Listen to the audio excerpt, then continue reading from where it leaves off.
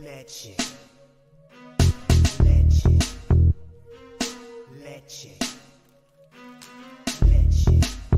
Get 'em, Jimmy, where low shack at? The bottles getting nippy up the crack and we stacking chips, all of it's what I want. Plus money winners, that's what I'm on. You can say I'm gone. I prefer elevated pub sports radio. Time to get educated, get produced, leave the juice, letting loose with so much abuse that the bookies wanna call a truce. They getting slaughtered. Can't forget Jeff and low baggers in the chat. That's a lethal weapon 'cause we be pubbing.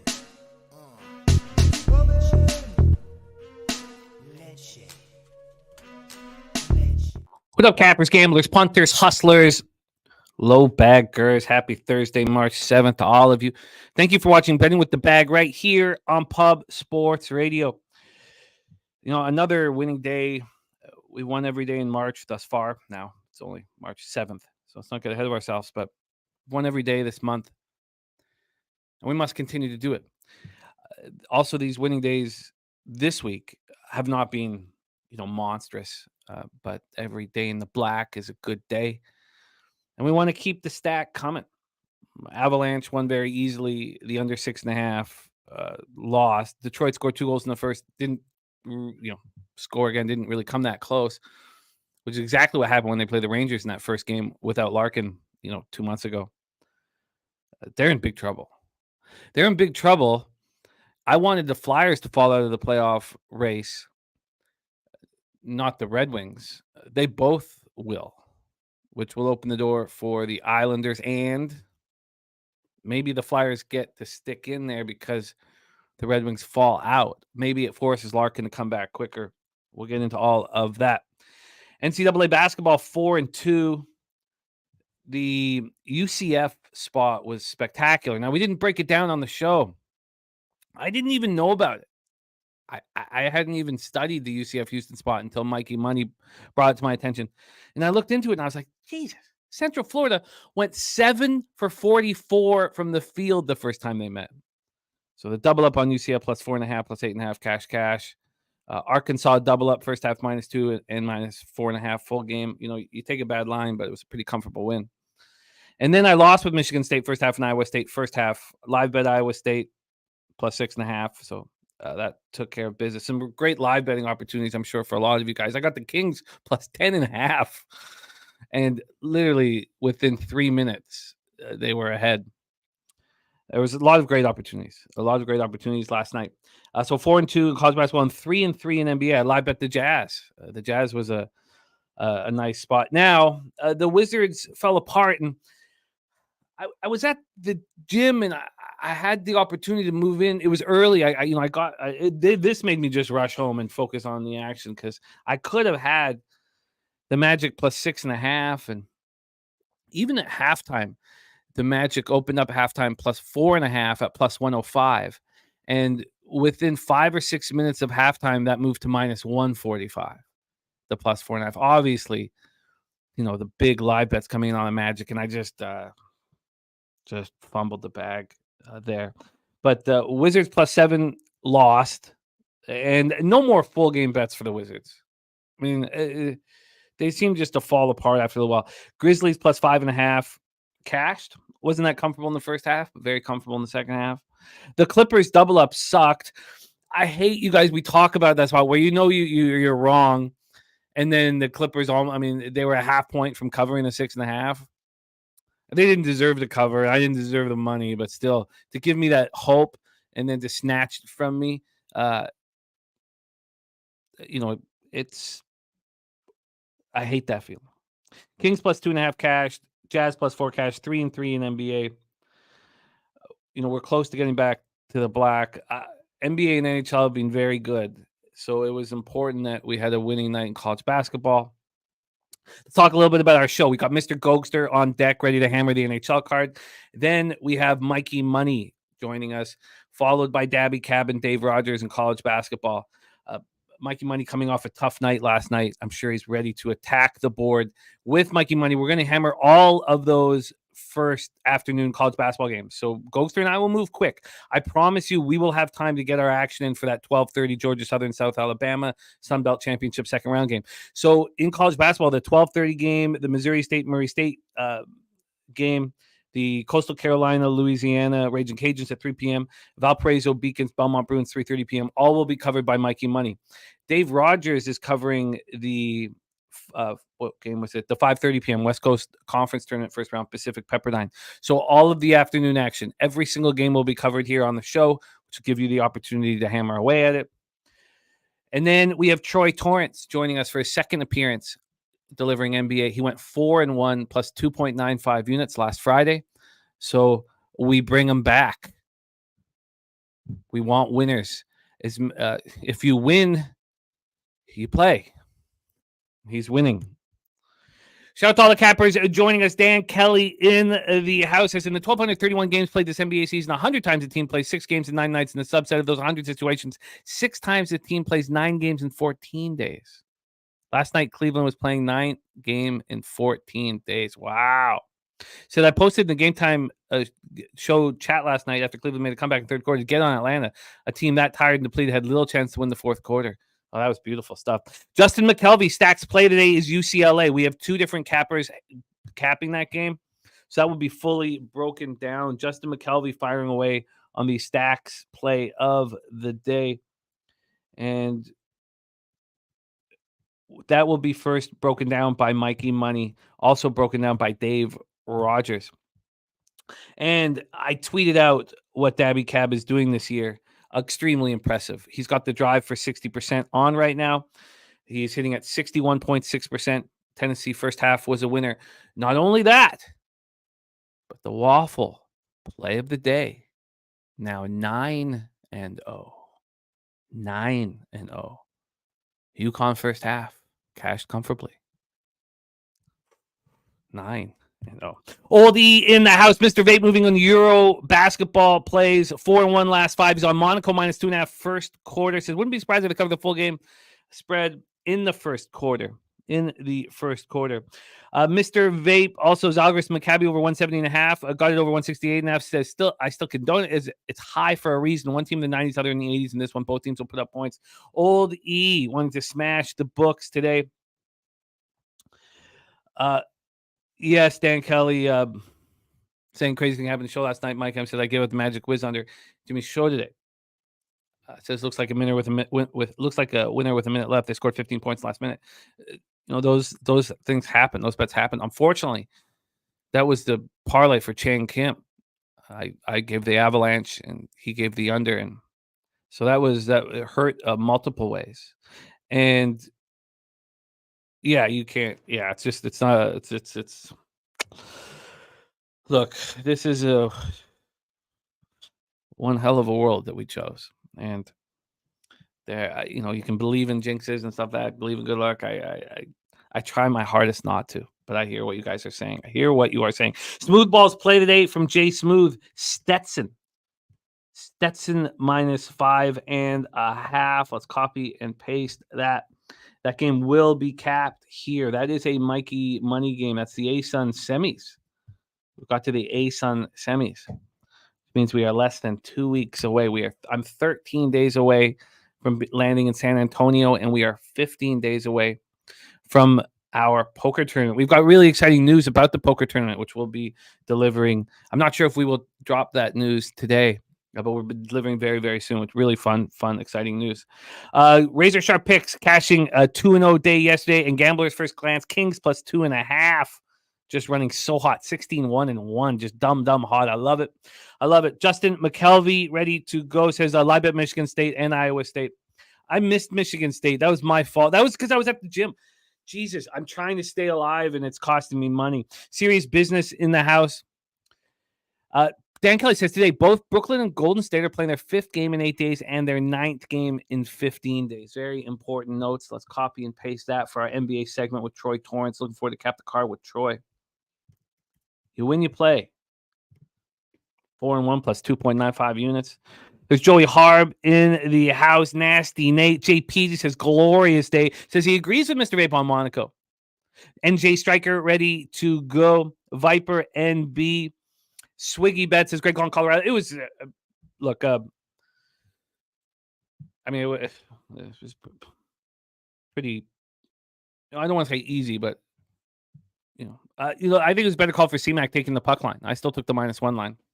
I know Truth Teller smashed it as well. Side says Avs -1, team total easy winners last night. Today, Canes team total +3.5. Preds -1 so far. Strong lean on Wild and the Bolts. I think when we're done capping the Tampa Bay game, I will say the Bolts are the best bet on the board. Now, I know I've said that before and it hasn't come to fruition, but I'll tell you this. The Calgary Flames have been in Alberta since February 13th. It's March 7th. Possible, whatever the hell his name is. He's got a 3-game suspension. He brings a lot of energy to the team. Zary brings a ton of offense to the team. He's injured. They just traded Hannafin. I think they lose all of these 3 games. I think the Flames lose all 3 of these games. I think they should be faded on the -1 line in every single one of these 3 road games. And then I think they go home and keep losing. I really think that this is a Flames team that had just snapped their 5-game winning streak. I think they lose 5 straight games. Now, we could show up here tomorrow and they could beat the Lightning. And, look, we find our angles that we believe in, we bet them, and we deal with the consequences, and I'll deal with them. But that's what I think is going to happen, and we're going to break that down here in a second. Great job. Everybody rocking, everybody rolling, action coming in. Philly Eagle Flyer in the house. Rick J says Kings Live is the best team to bet because leads never last. Slatsy says useless stat of the day. Canes 10-0, last 10 at home versus the Habs. It's been hard not to fade the Habs the last 2 games, and I haven't. And they're playing really good hockey. I look forward to capping that game. Stimmy OG says we almost got there with the Jazz money line, but cash everything else. Yeah, got the +4 though. But I like that you went for the big score. Ronnie Barton in the house. JP just says, anyone like South Alabama versus Georgia Southern? We're going to talk about that game. I promise we'll get it in on time. I guarantee you we'll get it in on time. So everybody ready to get to work here. Pig Milk play today now 9-1, and it's Southern as a pick'em. 9-1. Pig Milk play of the day, taking betting with the bag by storm. 9-1 is sweet, sweet Pig Milk play of the day. All right, great to see all of you guys. Gerald Jones, Philly Eagle Flyer, Wine Time Sports, The Sweaty Butcher. Slatsy just moved on the Canes first period -1.5 +119. 5 days off an embarrassing loss. They will come out focused. I wonder if it's too long, though. That's what I was dealing with, Slatsy. With Rob Brindamore, your coach, you better come out focused. Andrew G, ready to go. Kelly McKinnis says, great day to be alive. Let's get to work. I love that. And Andrew G says 9-0 sickening. You know what? He's winning the bets he places, and he's winning the bets that he doesn't bet. It's a perfect. First bet is Valparaiso Belmont under 154 for Joe T. Going to copy and paste that right under the Pig Milk play of the day, right above Mikey Money's games that he will be breaking down with us. It's going to be a busy day. We're going to have to move fast. There's Morgan Spooner in the house. Seattle Redhawks, a team that he likes to win the conference tourney. Seattle Redhawks for Morgan Spooner. Going to copy and paste that. Thank you for sharing that with us. All right, everybody ready to go. Matt Complex says Colorado Avalanche came through, used them in live parlay. Clippers money line +383. I love it. Great job. Oldie says Stetson hot. Won't stand in front of him, but they struggle putting 2 together. Let's roll Hatters. Viper and B, Denver money line and Indiana money line for him in NBA. Let's make sure that's copied and pasted above our NBA breakdowns with Troy Torrance. You will be placed. Your copy and paste will be right below Dan Kelly's notes on the rest situation. I wish I was on the basketball show last night. I know that with all of the sitting and working that we do, that we must get some exercise or we won't be able to cap for a long time. But I do feel like it cost me money last night.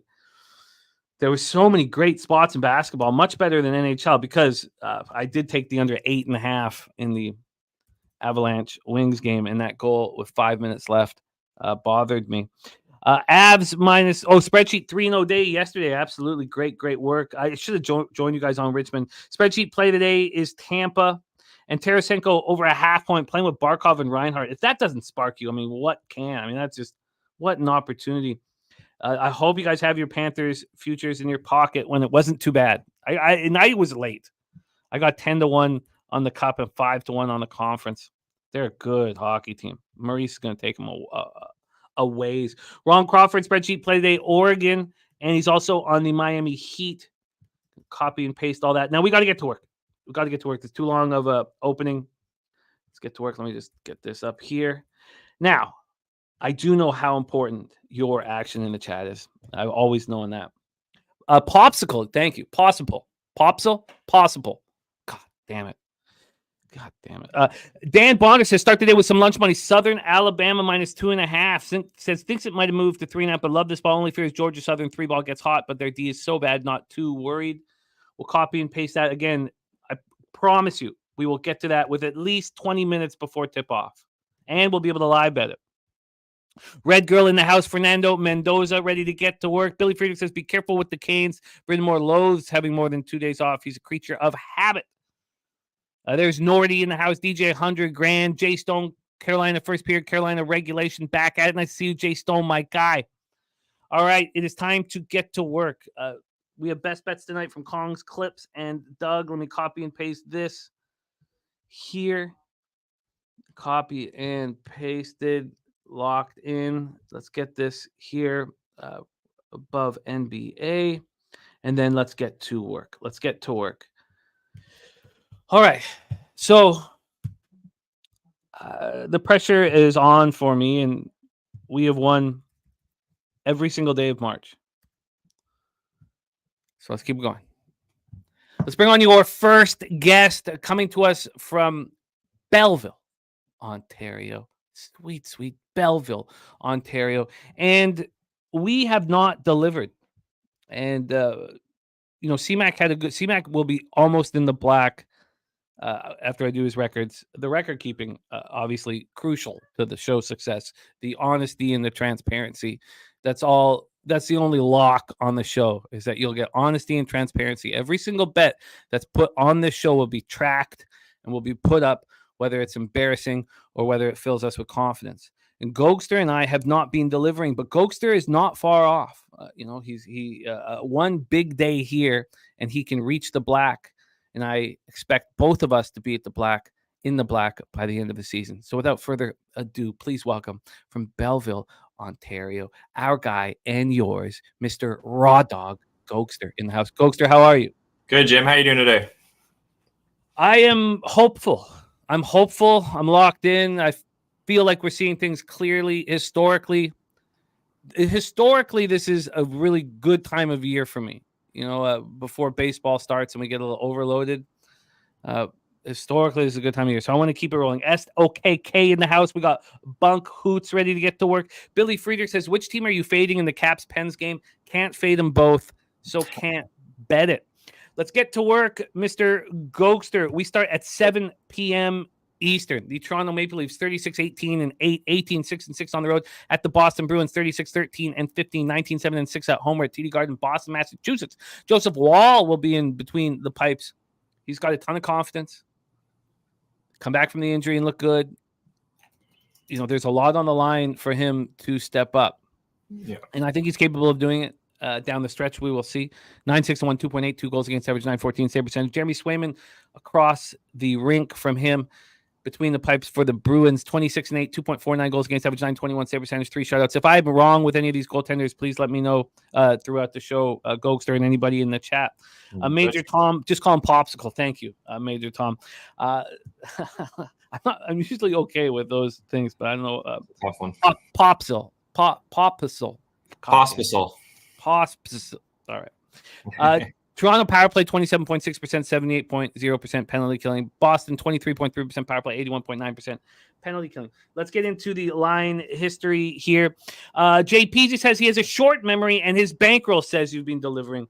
I love that, JPZ. Thank you so much for the $10 donut. You bring so much to the show. All our shows open with the lyrics of our JPZ, who you will see in concert at Pubapalooza.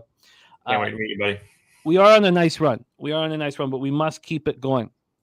So, first off, there was an idea that we were going to fade the Bruins if they lost to the Sabres. And, that game in between, Boston's not playing very good. They're playing good quality hockey. It's not the right. They're not getting the results. The Oilers scored with a few seconds left and then won it in overtime. I don't think Boston is a fade here. In fact, I'm interested in backing them. In saying that, I think this line is right, and the Leafs will stay. I'm not entirely sure what to do in this game. This game opened at a pseudo 5.5. It wasn't a real 5.5. I mean, the under 5.5 at Pinnacle when this opened at 3:17 in the morning was minus 139. Then it moved to minus 150. I mean, it's just ridiculous. So this was always a 6.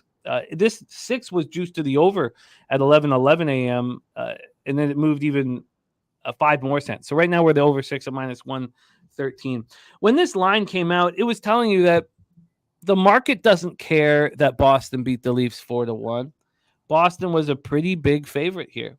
They opened up at minus 136, now sitting at minus 141, and that's the lowest that you'll find it on. So the Leafs are on the second half back-to-back after winning 2-1 in overtime at home for the Sabres. They've won 3 of 4. That lone loss came on Monday in that 4-1 home loss to the Bruins. Bruins come in off their second loss in 3 games, 2-1 in overtime at home to the Oilers on Tuesday. I'm surprised this is moving towards the over, honestly. I think this is going to be a playoff-type atmosphere. And if these two teams met in the playoffs, I think this is a real tough matchup for Toronto, just because of how accountable the Bruins are. Take it away, Gogster. Leafs, Bruins. Yeah, it's that's what I was leaning towards, was the over, actually, but it's going to be a no play because I actually think it's going to be kind of what you're saying, Jim, kind of like a tighter game here, back-to-back. You got the stronger goalie, I think, too, in Wall. He had a bad first start. Allowed 4 goals in his game back. I think he's going to have a stronger game here, and that was against Boston too. So I'm expecting a better start here. I do think Boston's going to win this game. They're undefeated in their past few games here, Jim. Last 10 games, they beat Colorado on the road, Vegas, Arizona, and St. Louis. I feel like they're due for a loss here. I could be wrong, but coming off that loss to Edmonton, tough team right now, Edmonton is. So I would be looking towards Boston here. It's not going to make the card, though. Both teams the last 3 weeks are allowing 3+ goals, and Toronto's scoring a lot. But the way this game, I think it's going to go, Jim, I think it's going to be lower scoring and Boston get the win. Maybe a team total under on the Leafs here. It's kind of risky just the way they've been playing, but Boston's going to get this win. I think it's going to be a lower scoring game. And Swayman, I have here at home, guys. He's got a 2.3 goals against and a 924 save percentage. So that's strong numbers I'd like to back to. So I'd lean towards the Bruins here in the under. Yeah, I think with this huge card, if we didn't have a huge card, I might be more prone to moving on this. There's also the sickness going through the locker room. So Jake McCabe and Connor Timmins are sick. Giordano with the concussion. I don't feel Nash Nate says Bruins smash. I don't feel the need to attack this game. I will, after talking out, just put like the under 6 with a question mark. I do feel like the Leafs are playing tight hockey right now, which they need to play, and that's what the Bruins play. But if this becomes a power play fest, even though both penalty kills are strong, I mean, Austin Matthews and Pasta, talking about 2 of the top 5 players in the league. Mm-hmm. So I'm going to roll on here. I like it. Nutflush, I have not seen that, but I will, my man. Let's roll on to which may end up being what I think is the best bet on the board. 7 p.m. Eastern. We have the Calgary Flames 30, 26, and 5, 12, 14, 12, and 4 on the road at Tampa Bay Lightning, 33, 24, and 6, 19, 8, and 4 at home at Amalie Arena, Tampa, Florida. Jacob Markstrom versus Andrei Vasilevsky. Vasilevsky with a save percentage under 900 is appalling. It's just shock and awe. Markstrom has been playing better as the season has gone on. Calgary is unloading players. Hannafin was just traded.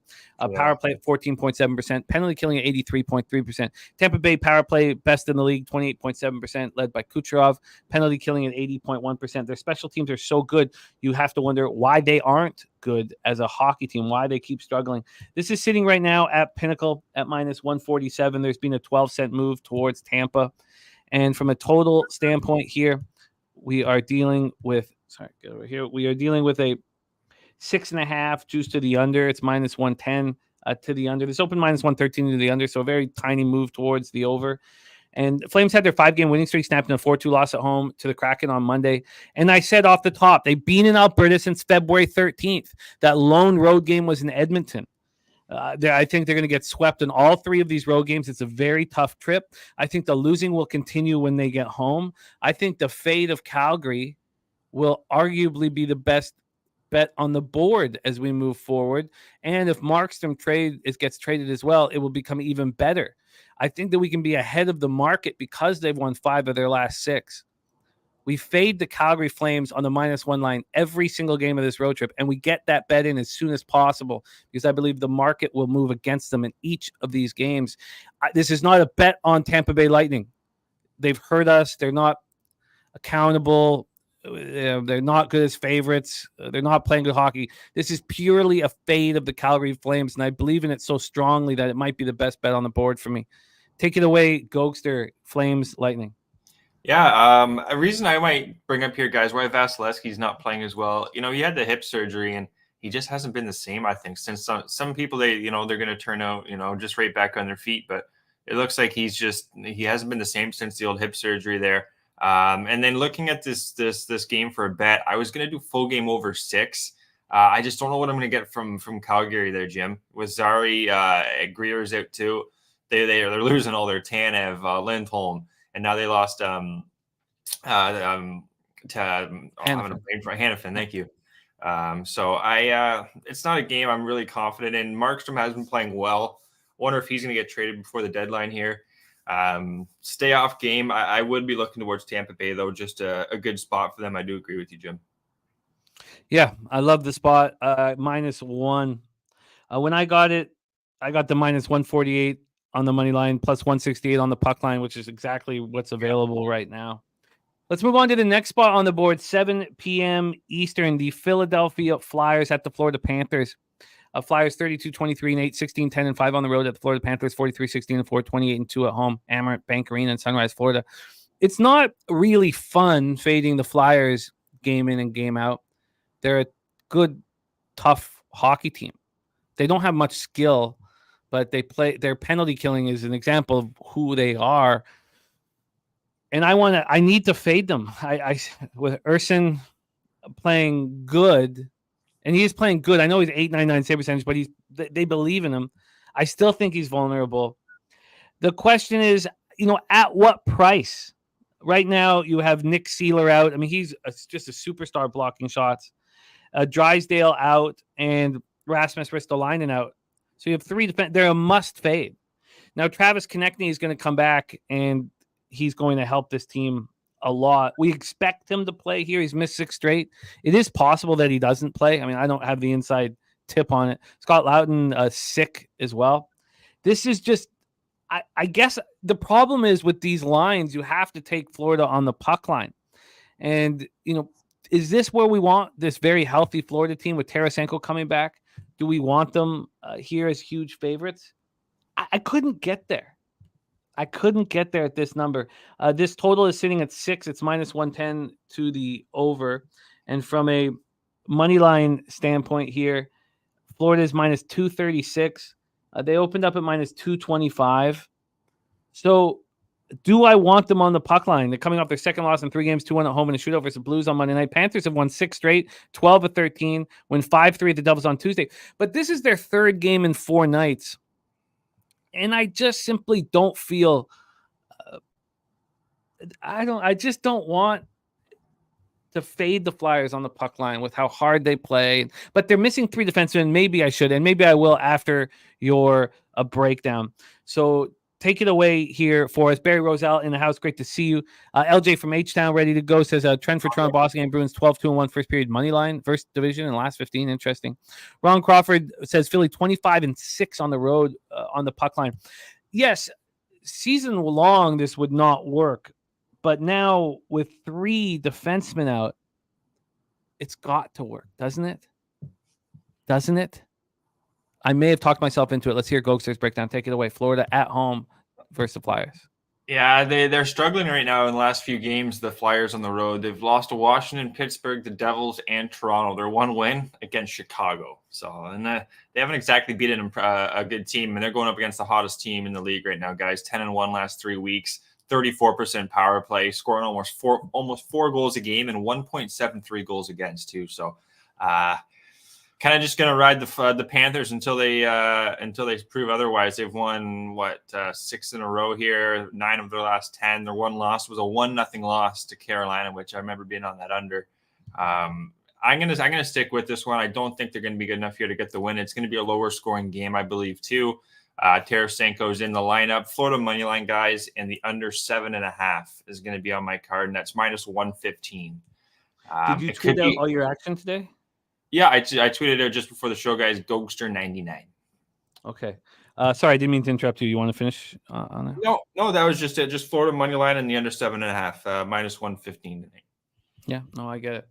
I think that I might end up on the puck line here. Jose, while you are backstage, please keep your ear to the streets for trade deadline news. The trade deadline in the NHL is 27 hours and 28 minutes away. Happening. So, yeah. Okay. Nate Dogg on Reinhardt to score and get an.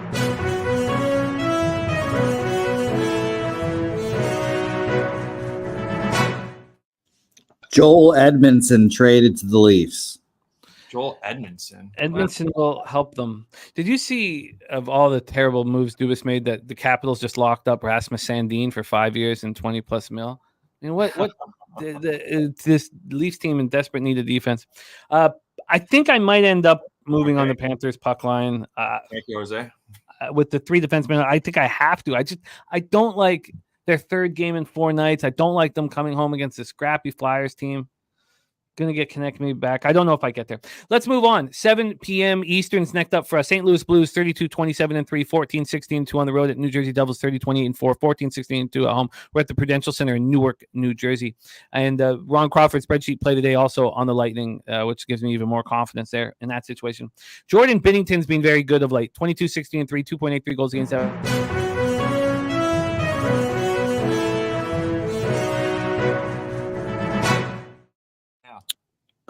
8 for $575 Gustav Forsling extension for Florida. 8 years, $575. Okay, That's a lot. Billy Friedrich says the Canucks are set to sign Phil Kessel. I mean, we know Talkett's the Kessel whisperer. And LJ says, why do the NHL wait so late in the season for their trade deadline? You know, it's an interesting question that we just always have done it. I want to say this later, isn't it? Or is it always 20 games? It's always 20 games, eh? Usually it's around that 60 game mark with 20 games left in the season. But yeah, it's I don't have the answer to that. Let's roll on. Nate Dogg says Blues money line. So for me this year, my ROI on the Blues has been very good. Lucas and I, are when we get together on Blues, our ROI is disgusting. I really feel like I have a good read on them. I backed them against the Flyers, and I faded them against the Islanders. I had the Islanders on the -1 line. I think the Devils are running out of steam on this road trip. This is their 3rd game in 4 nights. I also despise what Tom Fitzgerald is doing for the Devils, throwing a good man like Lindy Ruff out on the street for Travis Green. And we stayed off that new coach bounce. That's one of the hardest things in the world for me to stay off of. And we stayed off of it, and the Devils won. The bounce is in play here. Game 2 at the Blues. And the more I talk about it, the more I think this is probably maybe a better bet on the board than the Lightning. The bounce is in play here. When this line came out, Devils have lost 3 straight. They're losing. They're playing bad hockey. You might have been surprised that the Devils were this big of a favorite. You know, they're 14-16-2 at home. 32 home games. They've only won 14 in regulation, and they were big favorites. There's my guy Guillermo Zertucci in the house. What up, G? Hey. So we need you in San Antonio, G. I don't remember I know you were planning on coming. We need you here with the Devils. Let's just go. So I got the puck line up. Let's go over to the money line. Devils are sitting at -175. It's way too big of a number. But you have to ask yourself, why? Why is it too big of a number? Why was North Carolina 15.5-point favorites against Notre Dame when Notre Dame had been playing so well? It's because they're going to smash and grab. Now, St. Louis is playing very strong, and Binnington's playing very well. Yes, Guillermo's there. I needed that. So I the more I talk about it, the more I think this home. Ron Crawford says 5-27 home puck line jersey. Nope. Exactly. And that's what I want everybody. Well, not my friends, and Ron's my friend, but this is the new coach bounce. And a model is only going to be judging the numbers that the Devils are delivering. So please, then, Ron, fade me and bet. Actually, I don't want to do that. I don't want to lose. I think the Devils -1 is the best bet on the board now. The more I talk about it, take it away, Gogster. Blues, Devils. Yeah, tough game here. The goaltending is my problem with the Devils and Dawes. He's not really trustworthy. I found this year. I've lost some money betting on this team, but the new goalie angle's live. They've had one win at home, guys, against Montreal in their past few games. Losses to the Rangers, the Kings, Tampa Bay, Florida, good hockey teams. And then quickly St. Louis here, win against Philadelphia, and that's it. Lost to Winnipeg, Detroit, Edmonton, and the Islanders. So I think you're onto something here, Jimmy, with the Devils. Didn't make my card. I had the full game over 6.5. I just don't know if they're going to be able to. I don't see the Devils winning games 2-1, and I think it's going to be a higher scoring game. To be honest, here, power plays they're low, 18%, 17% last 3 weeks. But yeah, the Devils are allowing 3.9 last 3. I think St. Louis will be able to score, but the wind's going to be in the Devils. When they woke up today, they circled this game. Let's get the win here, and I think they're going to get the win, but it's going to be a higher scoring game, over 6.5, -105. Not trusting Dawes. And then another side, Binnington, quickly here. He has been playing really well lately. I'm expecting the Devils to throw everything at him here. And Dawes, I'm not going to trust him. I think St. Louis will get at least 2 goals here. So over 6.5, -105. I'm going to put my money where my mouth is. I'm going to take the Devils first period -0.5 as well. And these situations, these games, numbers won't always lead you to the cash. New coach bounce here in game 2. Devils take care of business. Blues 3rd game in 4 nights. And that's part of the fun. We don't have to be on the same side. Let's roll on. Gogster on the over in that one. 7 p.m. Eastern, Washington Capitals 28-23-9, 12-13-4 on the road at the Pittsburgh Penguins 28-24-8, 16-10-4 at home. PPG Paints Arena in Pittsburgh, Pennsylvania. We have Darcy Kemper and Tristan Yari. I don't know if that is Kemper. It will be Kemper. I'm not sure if that's the case. We'll hear from Gogster on that one. Kemper 13-12-3, 3.15 goals against average, .893 save percentage, 1 shutout. Tristan Yari 18-19-4, 2.61 goals against average, 910 save percentage, 6 shutouts. Washington power play 18.8%. It's been much, much better of late. 79.4% penalty killing. As much, as I love fading the Capitals, they're a really well coached team. It's not extremely enjoyable fading them because they're so well coached, but their roster is just not suitable to succeed in the NHL. The Penguins snapped their 3-game losing streak with a 5-3 win at home over Columbus on Tuesday. This is not a good hockey team. They were in that perfect situation against the Blue Jackets and barely got the W there. Let's take a look at the line history for this one. These are 2 teams that I want to fade desperately, and I'm not going to decide which one I want. Now, maybe you just take the dog, but I'm not going to sit there with the Caps in my pocket. I don't want the Pens at this line. They opened up at -171, dropped to -158, a 13-cent move on the other side. And then from a total side of things, this is sitting at 6 right now, -120 to the over. This opened up at 6.5, dropped to 6, jumped up to 6.5. I want nothing to do with these senior hockey teams. Take it away, Gogster, Capitals, Penguins. Yeah, one thing Washington have going for them, guys, is they got a really good farm team there in Hershey. And the 2 centermen they got here in Lapierre, Hendrick, we'll call him Hendrick, 29 centerman. He's with Ovechkin and Portress. And then you got McMichael. Both those guys, though, they won the Calder Cup last year, and they were a big part of that, along with even Scarbosa. They got a couple guys that come up from the AHL, but they're seasoned, I'd say. They've been there, and they've won big games. So they've scored 4.13 goals in the last 3 weeks. They're scoring 40% on the power play, too, in their last 3 weeks. So I took this off. I was going to go first period over, tied in with the full game over 5.5. That's kind of where I'm leaning here, more I'm thinking about it. I didn't play this, guys. Kemper is confirmed too, Jim. 899 save percentage last 5 weeks. 883, though, on the road. Yari's definitely the better goalie here, but there's just not a lot of offense too from Pittsburgh's side of things. I would actually lean towards Washington here to win this game. They've lost to Florida and Detroit on the road this last 10 games. They beat Tampa Bay and Montreal, but I don't trust this Pittsburgh team. If there's one team that's got issues right now, it's the Penguins. So I lean towards Washington in the over in this game. The Penguins right now without Rust and Gensel are, pretty funny to watch. Sad if you're a Penguins fan, but point and laugh if you didn't. Actually, that Kunitz overtime goal was the most important goal of my entire gambling career. So we'll put that away. So thank you, Chris Kunitz, wherever you are right now. But yeah, I don't want the Penguins. I don't want the Caps. At this number, I could agree with anybody saying they want the Caps. I don't want anything to do with this game. We move on. 7 p.m. Eastern, Montreal Canadiens 24, 28, and 10, 12, 12, and 7 on the road at Carolina Hurricanes 36, 19, and 6, 19, 8, and 4 at home, PNC Arena, Raleigh, North Carolina. It's important to change your plan.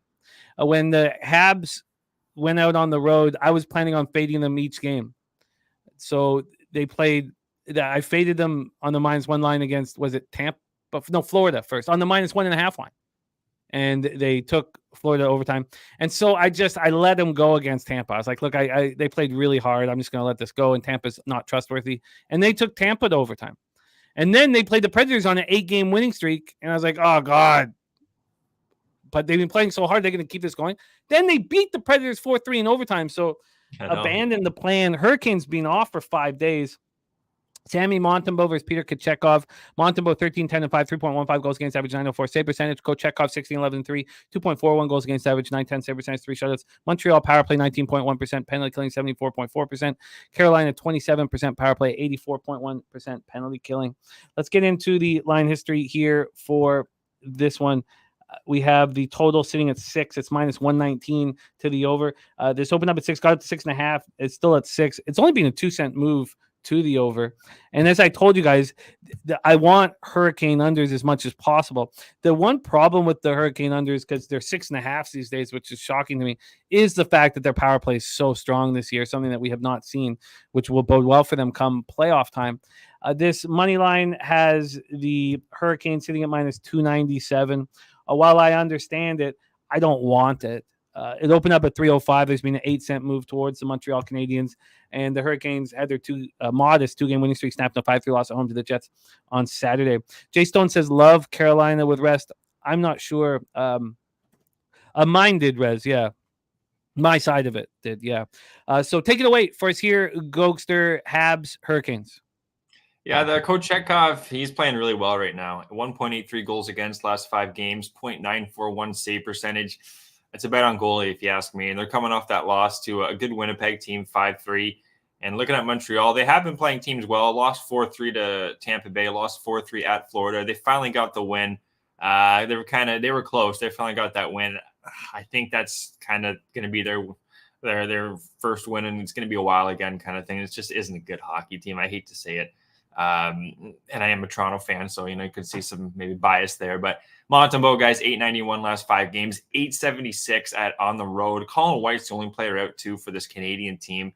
But with that being said, only a 13% power play, and this Carolina team's probably going to go pretty far in the playoffs too, if you ask me. So it's going to be part of a 2-team parlay, guys. So it's going to be on the money line. We're going to take Carolina here. Don't see them slipping up in this game. One more game at 7 o'clock. We're going to tie that in with. Let's roll on. Next up for us, 7 p.m. Eastern, the Edmonton Oilers, 38, 20, and 2, 18, 12, and 0 on the road. The Columbus Blue Jackets, 21, 31, and 10, 11, 16, and 4 at home. We're at Nationwide Arena in Columbus, Ohio. Stuart Skinner versus Elvis Merzlikins is what I've got listed. Skinner, he's been he had a run there in their giant winning streak where he's playing well. He's back to being a below average goaltender, 906 save percentage on the season. Merzlikins, 904 save percentage. He's been better. He's a very emotional goaltender. He could be moved today. Oh, sorry, you have Daniil? Yeah, Daniil's in. I wonder if he gets traded today, Merzlikins. He's day-to-day with an upper body injury, but I feel like he's about to get traded. Edmonton power play 26.6%, starting to climb again. And Pickard as well, who I think he's been better than Stuart Skinner of late. Pickard's in too. Yeah, I missed that. Edmonton power play 26.6%, penalty killing 79.7%. Last year, when their power play was best we'd ever seen it, their penalty killing was weak. This is a pretty complete hockey team right now. Columbus 14.5% power play, 76.4% penalty killing. So I don't like betting overs. I don't know why. I prefer unders. And now, like on Friday, I moved on 2 overs. When Gogster's talking, I'd like to see what my record is on overs, how many I've even bet this year, because I certainly haven't bet many. I cashed Arizona, Ottawa on Friday, and New Jersey, Anaheim. Those over 6.5. So there's 2. When was the last time I took an over 6.5? 6.5s have always scared me. So as I go through this, this is unbelievable. I can't even. Oh, I lost the Las Vegas, Colorado over 6.5 earlier in the year. So that's 2-1 on overs. Is that it? I bet Columbus, Buffalo over 7. I lost. That was at plus 115. So there I'm 2-2 on overs. So I bet 4 overs this entire hockey season. I can't even believe it. I didn't think that's what I was going to see when I went through my 4 overs. Wow. Unbelievable. See if I can just get to the top. Yeah, 4 overs. Those are my 4. I bet 4. This is written all over. I took the over 6.5. And when I was deep diving into the total on this, it was that the Oilers against elite competition, or when they're proving themselves, or when they play tighter. When they play against a loosey-goose non-playoff team that doesn't matter, they play that way. I was surprised I could get the over 6.5 at minus 130. Very surprised. Right now they've switched it here at Bet 365 to the 7. At the time the over 6.5 was minus 133, and that. At Pinnacle. So I was getting 3 cents better at Bet 365. Right now, if I wanted the 6.5, it's minus 145. So it's moved 15 cents. This is just that loosey-goose hockey game where a ton of goals are going to be scored, I think. Columbus had their 2-game winning streak snapped, a 5-3 loss at Pittsburgh on Tuesday. I love their offense. I like their team. I like betting them. I think that they're a team on the rise. So I'm on the over 6.5.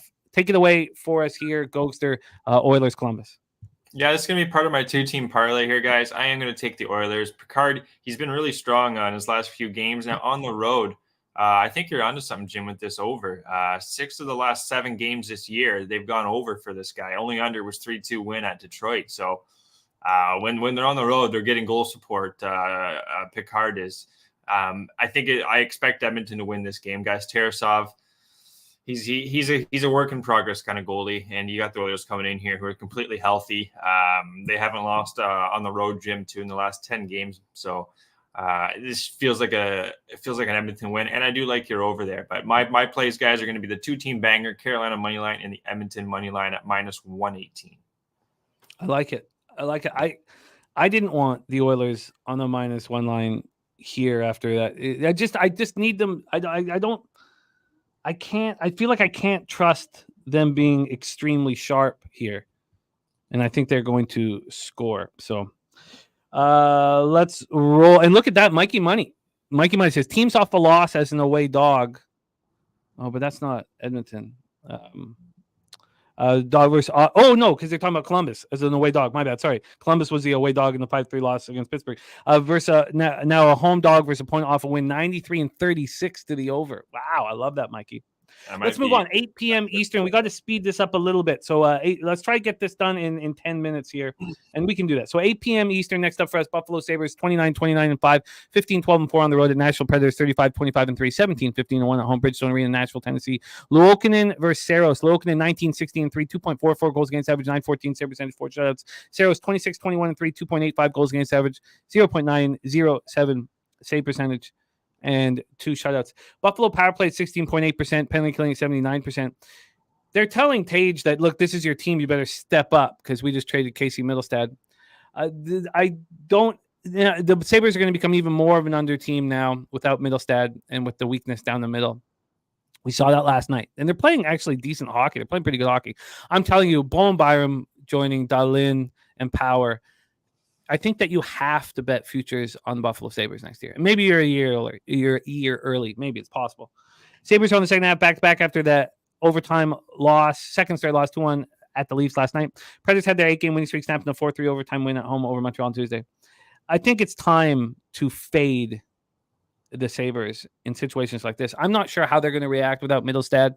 I'm interested in it. Patrick Burns in the house. Real Deal Prime says Creds just got a promotion. And Real Deal Prime says value on the Sabres money line.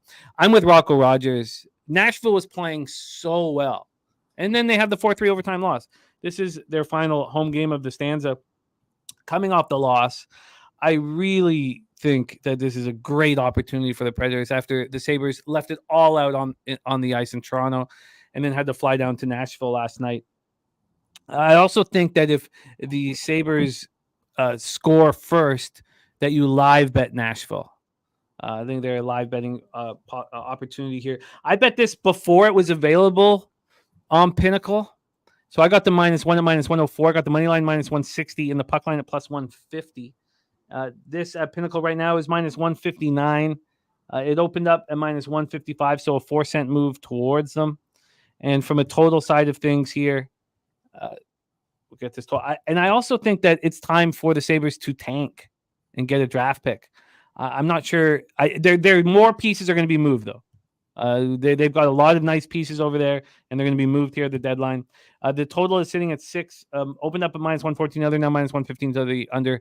I'm on the Predators on the -1 line at -104. I'm rolling with Rocco Rogers on this. Take it away. Yeah, this Sabres team, guys, they've had a lot of first-round picks since 2018. They've had 12 first-rounders now on their team, Jim, and if they keep taking, they can get another one. So I agree. They got Luke Kokkonen, too, who's going to be a future goalie of the NHL, in my opinion. But tonight, I don't know if he's going to go, Jim, just the back-to-back, not confirmed yet. Comrie was what they have in there. And Eric Comrie, he's not playing good hockey right now. He doesn't play much, to be honest. 4.6 goals against, 843 save percentage his last 5 games, and an 833 on the road. So this Sabres team, though, they have been winning on the road their last 10 games. They beat Tampa Bay, they beat Columbus, Montreal, and Minnesota, weaker teams, and lost to the big powerhouse in Florida. So I think there's going to be goals in this game, guys. I do. I think the Nashville should win this game, but the first period over 1.5 and the full game over 5.5 at +115. That's going to be where I'm looking here. The penalty kills are below 80% too in the last 3 weeks. Just see this game, guys, being a back and forth hockey game. And Saros, he's been strong his last 5 games, but he does have a .900 save percentage at home. So, and then like I said, Comrie doesn't get many starts, should get let up here. But I do think the Sabres are going to score. So over 1.5 in the full game, over 5.5 time together, +115 for y'all. Let's roll. I like it. Let's roll. Next up for us, 9 p.m. Eastern, Minnesota Wild 29-27-6, 14-15-2 on the road. Arizona Coyotes 25-32-5, 15-5-0 at home. We're at Mullet Arena in Tempe, Arizona. I've got Marc-Andre Fleury listed. I'm not sure if he'll be in between the pipes going up against Connor Ingram. Do you have Fleury listed? I have Gustafsson listed. That's what I did not expect Fleury to be in, but he was on left wing lock. Ingram 17-16-3, 2.85 goals against average, 908 save percentage, 5 shutouts. Minnesota power play 21.8%, penalty killing 74.5%. Arizona 22.4 and 76.3. This total sitting at 6 at Pinnacle. It's -114 to the over. It opened up at 6.5. From a money line standpoint here, we have it. The Wild at -141. They opened up at -141, so we're right back from where we started. Coyotes had their modest 2-game winning streak that was on the heels of a 14-game losing streak. I can't remember if it was 13 or 14, but come to a halt in a 5-2 loss at home to the Blackhawks on Tuesday. I don't want either of these hockey teams. Arizona should bounce back here. I don't want anything to do with them at all. And then Minnesota, I don't trust. I don't know what's going on with Zuccarello. He's not there. Marcus Johansson, Marcus Foligno, Pat Maroon. So there's 3 left wingers that are gone. I just don't want either of these hockey teams. And there's a lot that I like on the board. So take it away for us here, Gogster, Wild Coyotes. Yeah, I think they got a back-to-back tomorrow, guys. Minnesota here, Arizona. They're missing Zucker, but I think they're going to be in the first period is going to be the play short and sweet, guys. They're coming off a lot of losses. I expect them they got Ingram going, who's been better. this year. Minnesota, they're like Jimmy said, they're missing some key guys in the lineup here. Going to have some Utes leading the way there for Minnesota. So don't trust Arizona full game, but the first period I will, because if it's a tie, we get to push too, right? So first period Arizona money line plus 112 is going to make the card today. Arizona money line at plus 112 in the first period. Let's roll on. This is a game I really want to talk about. 10 p.m. Eastern, Vancouver Canucks 40-17-7, 20-11-4 on the road to the Vegas Golden Knights 33-22-7, 19-9-2 at home at T-Mobile Arena in Las Vegas, Nevada. Thatcher Demko 32-13-2, 2.52 goals against average, 9.15 save percentage, 5 shutouts. Aiden Hill 9.20 save percentage, 2 shutouts, 2.49 goals against average. He's coming back to earth. Vancouver power play 22.6%, penalty killing at 78.9. Vegas power play 19.5, penalty killing at 80.6. Vegas, of course, dealing with all these injuries. Stone out, that hurts them. But Jack Eichel, no longer on the injury report. And that's because Stone is now going to be out for the rest of the regular season. So you remember, to circumvent the salary cap, you need to have players out for the remainder of the season, because then their number doesn't come back onto the cap. So they're going to have this huge amount of money anyways. And we got to watch what they do. Alec Martinez, undisclosed. People think that he's going to get traded. That's why he's being held out of the lineup. I find that very difficult to believe, but it's possible. William Carrier out, and then Howden Dorofeyev out. Now, we know that this is going, and by the way, the injuries that were flooded to the Canucks defense are that Soucy's back, so it's just Tyler Myers out and Dakota Joshua out. And now that they're getting healthier, Tyler Myers is such a bad defenseman, so it's not going to hurt them that much. Now, he does play quite a bit, and he's got the long reach, but he makes just bonehead mistakes all the time. Canucks coming off their second straight win, 2-1 overtime at the Kings on Tuesday. Vegas comes in off their third straight loss, 6-3 at Columbus on Tuesday. I kind of wanted to move on the under. I've been cashing on these Canucks unders, but that was when they had all the injury issues, and my whole belief was that Hronek and Hughes weren't going to be able to pinch as much because they knew they were going to have to play 30 minutes a game. It was all based around that. That's no longer. The Knights are sitting at minus 113. They opened up minus 102. It's an 11-cent move towards them. Maybe Eichel comes back and delivers here. At least he will on the power play. This total is sitting at 6. It's a pick 'em at 6. It opened up right there, so we're right back from where we started. The LA Kings under was one of the easiest ones of the season. You just knew it was going to be a playoff type field. Now this is going to be a playoff type field, but it's a Vegas Golden Knight team that's like a wounded animal in the corner that could come out clawing at your face. So, I'm not tired. And Nate Dogg leaning to the over. Billy saying Vegas being an over team. Bo Jackson, Vegas money line. Billy says looks like a Canuck spot. So take it away for us here, Gogster Canucks Knights. Yeah, I'll take the Vancouver Canucks here. You got one team that's winning lower scoring games. You got another team that's losing higher scoring games for the most part. So Aiden Hill, give him high praise. Ever since I gave him high praise, Jim, 876 save percentage, 4.57 goals against last 5 games. Should be a better goalie as the season goes on once they get healthier. But I'll take Vancouver here. I even did a double up first period and full game money line here. I think it was minus 101 and minus 103. I think it's a good time. Take advantage of the good analogy there. Wounded animal in the corner. You never know what's going to happen. I agree with this Vegas team, but Vancouver know they got this wounded animal in the corner. They're going to take advantage of it. I think Demko on the road isn't as strong, but I like what I'm seeing from 2-1 win against LA and Anaheim, then a 3-2 win against Boston. That's what you want to start seeing from this Vancouver team. So I'll trust them here. The line is kind of, you'd think maybe Vancouver would be favored here. I'm kind of scratching my head more. I'm thinking about this, why they're only a minus 101, but I'll trust it. I don't trust it at all. This line coming out with Vegas' favorite, Eichel getting a game under his belt, this team full of character losing.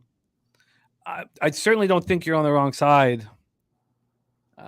It's not that. I'm not saying the Canucks are the wrong side, but I don't trust Vegas being we've been picking on Vegas, for a long time. Now the Canucks come to town. Now it's real. Now Eichel has a game under his belt. This one makes me uncomfortable. But Raven in the Desert, like in the Canucks, Billy Friedrich on the Canucks alt line, and then Bo Jackson on Vegas money line. Okay, JP is saying when you see someone talking off South Alabama, we're going to have time to get that game in. So we just have 2 games left in the NHL before Mikey Money joins us for college basketball. Let's move on. 10:30 p.m. Eastern. The Ottawa Senators, 25-31. Sorry, there we go. 25-31-3, 8-17-1 on the road at the LA Kings, 31-19, 11-12, 10-7 at home. Crypto.com in Los Angeles, California. Initially, I was going to move on the Kings on the -1 line. And the longer that I sat with it, I couldn't, with Mikey Anderson out, Adrian Kempe out. We know that Arvidsson came back and left, but Grunstrom out. But Kempe and Anderson are huge pieces to the puzzle.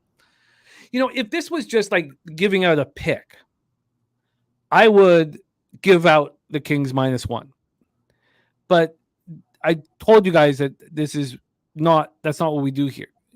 This is if I'm giving it out, I'm going to bet it and deal with the consequences that come. And I couldn't bet it.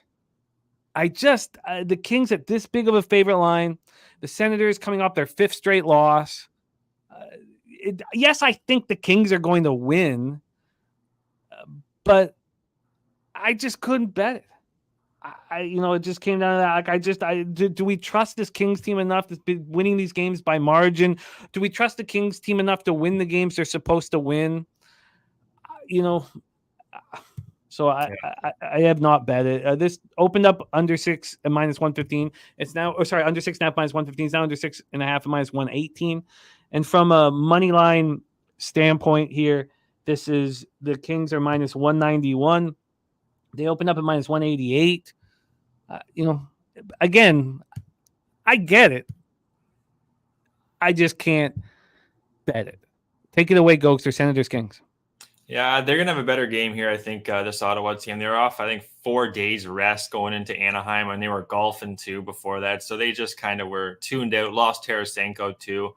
They're going to have a back-to-back tomorrow. Oh, yeah, sorry, they are on the back-to-back. Yeah. Corpus Salo, I have in. Last night they had Sogard. Good to see Bell Sogard get the start. Only allowed 2 goals, and the 1 goal was just if he had a stick in between his 5-hole there, it wouldn't have went in. Just gotta have the stick down. But in this game here, they're going to come out a lot stronger here. Ottawa, I don't know if they're going to win, and they're missing a lot of players too. The Kings, some key guys at least. So first period, both teams to score. That's famous for Ottawa Senators this year, and this is going to be one of them, I think, guys. Talbot, if he goes, who I expect, don't forget he was on this team for about a year too, guys. And then they got rid of him. So I think Ottawa's. I think they're going to score here, and so are the Kings. So full game over is going to be a lean. I wouldn't talk anyone off the over here, even though they're missing some players. But first period, both teams to score plus 155 is going to be where I'm looking here, guys. And I think there'll be goals.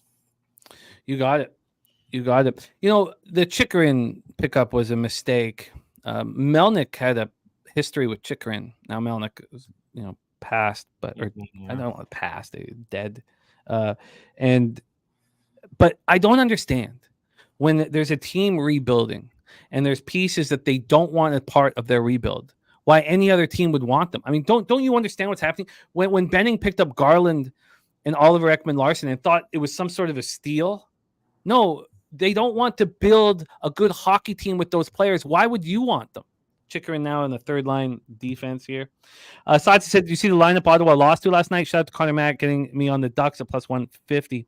Stimmy OG, I'm going to copy and paste that. I'm interested in the Spurs as well. We have Troy Torrence joining us off the 4-1 debut here. Let's get into the final game. What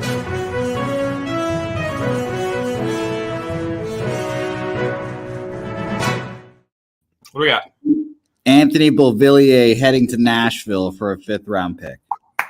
Good for you, Nashville. There's a good pick right there. There's a good guy. Is he worth a 5th round pick?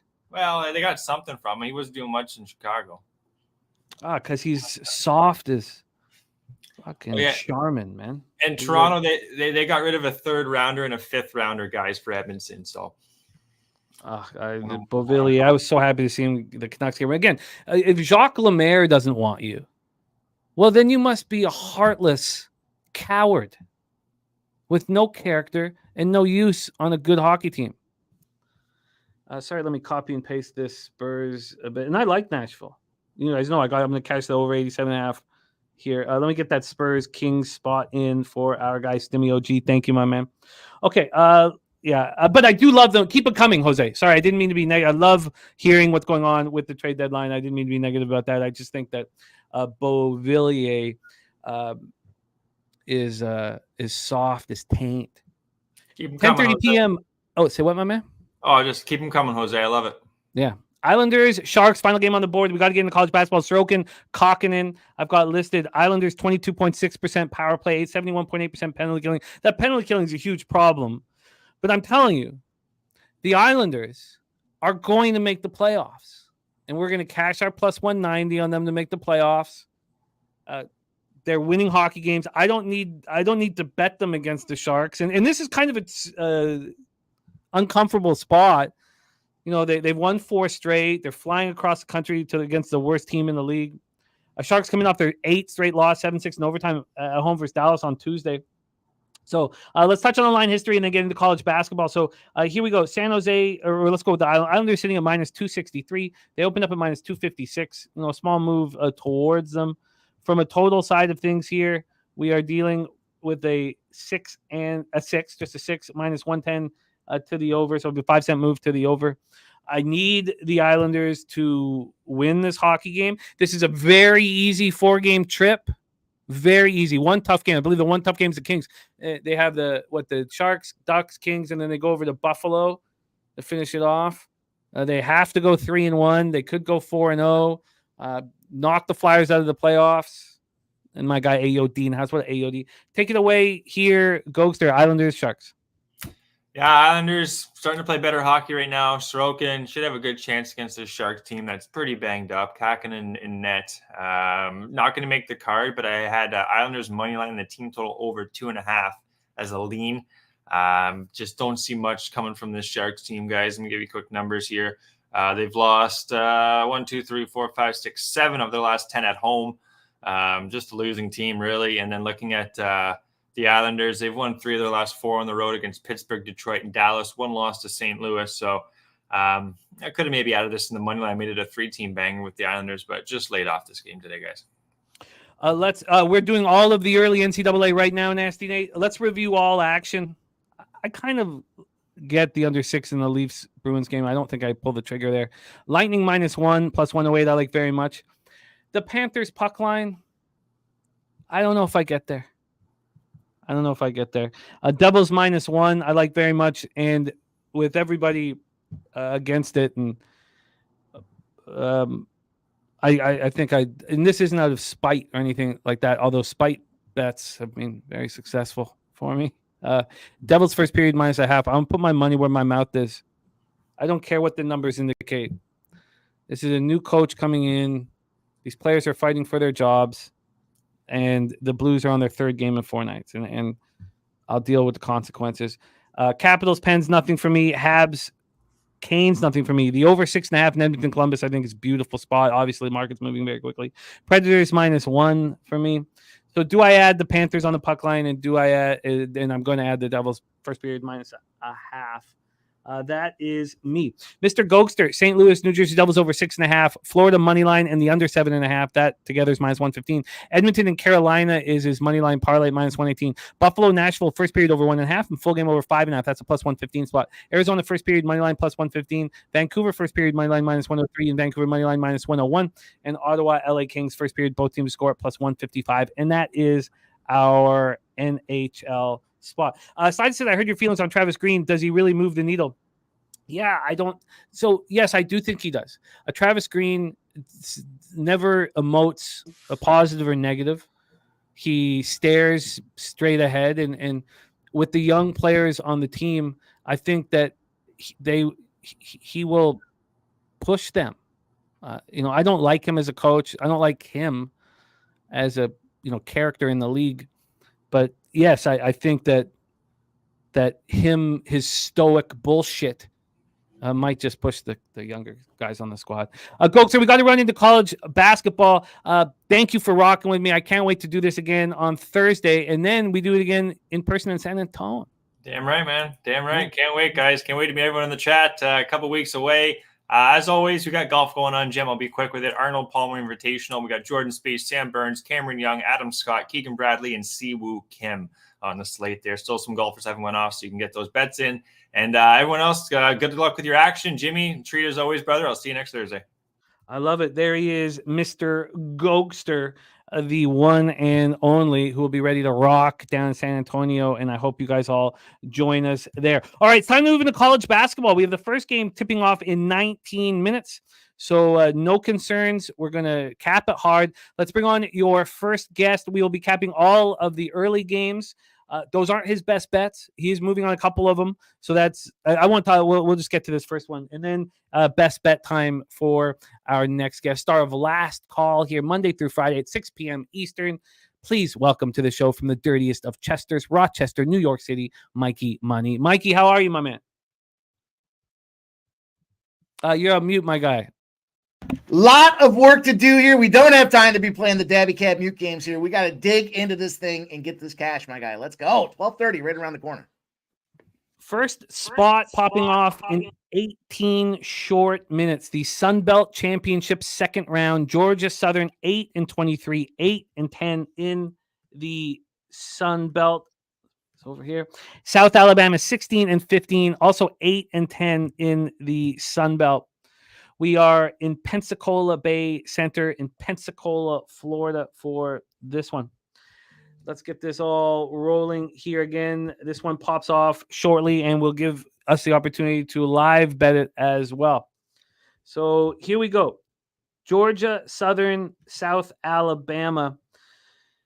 Get this rolling. Here we go. So Georgia Southern off of 3 wins in their last 4 games. And that loss to James Madison was impressive, 80-74. They played James Madison twice in the last 5 games and played hard and played well in both of them. Georgia Southern is a team on the rise. South Alabama playing well as well. They've won 3 of their last 4. Those 2 losses were to Arkansas State, and that was when Arkansas State was rolling before that debacle against James Madison. So both teams winners of 3 of their last 4 and playing good basketball, and the 2 losses out of those last 5 games were against the top teams in the conference. So then the next question is, what's happened when these 2 teams met? Georgia Southern met South Alabama once, just once this year, and it was a 78-65 loss at South Alabama. So can they get Rebenga here in this round of the conference tournament? That is the question. From a spread analysis, we're using BetOnline Market. Again, if you're looking for a new account, if you need to open up a new account, do it through our website. If you do use our link and Pub Sports as the code, you can get 100% bonus up to $1,000, and it doesn't have to be Bitcoin. South Alabama here at BetOnline opened up at -1.5 and quickly got to 3. Actually, not that quick. It quickly got to 2.5 and then moved up to 3 around midnight. Got up to 3.5 at 3 in the morning. So now we've come back, but we have a 1-point move towards South Alabama. And from a total side of things, we are dealing with a 153. This opened up at 154. 1-point drop to the under. Then cash-wise, 78% of the tickets and 81% of the cash is on South Alabama. A 1-point move towards them. From a total standpoint, 48% of tickets and 58% cash is on the over. Dav Fence says Georgia Southern has been strong in the first half, but the one first half they lost was South Alabama. Super true story, South Alabama first half. Nate Cerna on South Alabama first half as well. Berkey is on South Bama money line as well. So a lot of love for South Alabama. So we don't see anybody at this point on Georgia Southern, except for Wine Time.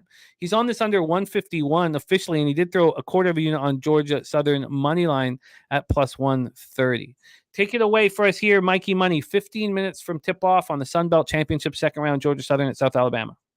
You know, probably my Achilles heel here is I don't have that short-term memory that goes into, these sports. And when you screw me on a game, I keep score, and I remember it for a long time. And South Alabama has been one of those teams that when I need them, they roll over and shit the bed. And, here's a big opportunity for them. These 2 teams run a ton of pace. You talked about that they played, one time collectively here. But I think the big challenge for this one's going to be, keeping up with the tempo of South Alabama. And because Georgia Southern's been running lately, I don't think that's going to be a problem here. I think the points is the spot you want to go here. you look at Georgia Southern overall and kind of what they do in neutral court venues, 0-4 in their last 4 neutral court spots out there. So when it comes time to step up to the challenge, they kind of step away from that opportunity. But scoring effectiveness, Old Dominion, not the best team in the world. 92 points, though, is a ton of points out there for a team, and that kind of goes to that pace. Then you look at Marshall, 87 points they score against Marshall. You mentioned those 2 James Madison spots as well, and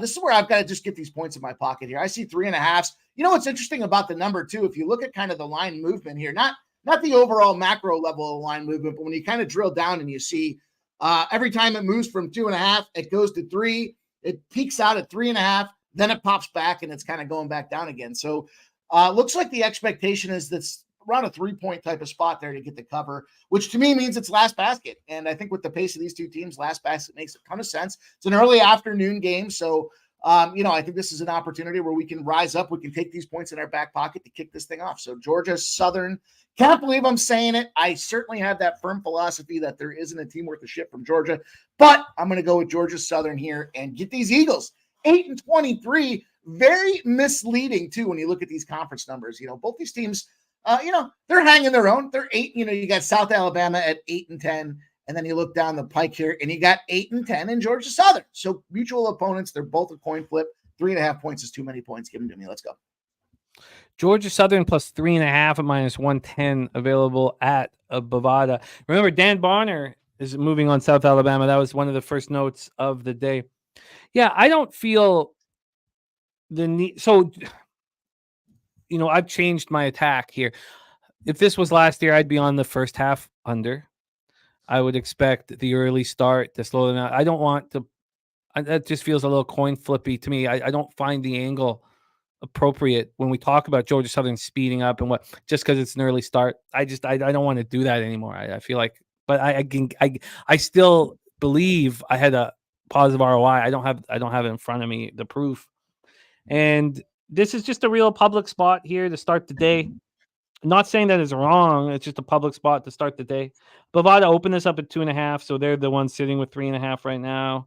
By the way, when I said that total, I didn't look close enough at it. I was moving too quickly. That total at 153 was plus 110 to the over and minus 130 to the under. So obviously it's a lower one than that. Justin McKelvey. Which is kind of strange to me because I think with pace, these guys get scores going here. I know it's early in that kind of preconceived thought process that these early games lead to unders, but look, it's tournament play, man. Shit counts now. These guys are getting ready to roll here, and I think they do come out ready to play this game. Maybe a little sluggish to kick things off, but don't underestimate this Georgia Southern team. Justin McKelvey, not pleased with your talk about Georgia teams. I know nonplussed. He is nonplussed. We roll on. So that game pops off in 11 minutes. I'm off of it. Mikey, though, is on Georgia Southern plus 3.5 at -110. You can find those 3.5s out there. And let us know what's going on in the game. If we think there's live betting opportunities. Do I have my phone here? Tell me. Yes, I do. Okay, we can move on it. All right, let's roll on. Next up for us is the MVC tourney. First round of the MVC tourney. Deacon Mike's Missouri State Bears, 16-15, 8-12. In the Missouri Valley Conference. At Murray State Racers, 12-19, 9-11 in conference. We are at the Enterprise Center in St. Louis, Missouri for this one. Missouri State snapped that 3-game losing streak with a 69-59 victory at home over Illinois, Chicago, UIC. And it was important to get that win under their belt. Murray State's lost 2 straight. They lost at home to Belmont badly, 83-61. Now, Belmont was 12-8 in conference. And then they lost 89-77 at Indiana State, who's 17-3 in conference. So Murray State with a couple tough teams that they had to play. UIC is 4-16 in conference. That was the win Missouri State got. Did they give them confidence rolling into the tournament? I mean, the losses, they lose by 24 to Bradley 13-7 in conference. They lose by 15 at Belmont. We just spoke of them. And then they lose at Illinois State. Illinois State 9-11 in conference. So it's sort of how you look at the situation. Do you believe that game will give Missouri State some confidence rolling into the tournament? The next thing we look at is what happened when these two teams met during the year. Missouri State went to Murray State and lost 82-72 on February 14th. And earlier than that, January 10th, they got destroyed by Murray State, 77-53. So do we think that Murray State gained a little bit of confidence? Is this the Holy Cross Army situation where Missouri State's going to come in with no pressure, and the team that beat them twice handily, Murray State, is supposed to do that again here in the championship game in a foreign spot at the Enterprise Center? You know, this worked very well for us with Holy Cross. I mean, it was just so easy. Can this follow that tune? Let's go through to the total. This total is at 139, opened up at 143. So we have a big move to the under. And then from a spread perspective, this game pops off in 39 minutes. From a spread perspective, Missouri State is a very fishy 2.5-point dog. Why would they be just a 2.5-point dog? The first move, now this line came out at 2:30 p.m. yesterday, was 7:30. Finally, 7:30 in the morning. I mean, it initially started taking juice right away. 42 minutes in, it took 10 cents of juice. Then 7:30 in the morning, it got to 1.5. Now the public has come in and bet Murray State. Why wouldn't they? This is a very fishy low line here. Brizzy saying Missouri State very athletic. Morgan Spooner says Missouri first half almost made his card. There's our guy DC Capper, Gifted Cartel, Jarek White on Missouri State money line. Interesting. Nate Dogg on Murray State money line. This is an extremely fishy line. Let's see if the cash flow will get me on it. We have 28% of tickets and 23% of cash on the over. So 72 and 77 on the under, and the line's moved in that direction. 39% of the tickets and 30% of the cash is on Missouri State. I'm surprised there's 39% of the tickets on this team. Take it away for us here, Mikey Money. Missouri Valley Conference Tournament, first round, Missouri State, Murray State. I don't want to oversimplify it here, but you beat the hell out of a team twice already. What else you got to do? And when you look at how this Murray State team's kind of, orchestrated their schedule this year, the non-conference schedule to me is kind of what sticks out the most. When you've got a team, that's either super young or you got a team that has some expectations, you kind of put it together out there against the opponents that you look and see who they face this year. Go back and look at this thing here. I'll pull it up. As I'm looking at the schedule with these guys, they have some big games out there against West Kentucky, UNC Wilmington, a conference contender, App State, a conference contender, Bradley, of course, but then you look back at this thing and you see that they had that game against SMU. Now that SMU game wasn't pretty. They got the shit kicked out of them against SMU, but they still went out there and they played to the test, and they're trying to continue to challenge this team. And now you've got this spot here where their last game came against Indiana State, who is leading the conference. Now, granted, the final score wasn't pretty, 89-77, but they covered that spread as well. And I think the fact is that we've got a 1-4 team in its last 5 games is why this number is down to where it is overall. When you look at what Murray State's done, though, 6-1 against the spread over its last 6 games against this Missouri State team. They've already taken them down twice, and I don't see any reason why that doesn't continue here. They shot a combined 47.5 from the field when they played these guys earlier this season here, damn near 50-50 combined over 2 games. It didn't drop off one versus the other. They just consistently hammered down on this Missouri State team. And, frankly, I don't see why this doesn't happen again with this team here. Yeah, the Bears 16-14-1 against the spread, but, end of the day for me, Missouri State has lost each of its last 5 conference tournament day games. We got a team that's been battle tested early on in the season and throughout the season. They don't they don't generate a lot of turnovers. They don't give up a lot of turnovers out there, but they do generate a lot of rebounds, which to me is second chance opportunities. We get the follow line. We take some extra 3-pointer shots out there. We're picking up those rebounds. We're going to be able to go out there and get this cover. So lay the 2. Let's go. Let's take this cash. Early afternoon action. Wow. Wow. I think that that's a good wow. Oh, it's not. It's just, I get the breakdown. I think that I have a recency bias because fading this situation worked so well for me. We talk about battle tested. I mean, Missouri State went into St. Mary's and beat them early in the year. Yeah.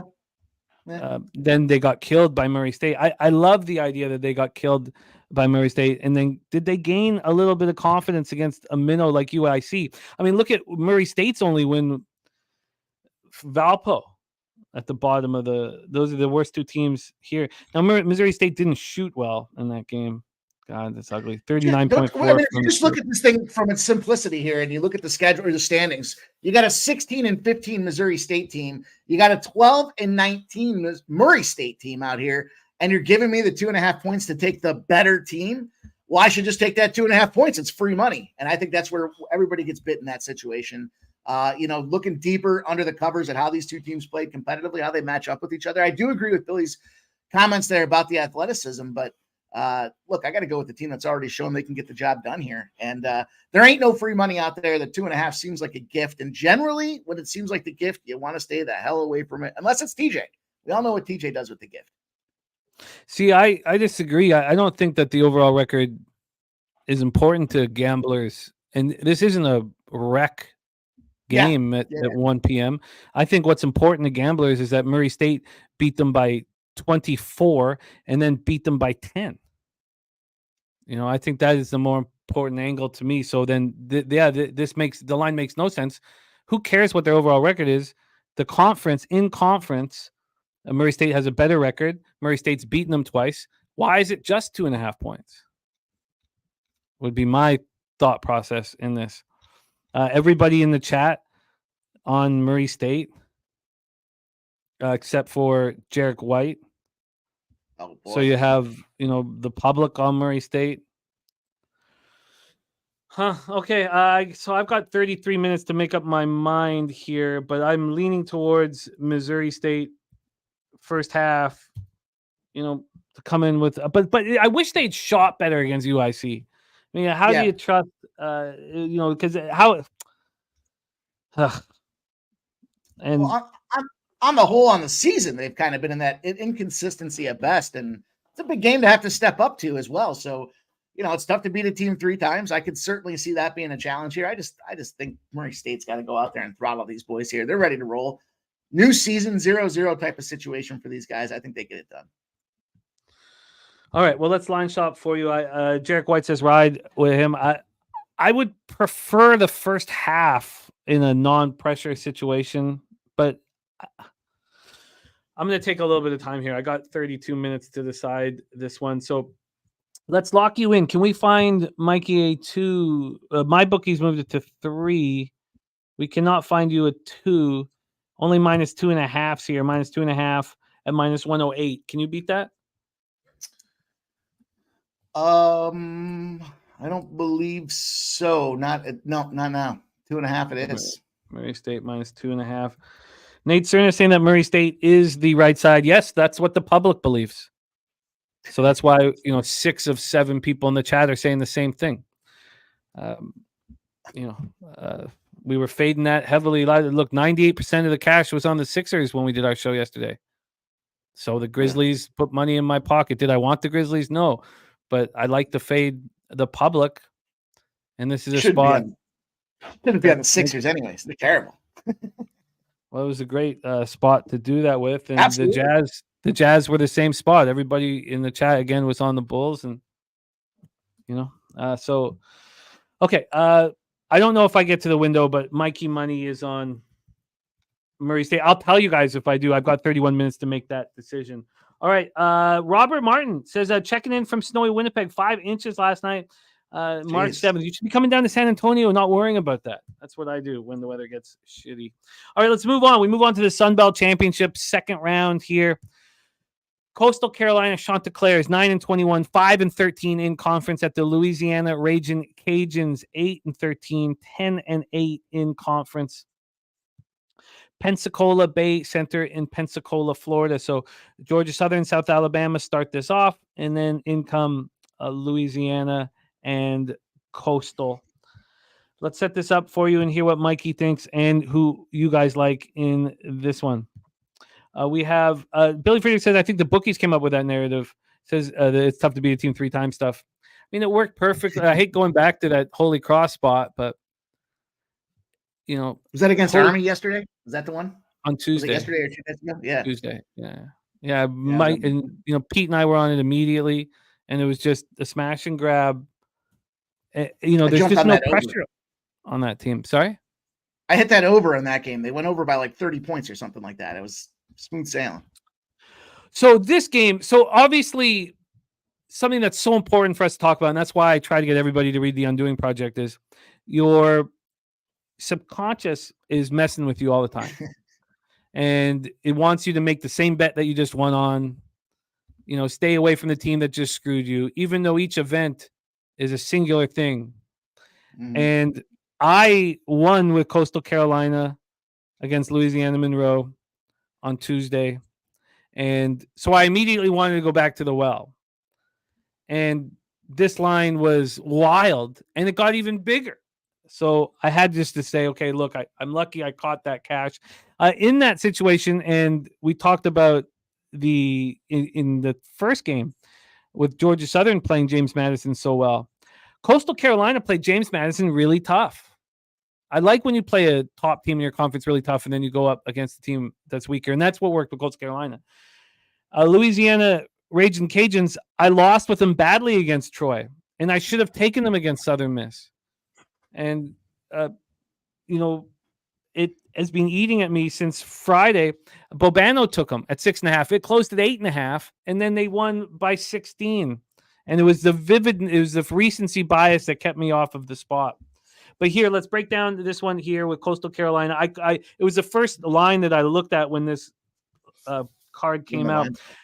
Yeah, and I couldn't believe it. I couldn't believe it was double digits. Then it was moving towards Louisiana. I was like, okay, I got to just talk it out with everybody in the chat here. These teams played once.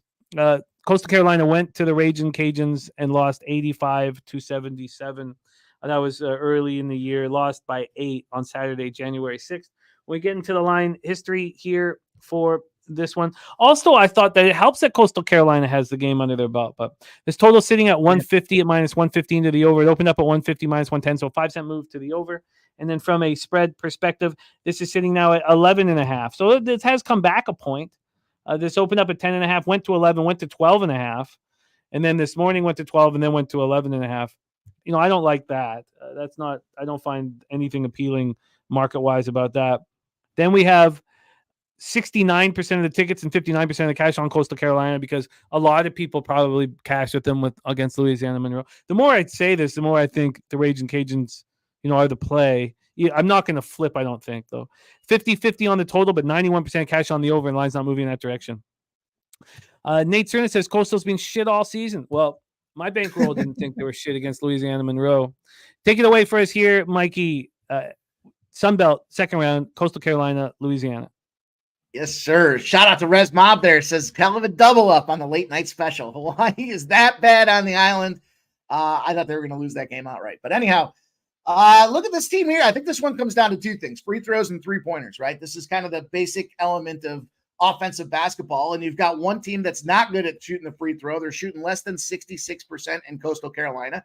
You have a team that likes to throw the three in Louisiana. That's how you have a recipe for a big gap that continues to get wider as the game coasts on here. And, you don't see that kind of situation. Now, it's a lot of points. There's no doubt about it. It's 12.5 now. Shit, at 10.5, I was like, do I start to think about Coastal in this spot? And now we've amped this thing up another 2 points, but it is reverse line movement. So I certainly don't like to be involved in that situation there. 69% of the bets, 67% of the bets now, 59% of the cash. I don't think they have a chance to get this job done here. I think in this case, it's Louisiana that's built to win this conference. And, again, the defense, the way they clamp down Louisiana does in holding teams to just under 27.5% from the three means that gap gets wider and wider. You got a team that doesn't allow a lot of three-point shots. You got a team that makes a lot of three-point shots, and you got a team that doesn't do well at the free throw line to close that gap. This is an ugly spot for Coastal Carolina. I get the numbers, previous successes and all that. I think the better play, though, is the under in the spot here. You got 54% of the bets and 92% of the cash on the over in this game here, and it's dropping. So, maybe just a half a point, but nonetheless, 92% of the cash thinks we see scores, and it kind of at first glance makes a lot of sense. These two teams can certainly go run and gun, but it's those extra points there in the free throws, the extra points they gain in the three-pointers that just aren't going to be in this game to keep this thing as a lower score, in my opinion. So it's no official play for me on the side. I would lean to the total. If I had the free play in this one, I would definitely take the under in this game. I haven't gotten there yet. I got a lot of other action in college basketball today. Chris Salter says Chanticleer's baby. T-Mac in the house. Nate Cerna says on unfamiliar rims, a neutral court as well. Daby Cab trying to pressure you into San Antonio. I know he's coming to San Antonio. Don't worry. I know he's coming. Again, we talk whether he has to take a Greyhound, whether he waits last minute, however he wants to handle it. He's showing up. Don't worry. He's showing up. He's showing up. So are you moving on the under here in Coastal Carolina, Louisiana? Let's pull the old Daby Cab here. I'll circle back to it as we get through the card and see where it stands for me. Taking shots at the man hitting 61.6% right now on the season. All right, let's roll on. And some love for the Chanticleers. I'm not gonna. This is not appealing to me. What's happened in the marketplace and what my expectation was, and also we talk about a team winning a game before the break and gaining confidence. That's what the Raging Cajuns did.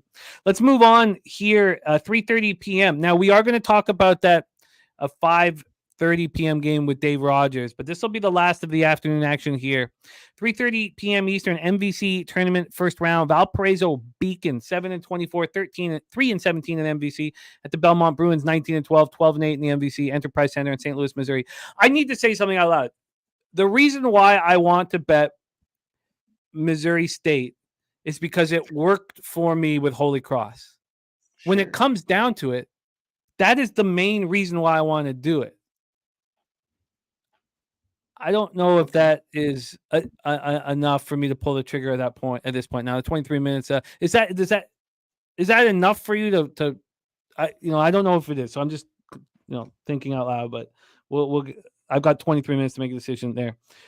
Beacons, Bruins, Enterprise Center in St. Louis, Missouri. Bruins were 12-8 in conference. Valparaiso was the worst in the MVC. Let's set this up for Mikey. There's Don Play in the house. What up, Don Play? So Valpo snapped their losing streak with that win at home versus Illinois State. Illinois State was 9-11 in conference. They weren't a horrible team. They obviously got caught flat-footed against a weak Valparaiso squad, snapping the long losing streak for Valpo. Valpo, 20 games in conference, only won 3 of them. And that losing streak that they were on was a 11-game losing streak. And Belmont was one of them. They lost at home to Belmont 96-78. And then they lost at Belmont in a much better game, 77-68. When they played that game at Belmont back on December 2nd, they went into that game 4-3. 4-3 on the season. Now they are 7-24. So let's take a look at the line history here and then hand this over to Mikey. From a line history standpoint, Belmont sitting at minus 13.5. They opened up at minus 12, a 1.5 point move to Belmont. When we get to the total here, it's sitting at 156, opened up at 154. It is juiced to the over. There are 157s out there, 156.5, but this one's 156 at minus 115 to the over. And then when we get to the cash flow here, you have 57% of tickets and 99% of cash on the under. And then on the point spread, you have 78% of tickets and 81% cash on Belmont. Take it away for us here, Mikey Money, Valpo, Belmont. I see Daby Cab. I don't know what Daby Cab means when he says I swing up. I'm not sure. I know that my show starts at 6 o'clock. I'm there at 6 o'clock. That being said, though, we got this Belmont situation here. I'll tell you what, this game's going to go fast. I think it's not just a fast from a pace perspective, but I think when you look at the clock, you're going to go, where the hell did the first half go? And then it's going to carry over to the second half because of that tempo that you see specifically out of Belmont. I don't think Valpo is going to do a lot to kind of contend with this thing here. How the hell are they going to score points? Look at what they're doing on an average. 75 points against Illinois State. Okay, that was a big spot there as a dog, 75-72, but 54 points against Northern Iowa, 68 points against Murray. Indiana State, 64 points. We just talked about Indiana State being tops in the conference. I just think they struggle to keep up in this game here. I talked about the pace. They rank 165 Valpo. In the KenPom tempo rankings, you've got Belmont at 32nd. Things are going to happen so fast that I think it's like quicksand, and before Valpo knows it, they're just down and out of this game here. The challenge is when it comes to the side versus the total, and I think the point number makes sense here. You're looking at this thing going 13.5 points. I get it. That certainly seems like where that number should be. You look at these two teams in the conference and the way they played. Yeah, Belmont 1-2-0. They split the numbers 1.5. The average margin of those games was 13.5 points. So we're kind of dialed dead nuts on this number here, which definitely gives me some pause for concern here, because I do feel like now at 13.5, despite the fact that I can understand it, They're going to have to make a shitload of 3-pointers to go out there and be able to cover this number. And that's not a spot that I want to be in here. Belmont is 5-1 their last 6 against Valpo, 7-1 over their last 8 games. So there's definitely a lot of things going on for this Belmont side. But to me, I would look more to the total in this game here. I think the fact that we've got, a number where it is here, it seems like it's a lofty number at 155s now. 156s are out there. I think it's moving in the wrong direction. I know that the speed's going to kill out there, but I think it's going to be a tough spot for Valpo to hang on to this one. Another spot where I don't have anything official on this one. I may circle back here though and jump in on this under. In fact, I'm going to take that under. I'm going to take the under 156 at -105. Under 156 at -105. Now I can get you a 157 at -110. Half point, yeah, 5 cents. For nickel. Yeah. Under 157 for Valpo Belmont. Under 157 at -110. So let's roll on. We have a side bet in the chat. This has not gone well. This has not been successful in the history of our program. But Smoking Tree and Justin McKelvey going $100. Now we got to figure out what the line is. Let's get the line right now. I hate to promote this stuff because it never works well. We always lose the loser disappears. Now I know that won't happen here because I know these guys well, but that is the history of our program. Is that the loser disappears. One guy fucks off forever. Yeah, man. I forgot which one that was. Wasn't there a horse race maybe 2 years ago or something where that happened? I remember somebody was betting you on something and they didn't show up. They just never came back. You were like, fuck that guy. Yeah, we don't need to get into those things here, but here we go. The line right now let's use Pinnacle. The line right now is 9. 9 at Pinnacle. Now it's 8.5 at a bunch of books, but Pinnacle has it as a 9. What is you the guys side bet on? I missed it. What are we saying? Arizona UCLA. Oh baby. Okay, he's not taking it yet. Justin McKelvey is not bet it yet, so we'll see. Let us know if you guys pulled the trigger on the side bet. And who? So and Smoking Tree likes Arizona in that one. Is that what's going on? He was leaning on the Arizona side. Yes. Now we have 2 cappers capping that game here on the show, so we can discuss it here on the show as well. Okay, let's roll on. There's my guy, Astute Chaos, in the house. Daby Cab says the bet is good for the channel. He supports it. Okay. Smoking Tree says you don't want that smoke. One thing I know about Justin Smoking Tree is he goes to college football games and bets $1,000 with the buddy beside him, and Justin doesn't mess around, man. He for real. Well known UCLA +9. Okay, you've added a layer of intrigue on this game. Okay, Justin McKelvey says he ain't going anywhere. If he wants to bet $100, it's a bet. So again, this has not gone well for us here on the channel, but let's do it. So Justin McKelvey, Smoking Tree going heads up for $100. They're both American, so no one's going to get sent $77 or $130. Well, let's not take that off the table just yet. I mean, if you're hanging on to some Canadian money, feel free to spend that thing. Let's go. All right, $100 on it. So let's move on. 7 p.m. Eastern, we have the Patriot League Championship quarterfinal. The Bucknell Bison, 13-18, 10-8 in the Patriot League at the American University Eagles, 16-15, 10-8 in the Patriot. We're at Bender Arena in Washington, D.C. Let's take a look at the situation here. We have Bucknell on a 3-game winning streak, rolling into this tournament. Now 10-8 in conference. It was an important winning streak. American on the other side had won 2 straight before they faced Navy at home and lost 71-65. It was a disappointing result for an American team. Now everybody's looking way up at Colgate. Colgate had the run of this conference, the Patriot League, all season long. So here we go. Bucknell, American. Let's talk about what's happened when these 2 teams have faced each other this year. First, on January 6th, Bucknell lost at home to American University, 71-63. Then they faced American University at American University and lost 75-66, but it went to overtime. So this is that situation that we talked about, 2 losses here against the enemy. Let's take a look at the line history here for this one. Again, popping off at 7 p.m. We have, there we go. We have the total sitting at 128 or 128.5. It's 128.5 at Bet Online. It opened up at 129. Then from a spread perspective, this one is sitting right now at 5.5.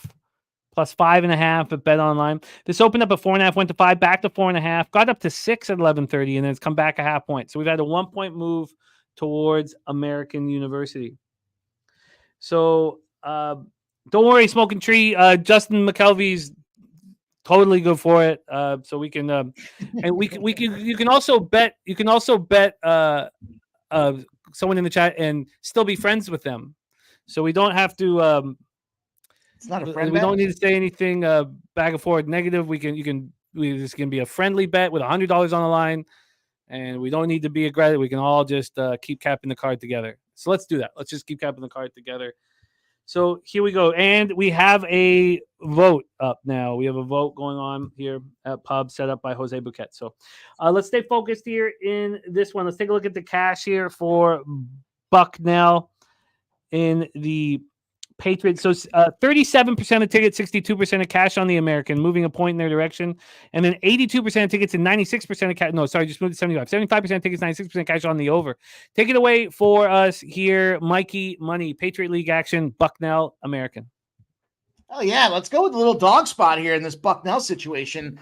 Overall, I think this is a great opportunity. Tournament time, wrong team favored situation here. I'm looking specifically at defense. First of all, when I look at the Bucknell defense, look at what they're doing out there kind of across the board with the exception of Holy Cross. They got 50 points they allow against Lafayette, Loyola Maryland, 46, 41 against Army. There's, 62 against Colgate, but still super low in terms of overall against the NCAA as a whole. They're one of the better defenses at keeping points off the board. And then I look at American University and I see you let up 71 points against Navy.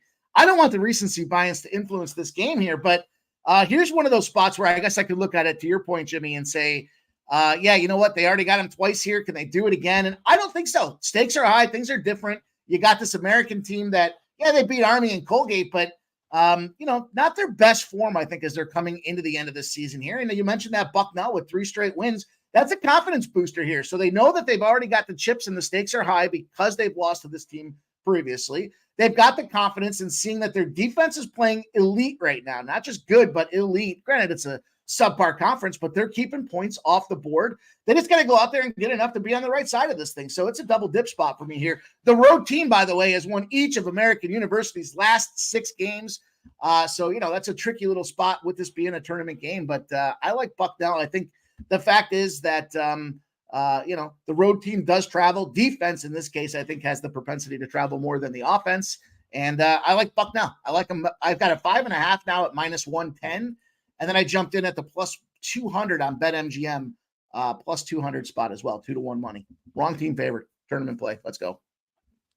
Double up spot here for Mikey Money. Sorry, I'm just making I've got 11 minutes to decide if I'm moving on Missouri State first half. All right, let's roll on Bucknell for Monsieur Money. Let's give him that. So you found a 5.5. We got a 5.5 at -105. Perfect. So we'll give you the 5. We have a 6 at my bookie at -110. Nah. I mean, I'm sitting here saying they're going to win outright. I'm not going to half a point. I'm not planning on getting hooked in this one. Plus 5.5 at -105. Then we'll move over to, and it's 11-7 for Georgia Southern as well at this point early in the game. Then we'll give you the money line on Bucknell. That is, you have a plus 200 out there? Yeah. BetMGM. Okay, cool. Best we got 199. So plus 5.5 -105 and plus 200 for Mikey on Bucknell. Okay, let's roll on to the next spot on the board here. We have ASUN Championship semifinal. This is a good one. ASUN Championship semifinal. It's already been discussed in the chat. Let's set this up. Jay Smooth has given us the smooth balls play of the day on Stetson -5.5. The Mad Hatters here in Edmonds Center up against the Jacksonville Dolphins. So let's roll here. Dolphins 16-16, 5-11 in conference at the Stetson Hatters, 20-12, 11-5 in conference. Jacksonville just upset Eastern Kentucky. I was on Eastern Kentucky first half. It was a mistake. Jacksonville took care of business. Jacksonville's been good to me this year. Now they just lost at home to Stetson, 86-73. Stetson has won 3 of 4. The one they lost was on Friday when we were on North Florida. We were on North Florida in that spot. Now North Florida got eliminated immediately. That was the second time they played Stetson. The first time they lost 71-55 at Stetson. So we have 2 losses at Stetson. One, the first one by 16. The second one by 13. 16 and 13. DC Capper moving on Utah Valley. Stimmy OG, I'm very close to moving on. Let me bet it before I put out. I'll make sure that there's still time. I know it's 9 minutes till tip off. Take a look at the line history here. Let me just move back to the point. But it would be Missouri State first half if I move on. And I'm just taking some time here. So here we go. Jacksonville, Stetson. The spread is sitting right now at 6 or 5.5. Pinnacle's hanging a 5.5. And Bet Online is hanging a 6. So Jacksonville right now +6. They opened up at +6. It went to 5.5 for a little bit, and it's come right back to 6. So from a total standpoint, this opened up at 139.5. It's dropped all the way to 135.5. So we've had a huge move to the under. And then when we get to the cash flow here, you have 80% of tickets on the over, no help with the cash flow. On the spread, 77% of tickets and 85% of cash is on Stetson. 77 and 85, and this line is not moving. Billy Frieder saying Stetson by double digits. Give the Cartel saying Stetson. The Juice says lock up Stetson. God, if that's the case, then why the hell is this line not moving? Mikey Money, take it away. Jacksonville Stetson. Well, I think it's the fact that it's where are we at in this? Is this the semifinals now in this tournament here? So I think that everyone's thinking, hey, all things are equal. These guys have a shot. And I don't know about that. Again, we see this team lost by double digits both times they played these guys. And nice run for the Dolphins, but I think it comes to an end here. I was on Queens. I had Queens to open this conference tournament up, the ASUN up there earlier this week, and +4. Even said, hey, I like them in the money line spot there. Certainly they went out there and they were accomplished, and they started slow though in the Stetson team when they played Queens the other day. But then they put the foot to the gas and they took off, and they ended up getting this 83-71 victory.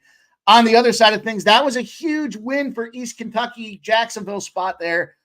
Jacksonville, one of the top teams in the conference previous to this. And I think there's an emotional expenditure that's kind of hard to account for when it comes to when you look at this number here. When you look at the team, though, offensively, they got everybody balling out there for Stetson right now. So you got one of the best teams in the conference, and everybody's going out there banging 20 points. So tough spot to be here. You even got guys rolling double-doubles here. You got Jalen Blackman, 21 points. He went 9 of 20, had 3 assists. Aubin, I can't even say this guy's last name. Gadaresti, I guess. I can't be right the way I said that aloud here. 20 points, 8 of 9 shooting, 6 rebounds and 3 blocks. And then Steven Swenson, 19 points, 7 of 15. Team high, 12 rebounds, 3 assists. They got shit happening all over the place, and that's a bad spot to be here when you've got the hot team rolling into this big game here off a team that just went out there and probably had their best victory of the season. It was a 67-65 one there. They got them, but I think their run is over here. And Stetson here, 5.5s and 6s to me just seems like, what am I missing? This thing's got to be, this thing should be a 10-pointer. I agree with the double-digit spot there. I see 5.5s at -118. Kind of number can you see there? I'm going to look for you, but I just bet Missouri State first half +1 -105. We can both get that cash. Mike. Yeah, we can both I knew you were going to get there. You were hemming and hawing on it for the last 10 minutes here. I knew you were getting there. So shout out, go get it there. I'm there. You know what never changes is that fucking excitement. Just making one bet, but also like right before tip off, Now Tuesdays I had 19 bets. I just wanted to be alone in the dark and please don't talk to me. But yesterday was great. I didn't have that much action, and that feeling before it all pops off is will never go away. It's so much fun. And it's honestly like, what else? You don't need anything else in life. It's just that feeling, and you're good to go. So I'm locked in. Okay, let's line shop here for Mikey Money. Now I'll tell you that you don't believe in the magic of Jacksonville beating East Kentucky, and I get that. Is there ever spots in these conference tournaments where you do believe in a team that's sitting here 5-11 in conference, tied for second last? They go out there and they beat Eastern Kentucky, the number one team in the conference. Now they play Stetson. They've lost twice to Stetson. Are there times that you do believe in that magic? This is just not one of them. Yeah, I mean, sure, it sounds cute now. I just don't think, when you see the way these teams play, I watch a lot of these games here, and the big one that got me when I look at Stetson, and more so than Jacksonville, look at that North Florida game. They bad loss for them boys there, 78-59, and North Florida's number one three-point shooting team in the country, but they didn't let it stop them. They came in there, they shook off the rust, and they went and they handled business against that Queens team. So I get it. It's cute. They're fun. It should be an interesting game, at least for this first half, but I think Stetson's going to pull away. I've seen some Stetson games this season, and I like the way they play ball. I think they got everybody hooping at the right time right now. Now, you can see some of those little Cinderella stories where, they get their guys rolling, and there's definitely their share of guys that are putting up double-digit points on this Jacksonville side of things. It's just not one of those games that, to me, I'm looking at it saying, I think the edge is gone now. I think you've got a team that's just doing everything right offensively, and this is a short number with this 5.5s and 6s out there, and it's right in their wheelhouse to get the job done. So I like it. I think Jacksonville, maybe they play tight for the first 5 or 6 minutes, but I think this could be one of those games where you get to that last 2 minutes of the first half and you're like, oh man, what just happened? This thing was tight. And then it's not. So almost want to talk myself into that first half as I say that. Well, you have started the day off in fine form, 21-9 Georgia Southern. I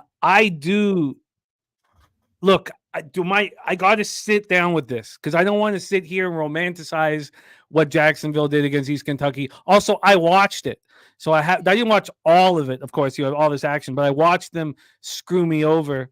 And do I want to believe in the magic of sports? I do, but we know there ain't no fairy tales in Shawshank, man. So I'm very interested in Jacksonville. Jay Smooth All's play today on Stetson -5.5. Mikey Money on Stetson -5.5. We can get you that flat -110.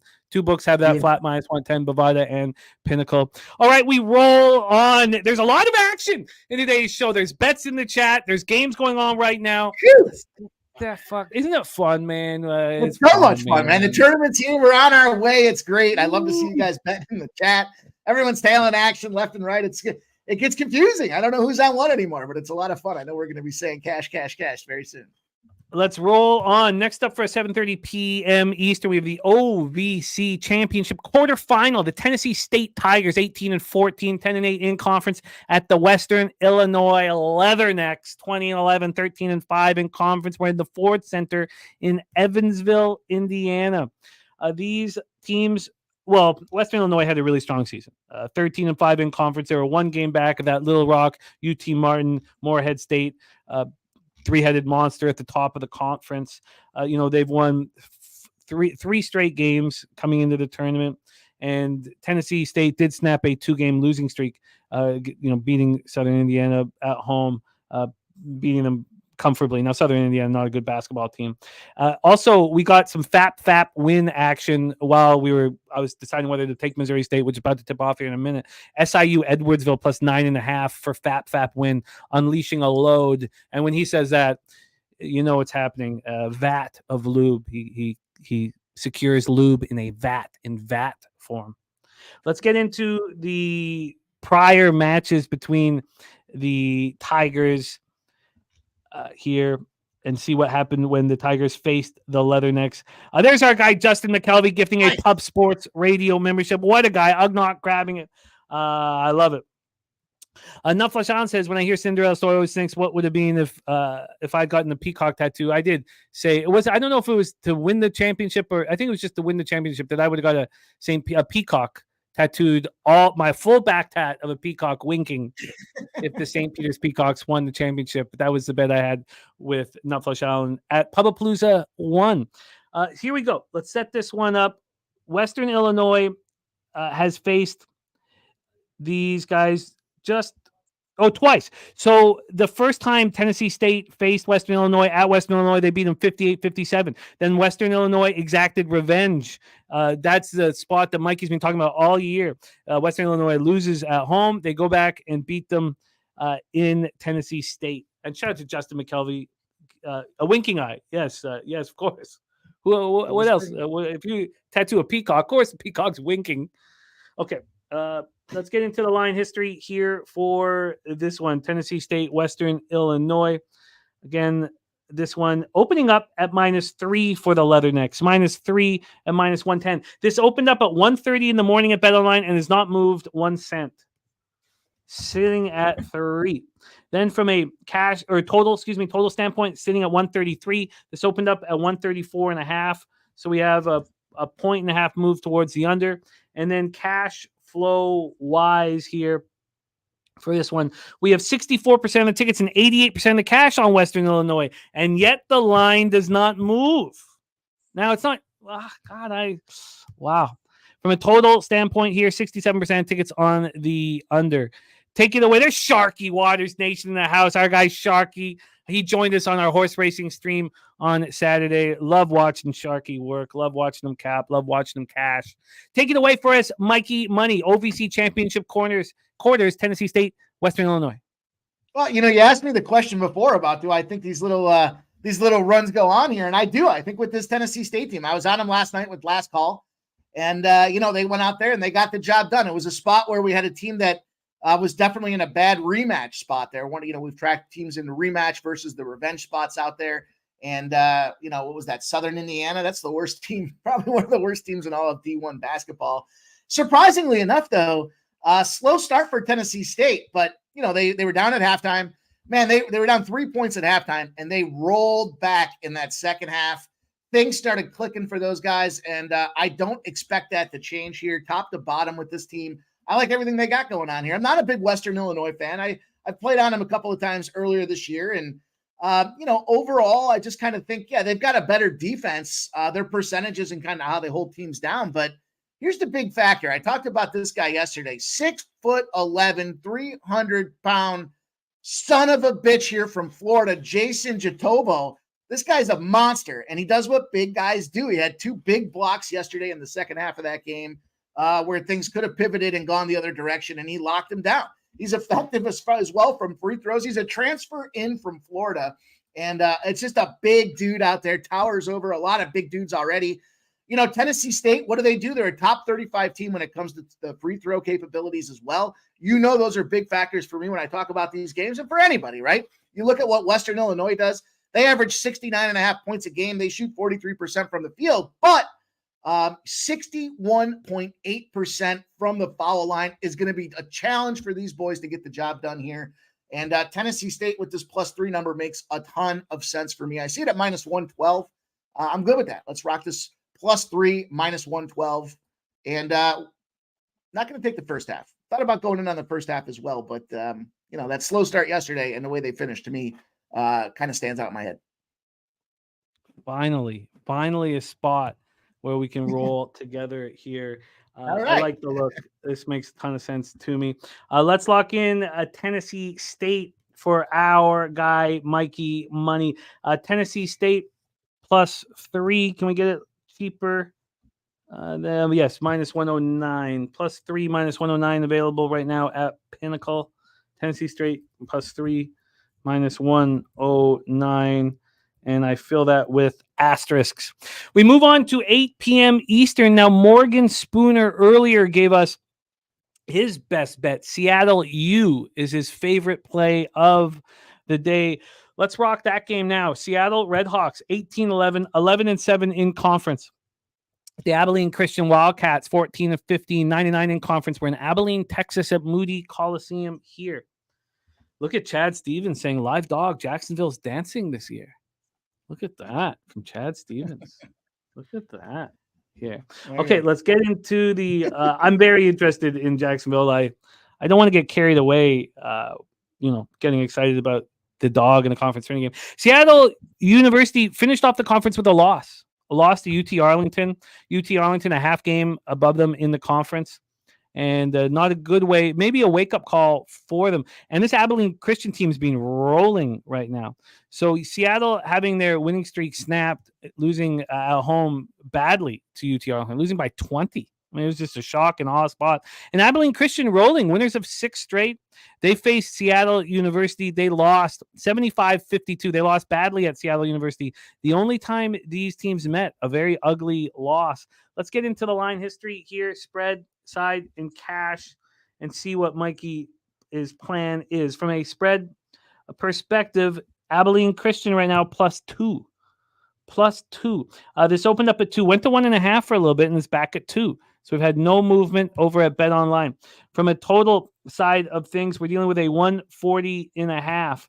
This opened up at 139.5. We've gone up 1 point. And then cash flow wise here for this one, no help on the total, no information, just 840 tickets in, 30% of tickets and 72% of cash on Abilene Christian. Wow. Morgan Spooner says Seattle used a good basketball team. Might always look like it, but they are. Jarek White loving that Seattle play. The Juice says it's going to be a good game. Give me Seattle. Wow. Take it away, Mikey. Could the Red Hawks get hurt here against Abilene Christian? Oh, saying this is the Red Hawks' last game, I believe, in conference. I got a little ahead of that. I was just so tournament stuck, but this is still just regular conference play. Take it away, Mikey. I think they have, isn't there, there's one more left after this one as well, right? They've got Tarleton on deck here. So this conference is still moving away through these things here. And that's a big game, this Tarleton State game there, next deck here for these guys. But I don't think they look past this Abilene Christian team. There's a lot at stake for these guys right now. Granted, Grand Canyon has just run away with this conference, but, you know, seeding is going to be important for how they kind of move into this tournament play. And, you know, you just look at the conference numbers as a whole. Abilene Christian, 7th in the WAC. Scoring 73.5 points on average, shooting 43%. Kind of pedestrian. They are 7-5 at home. That's not even, you know, you look at a lot of these college basketball teams and you're like, man, how can they have such winning records? Everybody seems to win at home, but not this Abilene Christian team. And then you look back at how they played. It was a beatdown. It was the true boot-to-ass beatdown. It was just a month ago, 75-52. The Red Hawks 11-7 in the WAC. And, you know, they're averaging their efficiency, their potency on offense is what it comes down to. They're turning the ball over 12.2 times a game on average. They're 8-4 when they're turning the ball over less than their opponents as well. So that's a big stat advantage there where I think this game comes down to fast break points. And that's how you end up getting on top of a team on their home court. They make a couple of mistakes. The crowd gets pulled out of it and away they go. And I think that's exactly what we see here. Yeah, you know what? We see that when you look at the Abilene Christian side of things, hell of a streak they got going on them boys. But Seattle's going to be pissed off that they just took that L. Certainly respect a team that's gone 6 straight games on the victory. You know, dogs in a couple of those spots as well. So they've made some moves. They've made some noise in the conference here. But I think that noise is why Seattle's not looking ahead to this Tarleton team. They know they got to handle business. They got to handle it tonight on the road. It's a big situation for these guys to come in and try to rebound and revenge that loss that they just had out there. They're shooting better. They shoot 74 points a game to 73.5. Their percentages 44.5 to 43. From the 3, it's pretty much a dead even split. And then there you go with the free throws again as well. A slight 1-point advantage to Abilene Christian. All this kind of boils together for me in saying that this is that bounce back spot. It was the right time for Seattle to take that loss because you got to get humbled a little bit before you go out there to launch into this conference, knowing that Grand Canyon is going to end up getting your auto bid if you don't get your shit together. So I think they're going to learn from that loss. I think it's going to be motivation for them to come out here and hammer on Abilene Christian here. I'm going to take the money line. I saw it at -125. Okay, let's lock that in for you. If Seattle hadn't just lost by 20, this would be a great spot for Abilene on the winning streak, you know, but you're right. I guess, you know, the public all over Seattle. But I guess the big cash coming in on that. I say big cash. I mean, we have 840 tickets in the sample right now, right? But 72% of the money, the majority of the money's coming in on that Abilene Christian side and really not moving. Half a point, maybe to be even better to their advantage here. You can see some +2s out there. So yeah, kind of a coin flip as far as Joes versus pros in this spot here, but I could see why you would be on Abilene Christian knowing that they've got that win streak. They're coming back home as well, but I just, we've been on Seattle a couple of times this year on the show here, and they just show up 18-11 in the conference, or 18-11 as a whole. And their conference record shows that they're just a better team. And I think the way they play and the pace and the tempo, the turnovers, the fast break points are going to mean a victory at the end of the day.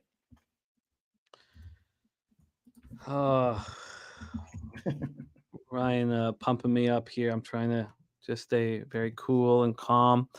Seattle -2 is available, but we're taking the money line -125 here for Mikey Money.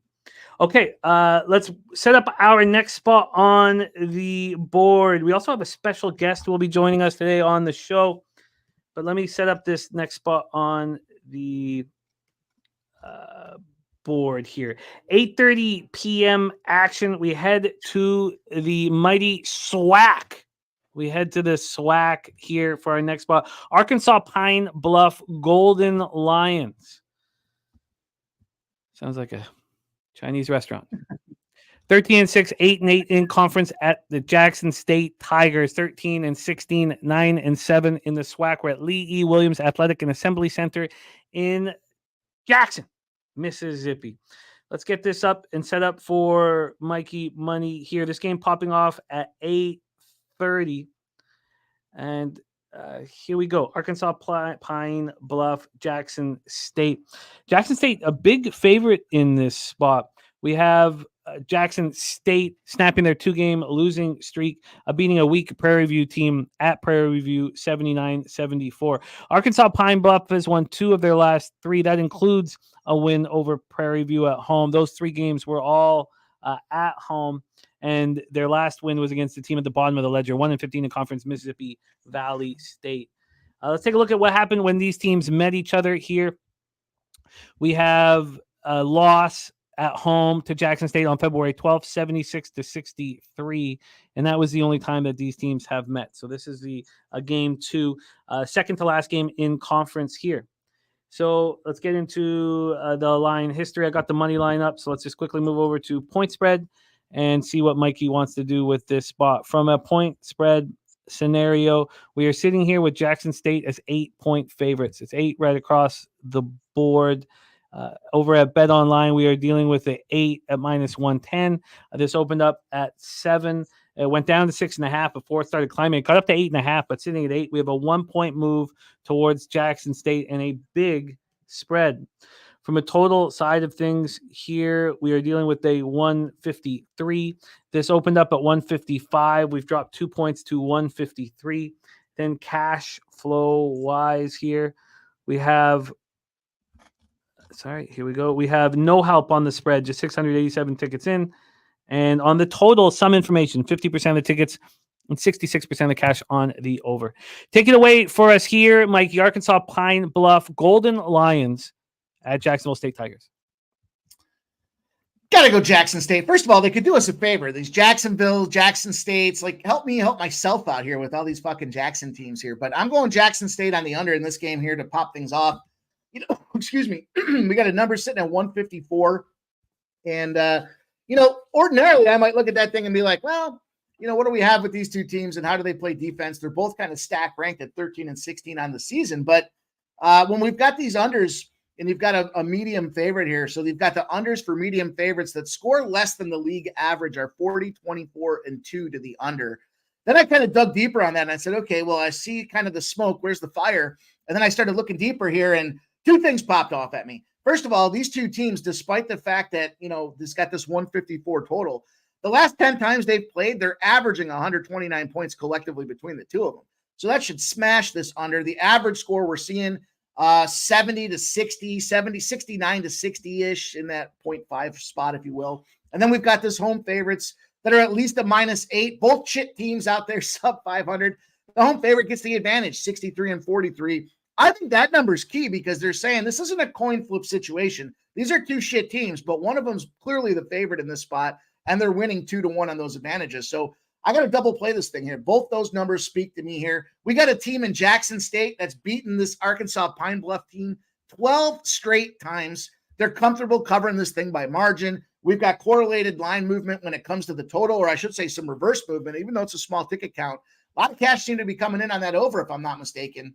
And I'll double check that now, but it seemed like, 50% of the bets, 66% of the cash coming in on the over, yet we have no movement there. And that's a big sign for me to buy. So I'm going to take this under, and I'm going to take the -8 for Jackson State. They beat them 12 times. I don't see why they can't do it 13.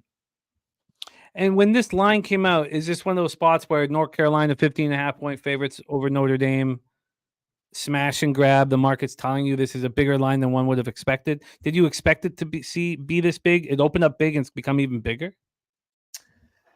I thought 6 might be where we get to. I kind of thought 4, like 3.5, 4 gives them that little movement to be able to go to 6. But then I started looking at it, and the dominance that this team has, and a lot of these analytics and trends that I pull up are super tight to some of these lines when you see the margin. So everything kind of checks the boxes and why it's moving in the direction it has. You would think, at least at first glance here, to quote our guy in Razor Sharp, I know I can't do the justice he is with the record he has right now, but both these teams 13 and 16. Why the hell is one team laying out an 8 spot there? And it's because they're just better team overall. And I think, you look at what Arkansas Pine Bluff's done. They're not a great spread cover team at 8 and 17. It doesn't matter how many points you give them.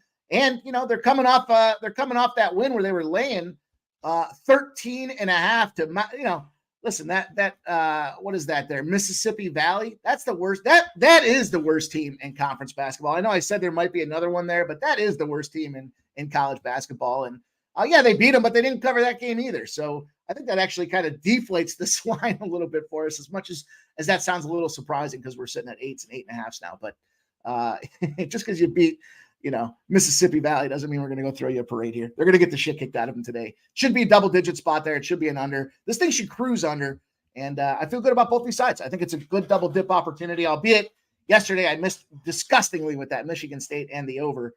Fortunately, I was able to live bet there. But I think we get this one tonight here. Double-dipper, -8s, and the under 153.5. You've got them both. You have got them both. We're going to hammer one more game in college basketball, and then we have a special guest dropping by here to the show. The next game is a game that is also being rocked by our Dabra Cadabra, who is sitting 61.6% against the spread. Let's talk about it. It's the Colorado Buffaloes, 20-9, 11-7 in the Pac-12 at the Oregon Ducks, 19-10, 11-7 in the Pac-12 Matthew Knight Arena in Eugene, Oregon. Colorado Buffaloes have now won 4 straight basketball games, while Oregon's lost 2 of 3 in that one loss just recently on Saturday at Arizona, an ugly 20-point loss against a very good basketball team, but an ugly loss. Both these teams hitting 11-7 in conference, and that conference tournament, the final Pac-12 conference tournament, not too far away. Colorado has Oregon tonight and Oregon State on Saturday. So you can get a really good edge as to how you want to handle things on Saturday by what happens here. So let's set this one up. Oregon faced Colorado. God, let me get this going. Earlier in the year, they beat Oregon badly. Colorado beat Oregon badly, 86-70 at home in their lone meeting. Does Oregon have Rebenga here? Let's set up the line history and see what Mikey wants to do. Remember, you're going to hear this from Daby Cab as well. You're going to get this game twice. So we have Oregon. Is that right? Yeah. Oregon right now sitting at -3.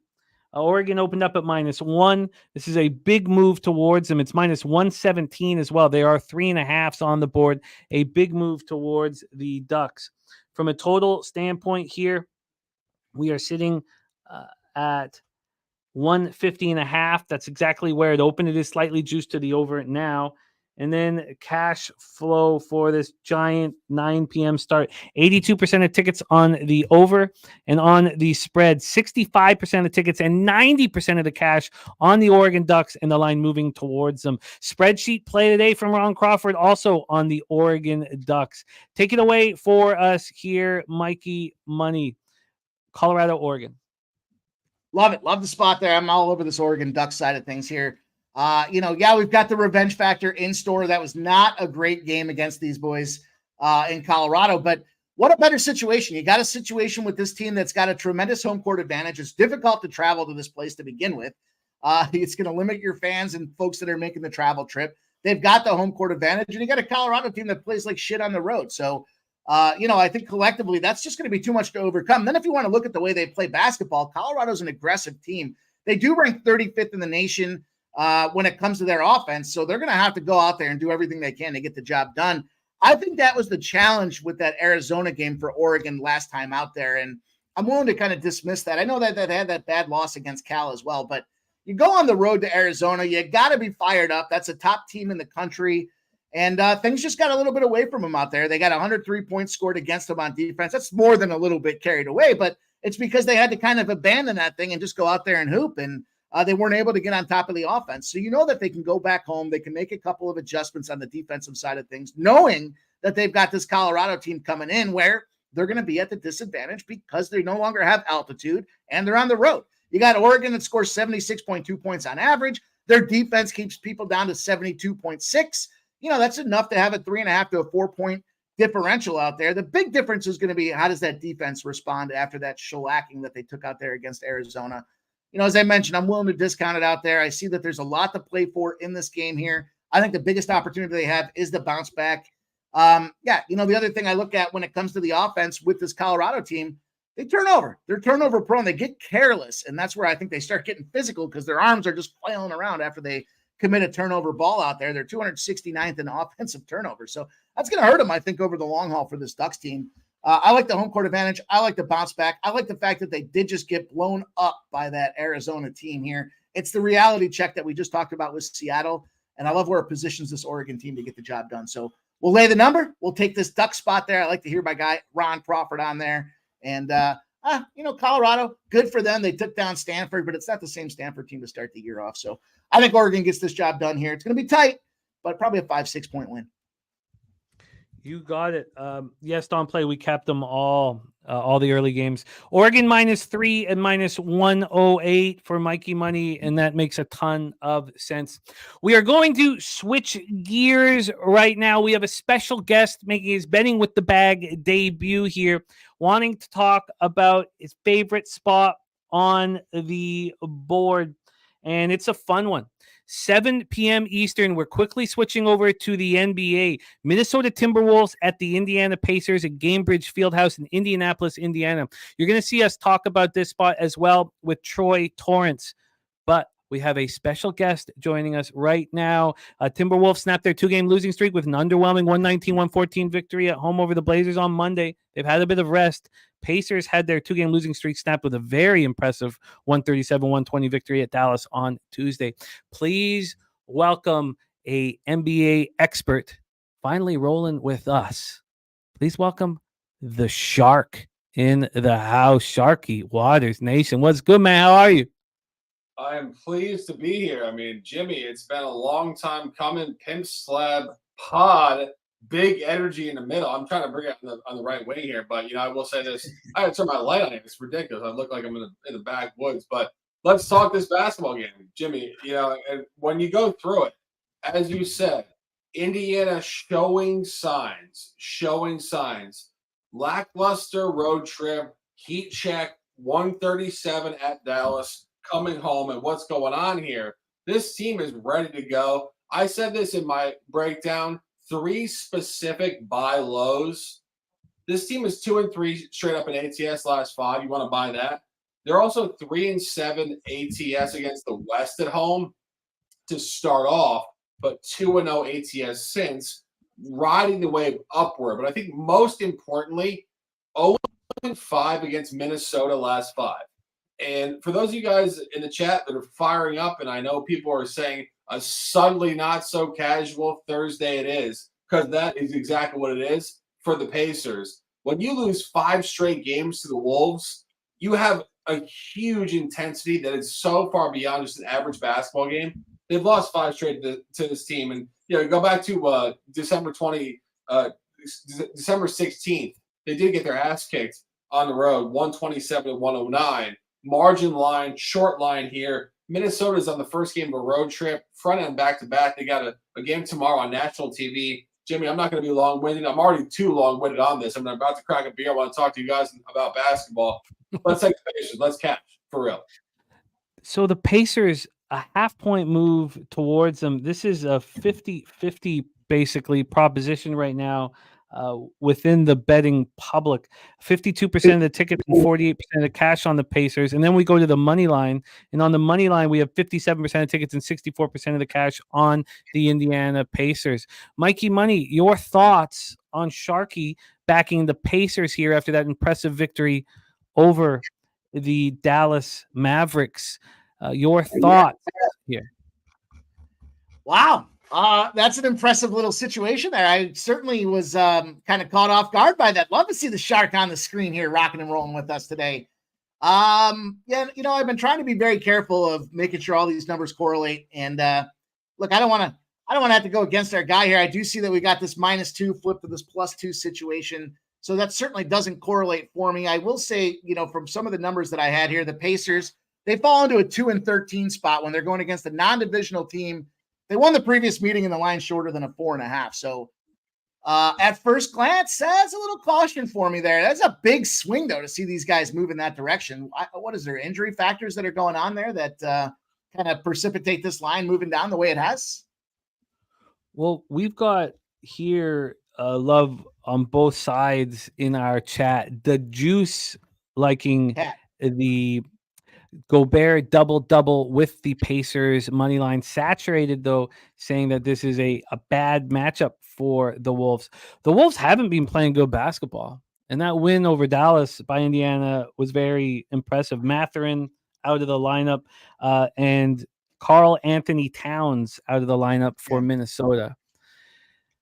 There you have it. Pacers. Did you take the Pacers minus the 1.5? Shark, did you take the Pacers on the money line? How did you handle things? I'm just a savvy bastard. I got it at +2.5 last night at the Open, and that is on record on Twitter. So just for those of you guys who want to be the sleuths, I did actually play that at +2.5. But here's the thing about NBA basketball. You don't necessarily want to get that because when the best player sits out, it's this ridiculous phenomenon that all of a sudden the better team all of a sudden lays down to the backup. So, Jimmy, I'm going to sit here. I have a beer here, and this beer is like a pseudo funeral beer. It's kind of caught in between a win and a loss. I don't really know what's going on actually, because when the best players sit out, I don't know if I'm about to win or lose. So, Jimmy, you tell me. Do you have any insight? I mean, I think Mike has some insight into this, to be perfectly honest. Mike, what do you think? I mean, there's, you lose a guy like Cat, you're obviously the points are going to struggle there. And, just that first pass there, you see a team in the Pacers that score a lot of points. So that's going to be just on a basic element of disgusting and dangerous. Yeah, that certainly falls under the criteria. It's not like the Pacers give up a ton of rebounds either. So I could see this being a spot where the Pacers come through. Now that I see that Cat news there and kind of see where this line has moved, I can agree with the line movement. We always say if we can make the line movement make sense, then we can get on board with that. I do agree with you, though, that kind of star player goes down the first game they're out. You want to kind of stay on that team because they find a way to get it done. But I think this might just be a little too much to overpower in this case here. You can't just lose a monster guy like that and expect to be able to go out there. Plus, I think that the challenge that last game, Siakam, I know kind of a little unique spot here. He played like shit last game. He was 21.5 was his point line. I think he got 8 points in the game. He was non-existent and a big issue with why the kind of game turned out the way it did. So, I think that's the spark there to get this guy kicked in the ass and moving in the right direction to lead the Pacers to the victory. So not against it whatsoever. I think it's a good look. 100%. The Indiana Pacers for Sharky, his first official move here. Betting with the bag. I like it. Sharky, thank you for dropping by. That beer looks delicious. It looks so good. It looks so good. Sharky, can you let our guys know where they can find you, where we can hear your action? Sharky Waters Nation, YouTube, Twitter, the world. I love you guys so much. Sign me out. I'll see you guys later. Let's fucking jam. Let's dominate. I love it, man. I like the shark, dude. We need more shark in our lives. We all need more shark in our lives. Hopefully this is the beginning of more. I know Daby runs with them all the time in Dutchy as well, and I'd like to join that. A ton of respect for how that man caps and gambles and day drinks as well. I mean, that's all right there. Those three things, you are my best friend immediately. All right, let's roll back into college basketball. We're switching gears back. We have 2 spots left for Mikey Money before we welcome our guy, Daby Cab. Daby Cab has the one look, and then we have Dave Rogers with 3 spots on the board. And then we get into NBA with Troy Torrence, fresh off a 4-1, 2.95 unit a day. Shall we roll? Yes, we can. Is Murray State up by 10? Yeah, they fucking are, baby. No. Yeah, they fucking are, baby. All right, let's roll. Woo. Now they got to get to the wire. Got to get to the finisher. Got to finish this goddamn motherfucker off. All right, 9 p.m. Eastern. Next up, we head to Beasley Coliseum in sweet, sweet Pullman, Washington. I keep saying I'm going to pull out my Cougars gear. Why haven't I? That's the question. Why haven't I? Let's roll here. Huskies, Cougars. Cougars really making a big name for themselves. 14-5 in the Pac-12. Huskies just 8-11. Long gone are the days of Nate Robinson and Brandon Roy in the backcourt. My favorite Husky backcourt. My favorite college basketball backcourt of all time. Washington State Cougars sitting at 6.5-point favorites here. Opened up at 6, now 6.5. From a total standpoint, oh, shoot. Sorry, moved over to NBA here for that Pacers look here. That's going to be a lot of fun to talk about with Troy Torrence here when we get to NBA. But here we go. We have at 9 p.m. for this Huskies Cougars matchup, sitting at 149.5, which is where it opened. When we get over to the cash flow in this one, let's get it over here. From a cash flow standpoint, we're sitting here with 63% of the tickets, 63% of the cash on the Cougars. Lines move towards them. 92% of tickets, 98% cash on the over, and we have seen no movement there. So that's a strange situation. Then let's get into what's happened when these teams have met thus far and what's going on rest-wise. Both teams played on Saturday. Washington State won their second straight game, both coming at home. They beat USC 75-72, then beat UCLA 77-65. Their last loss was at Arizona State, and we remember that came on the heels of beating Arizona 77-74. Washington just lost at home to USC 82-75 on Saturday, and this game means a lot to the great state of Washington State. This is an important game here. And when they met, first off, it was just a barn burner, 90-87 in overtime. It was a hell of a basketball game. The Cougars won. It was the beginning of their big run. And Washington played very well in that game. It was basically a pick 'em, and the Cougars won in overtime. They're sitting a half game back of Arizona. Who would have thunk that beginning of the year? Take it away for us here, Mikey Money. Huskies, Cougars at Beasley. Man, and that was a double overtime game on top of it there. That was a lot of fun watching that game. And I think this team is probably Washington State. I don't know if you could say they're quietly underrated here, but, they probably the best team in the Pac-12 when you look at these guys bottom line here. Yeah, their numbers support it. They're 23-7 on the season. And what's more impressive is the teams that they've gone out there and beaten and when they beat them, right? So they go into Arizona. Arizona was flirting with that top rank in the country, 77-74. They get the outright win. They beat them up earlier this season as well, January 13th, 73-70. So kind of the class of the conference out there. They took down Colorado. We talked about Colorado home versus road factors there. That was a road game for Colorado, but 78-69. We just talked about that double overtime spot as well. They handled Oregon in Oregon as a 3.5-point dog.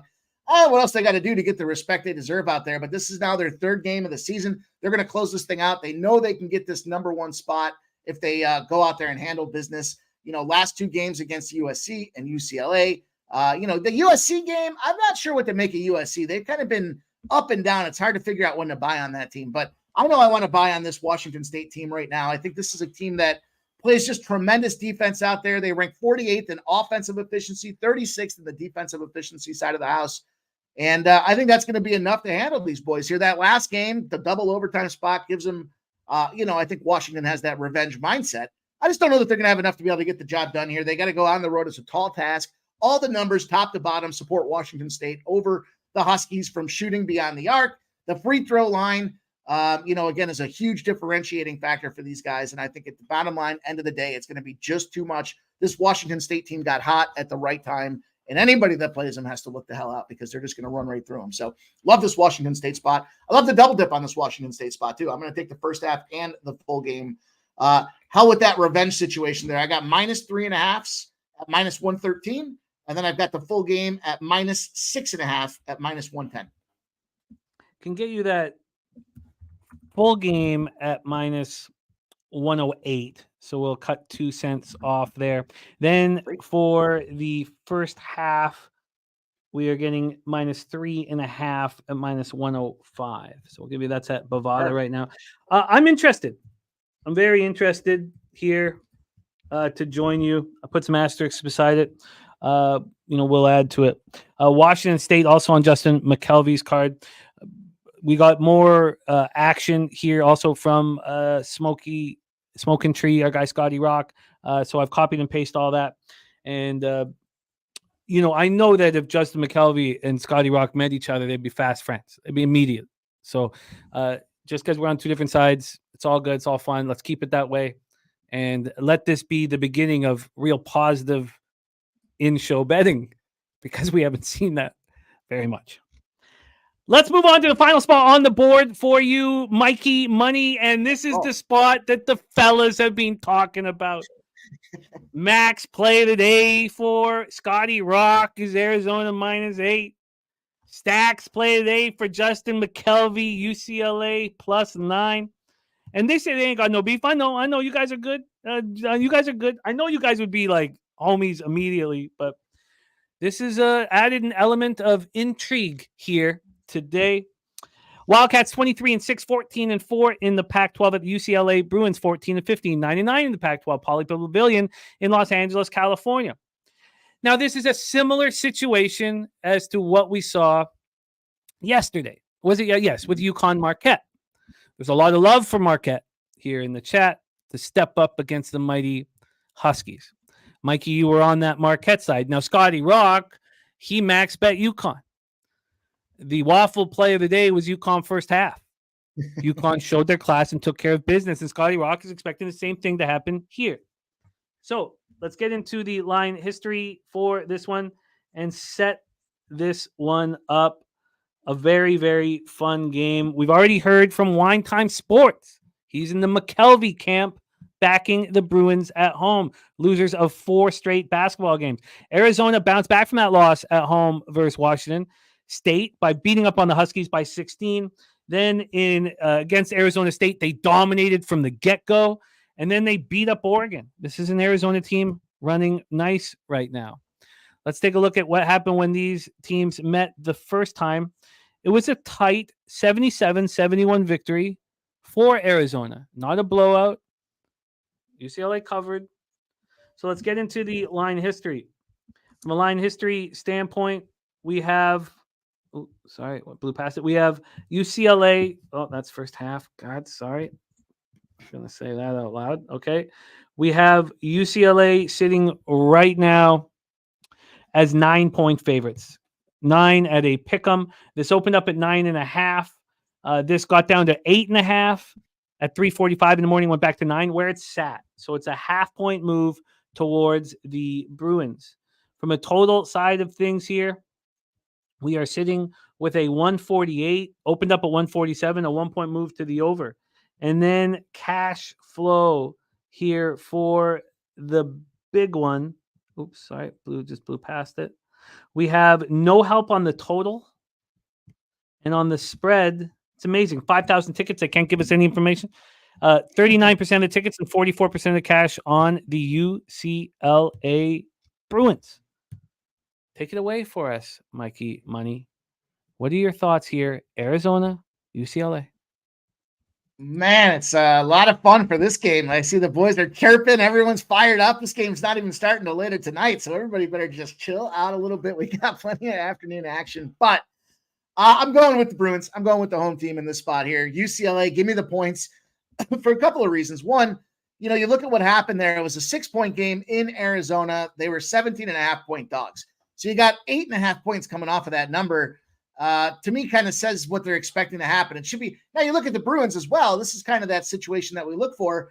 They've lost. They lost back-to-back road games. They're 0-4 in their last 4 as well. So the ability to have a quick start at home is going to be super important. But where I think this game comes down to the difference here is going to obviously be coaching here with Mick Cronin doing what he does out there. Remember the makeup of this UCLA team earlier in the season. Foreign guys, transfer guys. Nobody knew what the hell was going on with this Mick Cronin style, the language that he speaks out there in terms of the basketball language and his IQ.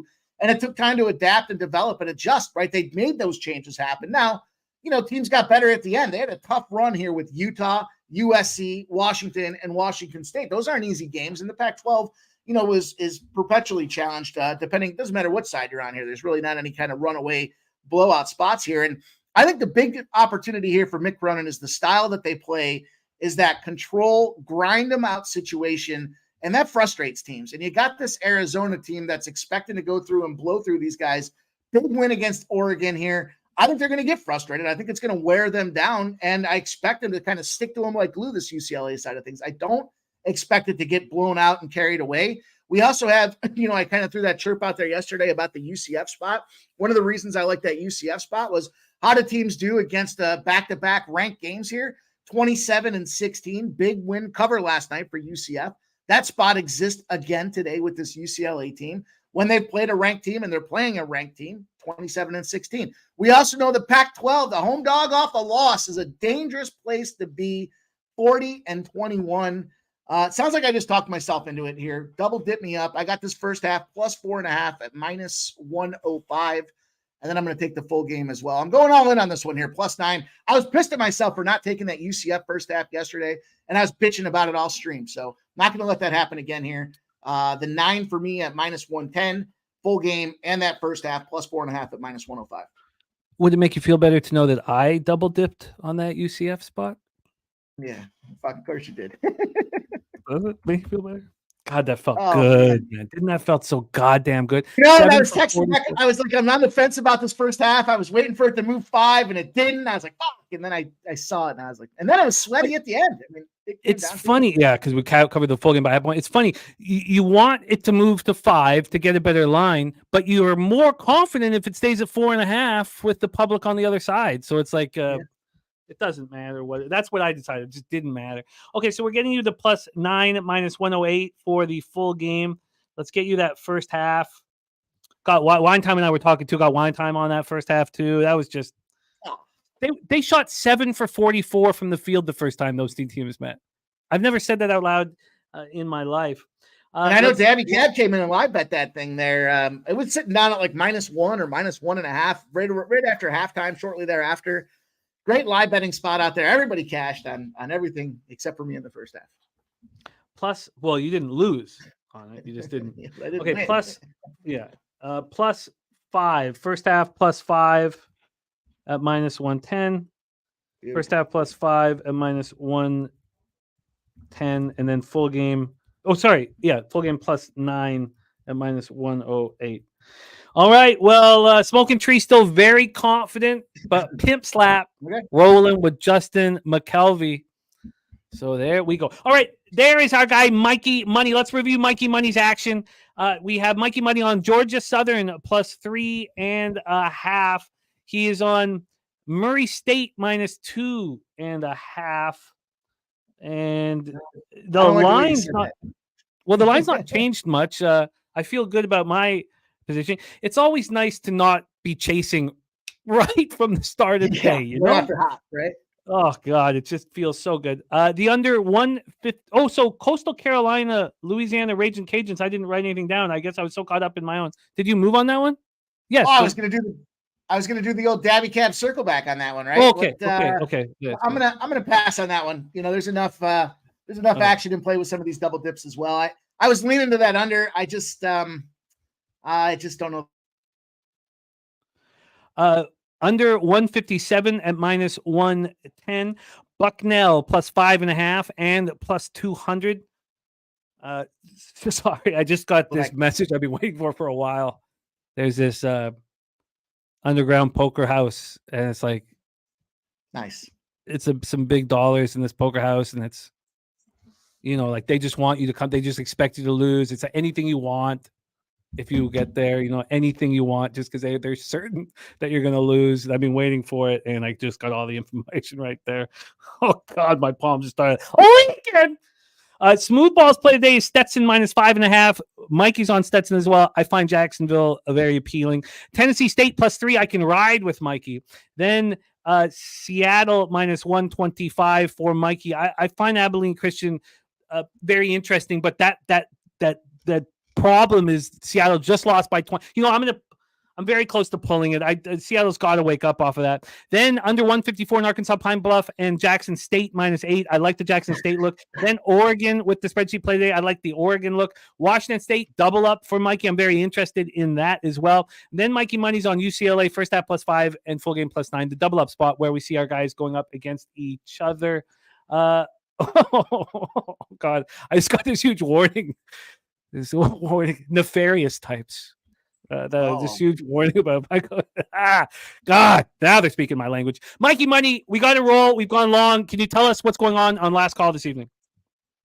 Lots of fun here tonight. We got Thursday rolling around the corner. Big NHL card tonight. We had a monster day in the NBA yesterday and a nice little mini sweep in college hoops as well. We're going to run it back with our boy C-Mac.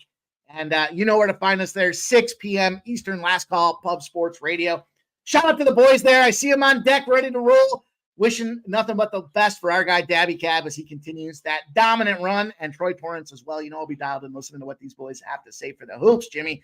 Thanks for the opportunity, Jose, on them 1s and 2s as well, and everybody in the chat. I'll shout all you guys out later tonight, man. Get that cash. Good luck with your bets. There he is, Mikey Money. Speaking of this underground poker house that they claim is going to put me in a world of trouble, we have big news for our poker game on Friday. It's being hosted at an actual poker house. It's called the Brooklyn Square Card Parlor. It's not far from Southtown 101. $100 entry fee. And the final table will be Saturday night at the Southtown 101. But we will be playing at the Brooklyn Square Card Parlor. It's a dope looking spot. They've got it all set up for us. It's going to be so much fun. So we're going to be there Friday. Then, of course, the final table at the bar. Final table will be big time. It's going to be really fun. So that's Friday. We got our own poker house. So we're going to be playing in close to our bar.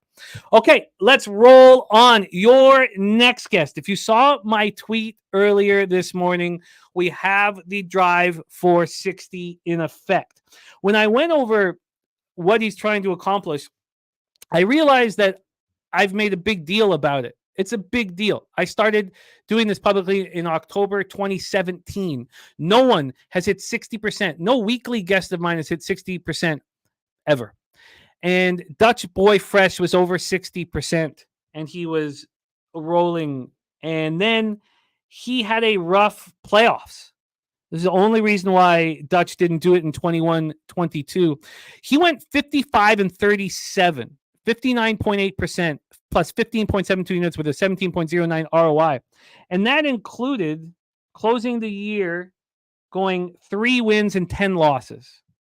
And that's why Dutch, and I was putting a ton of pressure on him, and maybe that wasn't good, but we thrive under pressure.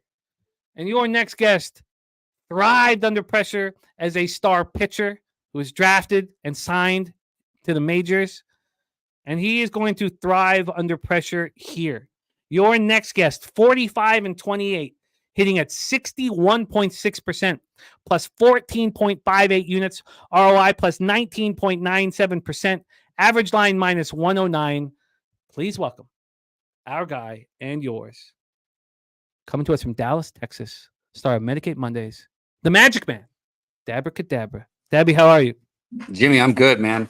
Listen, I don't want to sound like a dick or anything like that, but I said it last week, and I still stand by it. My record should be better. And on top of that, I'm betting real money on this. The pressure's already as real as it gets, so there is no added pressure. Like I said, I'm not trying to sound like a dick, but You don't bother me. You can talk about it, not talk about it. I don't give a shit. That number doesn't matter. The bank account matters. So that's the pressure was already there. It matters to me. It matters. I don't want you to think I don't care. What I'm trying to say is like, there is no added pressure. Like I got to win regardless. Oh God. This last week and a half run that I've been on, like I'm not exaggerating. My whole life was on the line. Like there's no exaggeration. I needed to start winning, and I did start winning. I need to continue winning. We'll see if that happens. I want somebody to hit 60%. I want that. I want to be doing this for a long time. That's why I went to the gym yesterday. I want to be keeling over in the next 5 years. I want to keep track of everybody who's ever done my shows. I want to have a hall of fame for everybody who's gone weekly and hit over 60%. I want to talk about it. That's why we talked about what happened in 21-22. And look at that, BJ coming in with Oregon best bet. So Daby Cab coming off a winner yesterday, hitting at 61.6%. And you go to a game that we just broke down. Let's hear your plan. Spreadsheet play today is on Oregon. Mikey Money's on Oregon. Colorado Buffaloes at Oregon Ducks. Oregon coming off an ugly loss versus Arizona. Colorado feeling good about themselves. Colorado took out Oregon easily the first time they met, but that was in Colorado. Now we're at Matthew Knight Arena in Eugene, Oregon. Take it away, Daby Cab. So I don't know if you saw, I already tweeted it out. At first glance, man, Colorado, I guess, is where I would lean. But when I look into it, this is a battle for third place in the Pac-12, which isn't something that sounds like a premier game, right? Like third place in the Pac-12, whatever. But for bracketology, it's only got two Pac-12 teams making the tournament right now. So whichever one of these two teams that finishes in fourth place is likely headed to the NIT tournament. We won't see them, push past that bubble. And like you said, Colorado's got some positive momentum coming into this game. They've won their last 4 games. They beat USC on the road. That one went into overtime, but they were able to get there in overtime against USC. And then they had the 3 straight home wins over Utah, Cal, and Stanford. Mike did touch on it a little bit. Colorado struggles on the road. They're going to be led by KJ Simpson. He's putting up 19.9 points per game. He's just absolutely outstanding. But the big circle here for me is the questionable on Cody Williams. He's been having those ankle problems. And I'll go into him in just a minute, but that's a big letdown for Colorado if Williams is going to be on the bench. Oregon could potentially grab their 20th win here of the season this game. So they get this 20th win. They finish third in the Pac-12. They win a couple games in the Pac-12 tournament. They're going to push past that bubble. They're going to get in the tournament. Right now, Kuznard, their leading scorer, he's been, outstanding all season. The 6'4" senior put up a ton of points. I don't have it in front of me right here. I want to say like 30-something points. Even though they got ran out of the gym against Arizona, he absolutely dominated that game. He played great. And we're going to need more of that from him tonight if we're on the Ducks here. The Ducks are a desperate team. All of that talk is to get to this point here. They're a desperate team. But that I'd be remiss to say Colorado's not. Both of these teams are desperate. The difference comes down to where you look at the leadership on these teams, right? Oregon is led by a group of seniors, and they don't want to miss the NCAA tournament here on their last season, And for that 1 point, I'm rocking with Oregon here. I got a -2. And then you look at the other side, with Colorado, you got people like Cody Williams, who's questionable with his ankle. Well, he's supposedly going to be the number 1 pick in the draft this year for the NBA. Like a lot of people are projecting him number 1 now. And I don't know about you guys, but if I was having ankle issues and I was getting told that I was going to be drafted number 1, no fucking way I'm playing in this game. I know there's huge stakes in it, but there aren't huge stakes compared to be the number 1 NBA draft pick overall. That's a huge difference. I wouldn't play here. And I think if he sits out, you just have 2 teams that are one senior led, one's got freshmen sitting out because they're going to get drafted, number 1 pick overall. It's just 2 different motivation factors. Oregon is at home where they've been outstanding all season. They are 13-2 at home. Colorado struggled on the road. Oregon hasn't been great ATS at home, but we're looking at a lower spread here. So it's a little bit different. I got the Ducks -2. I tweeted it out. Let's ride Oregon to the bank here. Oregon -2 at -110. Now, Cab, we would be bereft if I didn't ask you, was there a bet that you almost made? Man, of course there is, but I like to have the qualifications for that be something that I sent you. I have to send it to you and then not bet it. There has to be some kind of standards for that fake ass bullshit that you guys made up. Oh, it's not fake. It's not fake. All real numbers, my friend. I love it, Cab. The drive for 60%. Now, this drive for 60% is going to become really fucking intense. We're in San Antonio. I'm going to need you on the show Thursday and Friday. I'm sure you're going to be on the show Saturday. I won't be on it. But Thursday and Friday, I'm going to need your college basketball to jump in. I want everybody who's down at San Antonio to jump in with their best bets. That's how we do when we're in Southtown. So the pressure is going to increase. Justin McKelvey, we rolled that shit. We like that shit, and we smoke it. Dan Kelly says he agrees. Fake ass bullshit. So, Dan, there's your fake ass bullshit. Those are all real numbers that we have tracked. Dan, it's okay if it bothers you. It bothers me too, Jimmy. So you're not supposed to like everything, you guys. Hey, listen, I want to say this though. As far as like the tournament comes, Jimmy, I don't stray away from big games. I'm ready for this tournament. I'm excited. I've been watching these teams, all year. It's been big games in and out. We were talking about the UNC Duke game for the ACC championship on Saturday. I can't wait for that game. I put that out there at Duke 3.5. If Duke comes out 3.5, I'm going to be on North Carolina first half. But all I'm saying is I can't wait for these big games, man. This is what we've been prepping for all year. Absolutely. Absolutely. And we have our own bracket here. We have our confidence pool here. So we're going to be talking all about that over the next little while. Love it. Daby Cab is on Oregon. We have a ton of love for Oregon here. He tweeted out, you must follow him on Twitter. He tweets out all of his action. Okay. Dan Kelly just doesn't like waffles. See, that was good that I respect Dan so much that I didn't get upset. What do you mean you don't like waffles? That's the only good part about that. Waffles are delicious. They're better than pancakes. I think that blunt's a nice part too. Yeah, I don't know why you've undone that top button though. I don't know who you're trying to impress with that top button undone, but I got a feeling. Never mind. I'm not going to say that. See, yeah. Sometimes you need to edit. Sometimes you need to edit to keep the show moving in the right direction.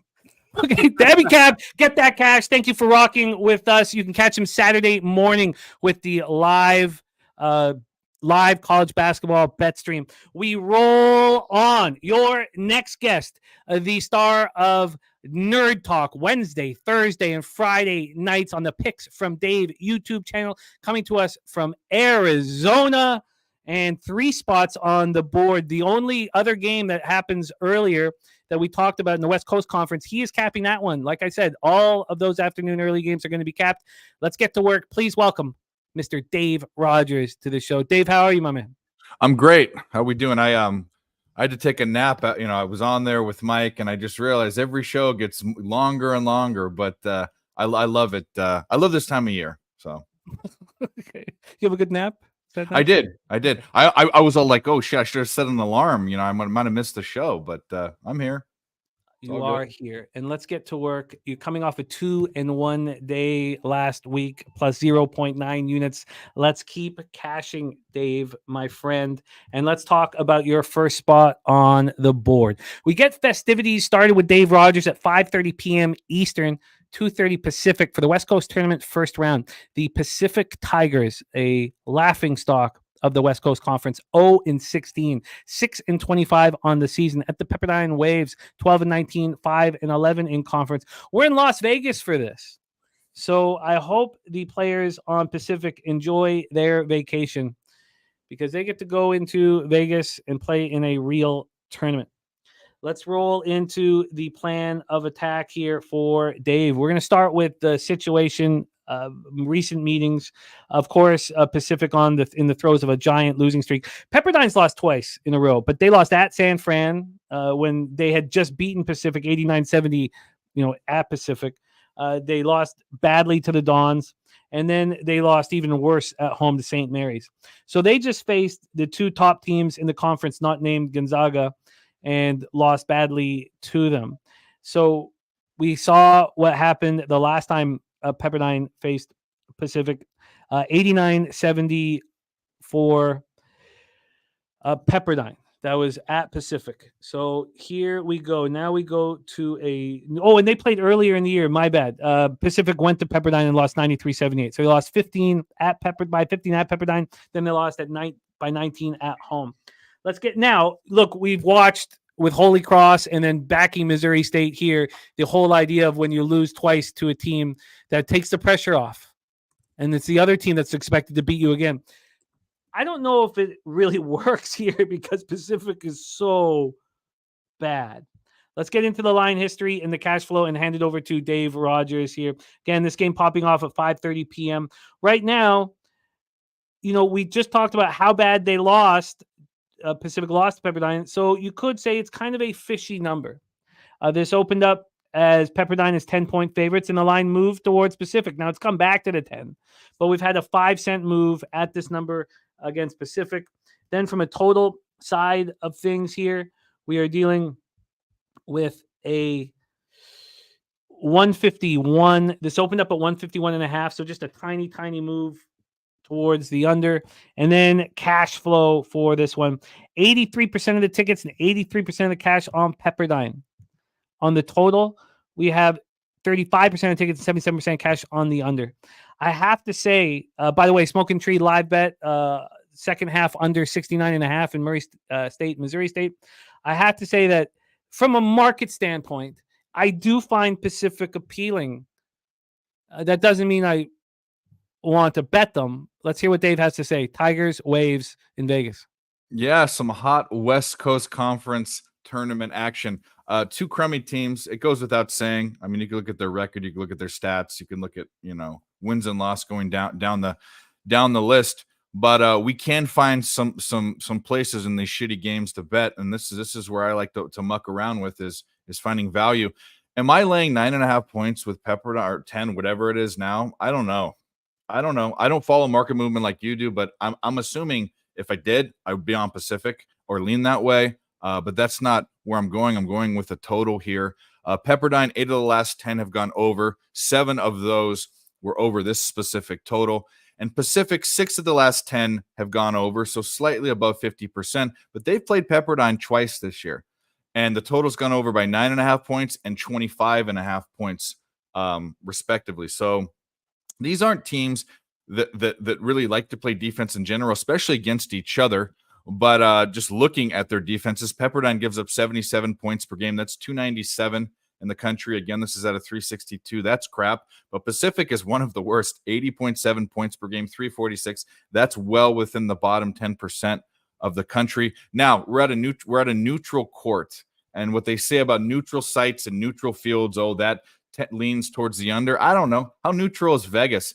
You think that those kids and the kids that go to Pepperdine, just to let you know, I don't know so much about Pacific up north, but the kids that go to Pepperdine are the kids that couldn't get into the smart schools, aren't really dumb. I mean, they're not going to go to schools that accept 99%, but they're not the brightest, but they're kids that have money. The school's in Malibu. It's a private school. So do you think that their parents and the fans aren't going to take the 4-hour drive to Vegas? I don't know how neutral it is, but either way, I don't think it matters. I think both these teams score, and I like the over. I like the total. I got it 149.5 last night. I'll take it wherever it is. I'm taking the over. The over, and it's a nice find for you at that number. I don't think we can. Oh wow, 151 is the best that we can give you. I'll take. I mean, it's gone up, but there's a reason why. I don't give a shit. Let's go. Over 151 here. I do find Pacific appealing in the first half. The problem, and this is a real legit problem for this game, is that Pepperdine just lost badly to the two of the best teams in the conference. Mm-hmm. That sharpens you up. There's no doubt Pepperdine's the better team. Pepperdine year in and year out is they're not beating the Gonzagas and the St. Mary's of the world, but they're not as bad as they are this year. And Pacific is always this bad. So do I think they win? I do, but am I laying 10 points with Pepper? I don't know, man. That's nuts, I think. Well, I have some interest in Pacific. I don't know if I get to the window at this point. I would prefer not to, in all honesty. They're just. I mean, you see them put up 28 points earlier in the year at St. Mary's. Yeah. I remember that. Jesus, I mean, it's just now. Now, could they have saved something? It's possible. You can save defenses. You can save something for the playoffs. So let's move on. Next spot on the board for Dave is St. Peter's Peacocks, 16-11, 12-6 in the Metro Atlantic. At the Ryder Bronx, 14-16, 11-8 in the Metro Atlantic. We're in Lawrenceville, New Jersey for this one. And these Peacocks are rolling. So is Ryder. Both teams playing really good basketball right now. Peacocks have won 5 straight basketball games. They just annihilated Manhattan on Sunday at home. And they played Ryder earlier in the year and lost at home 62-57. So is it time for these Peacocks to rebenga the situation? That's the question. Ryder is rolling. Just won 65-61 at Canisius. That came on the heels of that win at Niagara. Those are 2 tough teams. They've won 6 straight basketball games and have looked good doing it. So here we go. Very interesting spot that Dave has picked. St. Peter's and Ryder. St. Peter's 12-6 in conference. A game and a half back of them is Ryder.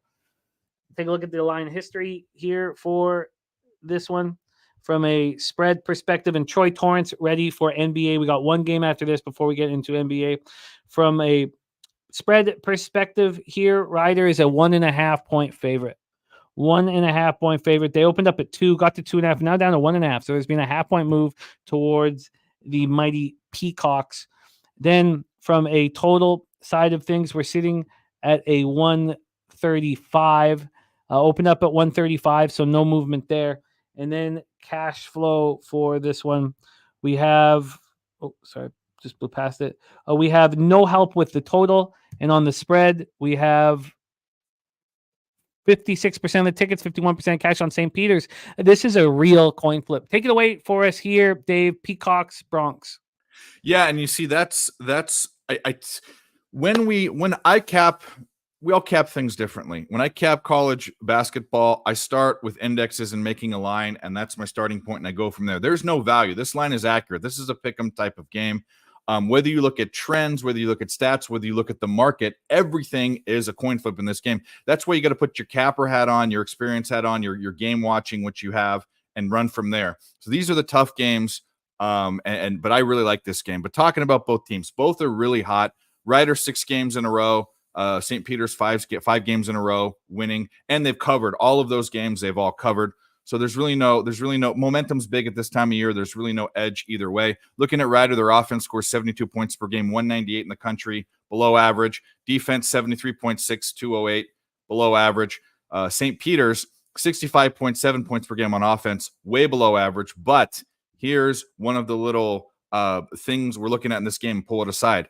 St. Peter's on defense, 63 points per game. That's 7th best in the country. Now they're not playing in the the Big 12 or the Big 10 or the Big East or the ACC, but still, any college team that holds their opponents to 63 points per game, 7th in the country, that's pretty damn good. So here's where I'm at with this game. 2 points before I get to where I'm at. The last game, St. Peter's lost by 5 points to Ryder. They shot 15% less than their season average from the field. They shot 19% less from free throw. And if you watch me on the show, that's the most important thing. I think that's the most important stat in college basketball. It's also that makes me the most angry because that's what they should be practicing. And a lot of teams are shitty. So they only lost, way underperformed against their season average, and they only lost by 5 points. So we're talking about basically a 3 and a 2 and a pick 'em style situation. So moving on to the next point, defense. Defense couldn't matter more at this time of year. Talk about defense wins championships, playoff atmosphere, end of the whatever. This is where defense is going to matter. This is where St. Peter's shines. They also play really slow. I think they slow Ryder down. I also like St. Peter's at the end of the year. They've been magical. Remember their magic run 2 years ago. They are a end of the year team. They're a team that I bet unders on in the beginning of the season and then start to look at overs. This year was a little bit different. The reason why that happens is for whatever reason, whatever coach is there, St. Peter's always picks it up. So very, very off statistic and tangible reasons for taking St. Peter's, but I'm on St. Peter's. Best number I can get. St. Peter's Peacocks for Dave Rogers. I will be line shopping for you. Then we have the game that's being a point of contention in the chat. Our guys, Scotty Rock and Justin McKelvey, have made a $100 side bet on the next game. We have heard from Mikey Money. He's on the Justin McKelvey side of things, backing these UCLA Bruins. Arizona Wildcats, UCLA Bruins at Pauley Pavilion. Are you on the side of Smoke and Tree with the mighty Wildcats, ranked 5th in the nation? Or are you on the side of Wooden's UCLA Bruins? Dave Rogers, take it away. I'm all about dogs. I'm all about getting in the muck, like I said, and getting cute and tricky during the season. But the time to get cute isn't during the last few games of the regular season, right before the conference tournament, in the conference tournament, and in the tournament. Don't get cute. Favorites usually win. Not necessarily in the first rounds of the tournament, but you seem to see the better teams covering too. And I'm going to be on Arizona in this one. Super square bet. See, this is the thing. I saw someone in the chat say if Washington State loses and they lock up they lock up the number 1 seed, that's fine. They're not only fighting for a seed, they're also 5th in the nation. So they're fighting for a number 1 seed in the tournament too. They have something to fight for. They should have the motivation to and they have the talent to absolutely blow over UCLA. UCLA has, what do they have? They have they get in the conference and they pray. And then they think about going out to Santa Monica Boulevard and getting all that the college co-eds. That's what they're thinking about right now. UCLA lost by 6 last game, and then went on a tear. So people are saying, oh, they only held them to 6, but right after that, UCLA won 6 games in a row and then ran out of gas. They've lost their last 4. That's the talent on this team. It's not the same UCLA team. Cronin's a great coach, but this is one of the weakest as far as talent teams in UCLA I've seen in recent history. Arizona's rolling. 9 of the last 10 games they've won. They've covered 7 of them. And lest we forget, when Arizona's a favorite, they're a double-digit favorite. So they're blowing through teams in a weak Pac-12, but they're also playing. Washington State's giving them trouble. Watch out for Washington State, by the way. They're going to be a trouble team, but not a horrible conference. Arizona's rolling through them.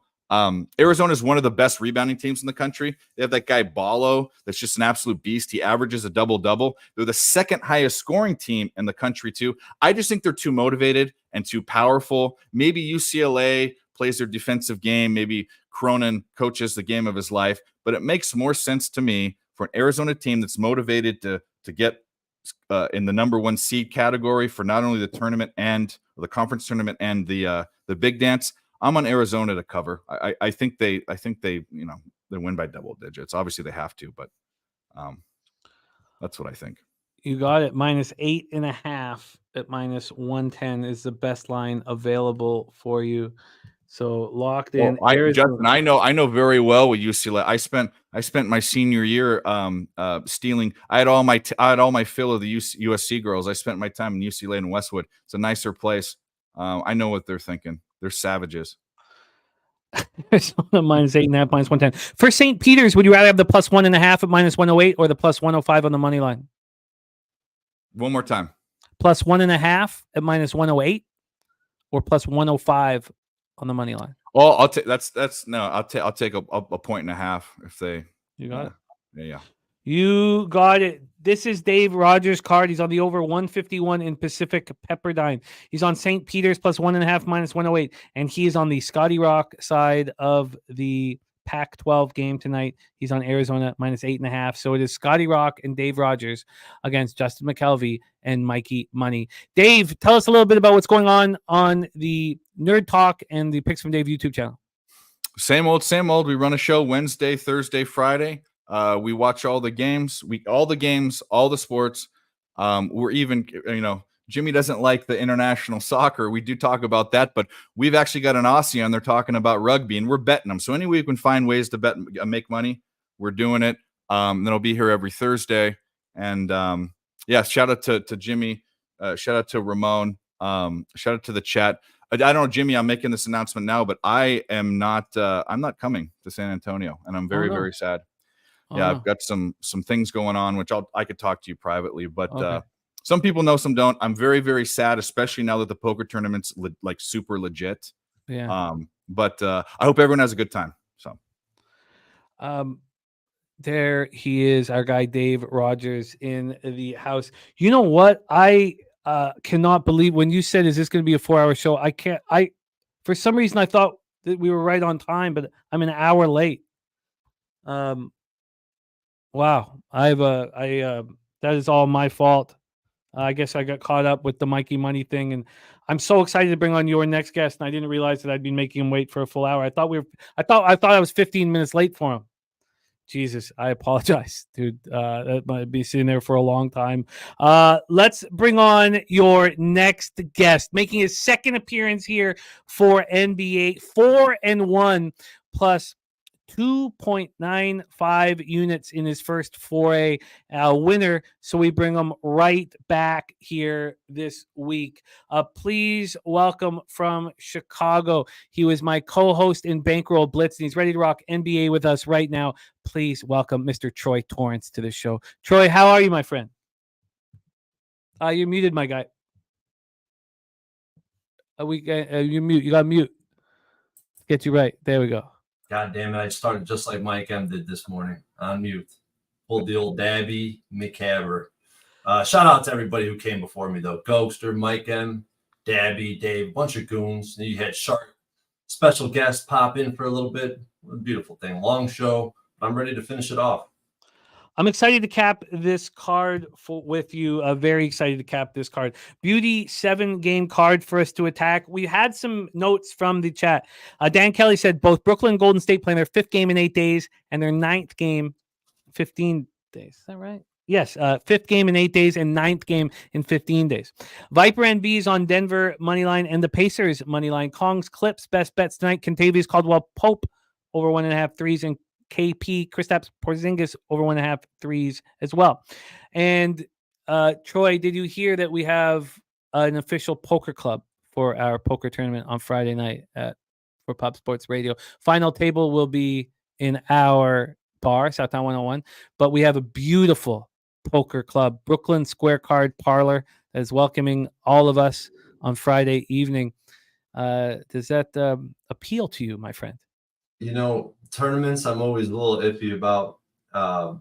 My strategy is more applicable to cash games, but I'll donate $100 on a poker tournament. So hopefully I get lucky. Don't worry. There will be a cash game every night at the Southtown 101. That's a beautiful thing. Every night.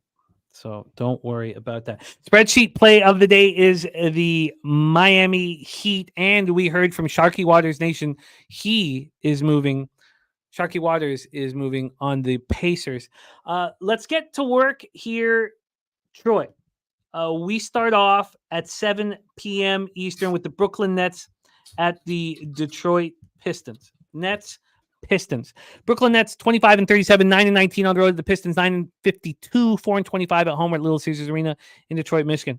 Brooklyn 4-4 post All-Star break, playing at the 3rd slowest pace in the league, 94.94 possessions game, shooting 46.8 from the field, 35.3% from 3, pretty average.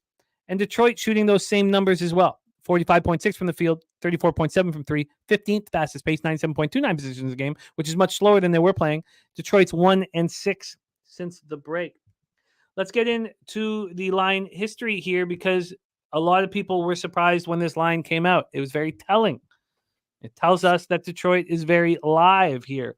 We're going to move over to Pinnacle for line history. This opened up with Detroit plus 2.5. Actually, sorry, it opened up at Pinnacle at 3. Sorry, I thought it opened at 2.5. Other books did, but here it opened last night at 3.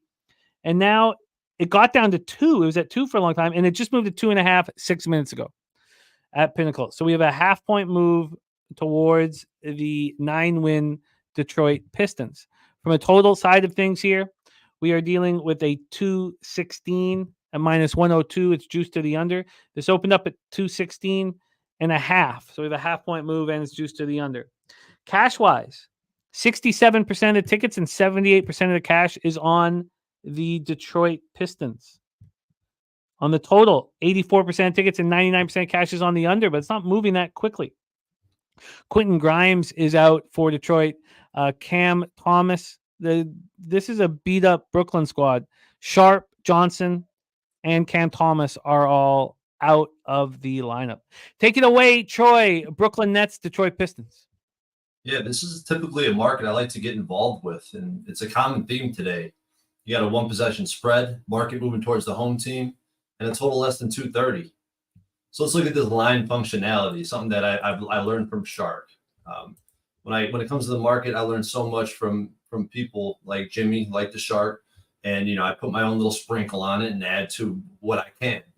But looking at the game one, Brooklyn was laying 9.5. They won by 9. Game two, Brooklyn was laying 6.5 in Detroit. They won by 6. Won both games, didn't cover. Game three, now it's down to 3, 2.5, a 2. And it's definitely suggesting Detroit is the right side to be on. But I'm thinking the books are going to be very efficient and sharp in this type of matchup. And it should cluster closely to this line here. The pick'em, I think this truly is a pick'em based on how the books are treating it. The first two matchups did go over, dropping from 231.5 to 228.5. Now we're looking at a 216. The question I had for myself was, did this line move too much? You got the Nets laying 3, 2 at this point, and the total's down to 216, 217. And looking at these two teams' recent history, the Nets over the last 5 games, they played the Grizzlies, the Magic, the Hawks, and the Sixers. The last 4 games were at home. I mean, that's not a very impressive lineup there. And the Pistons, on the other hand, they had the Heat, the Magic, the Cavs, the Bulls, and the Knicks. That's 5 quality teams. And they're 1-5 in those games, but they have been covering, and it's been very close on the line.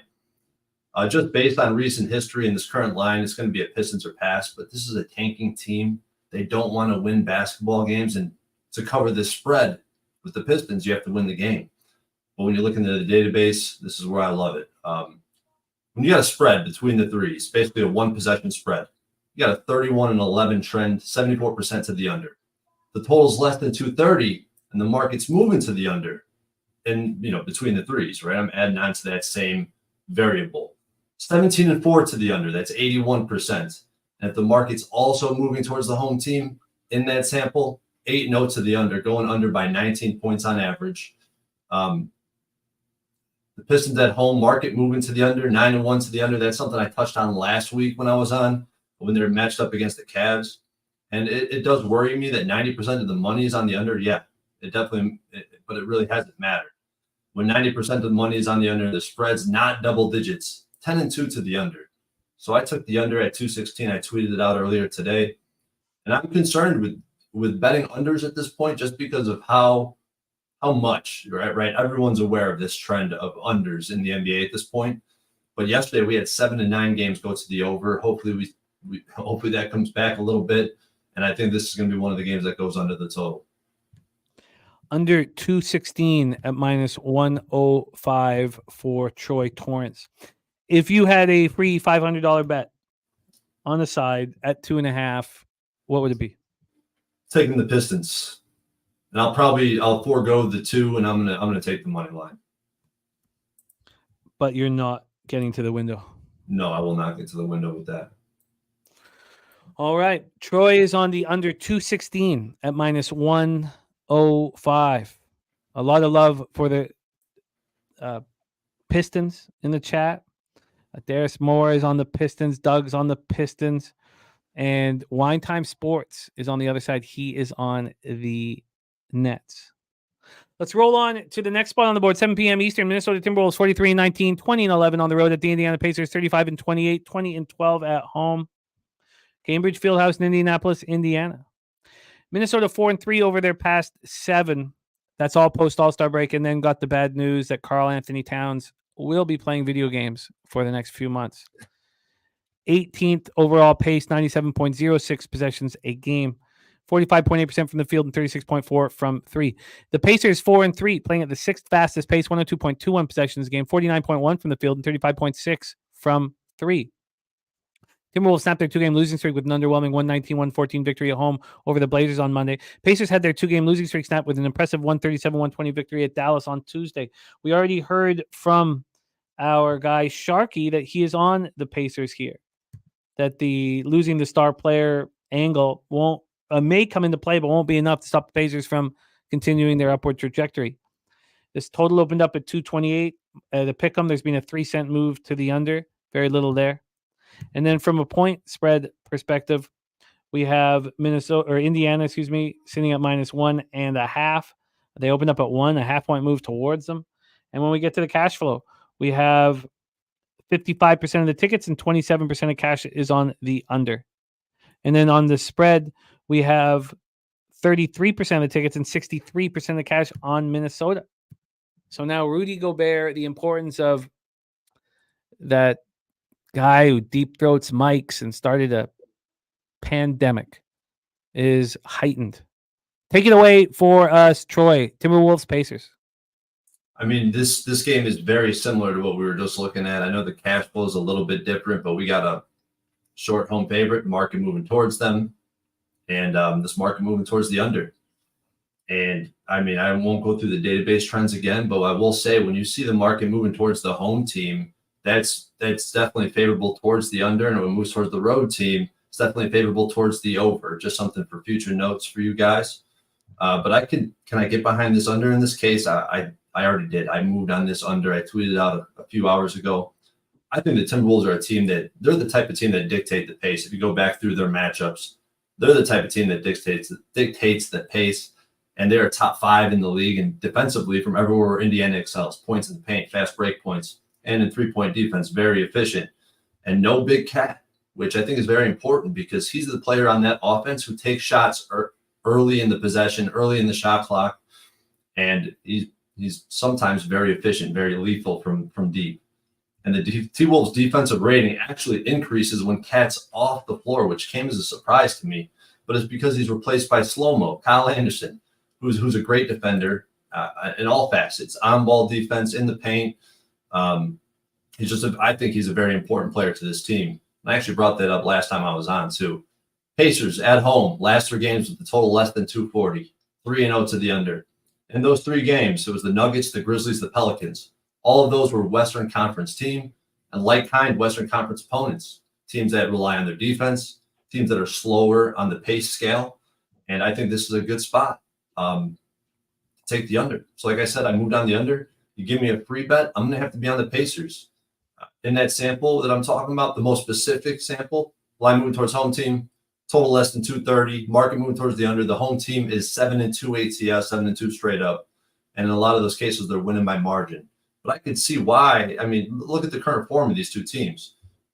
Maybe the Pacers aren't in the best form that they have been all season, but they're definitely in better form than the Timberwolves at this point. Originally, I was trying to find a way to get on the Timberwolves in this game. I just couldn't do it. So for me, in this game, it'd be Pacers or nothing. And the under 228 for Troy Torrance. We roll on. 7:30 p.m. Eastern, Miami Heat 35-26, 18-13 on the road at the Dallas Mavericks 34-28, 18-15 at home. We're at American Airlines Center in Dallas, Texas.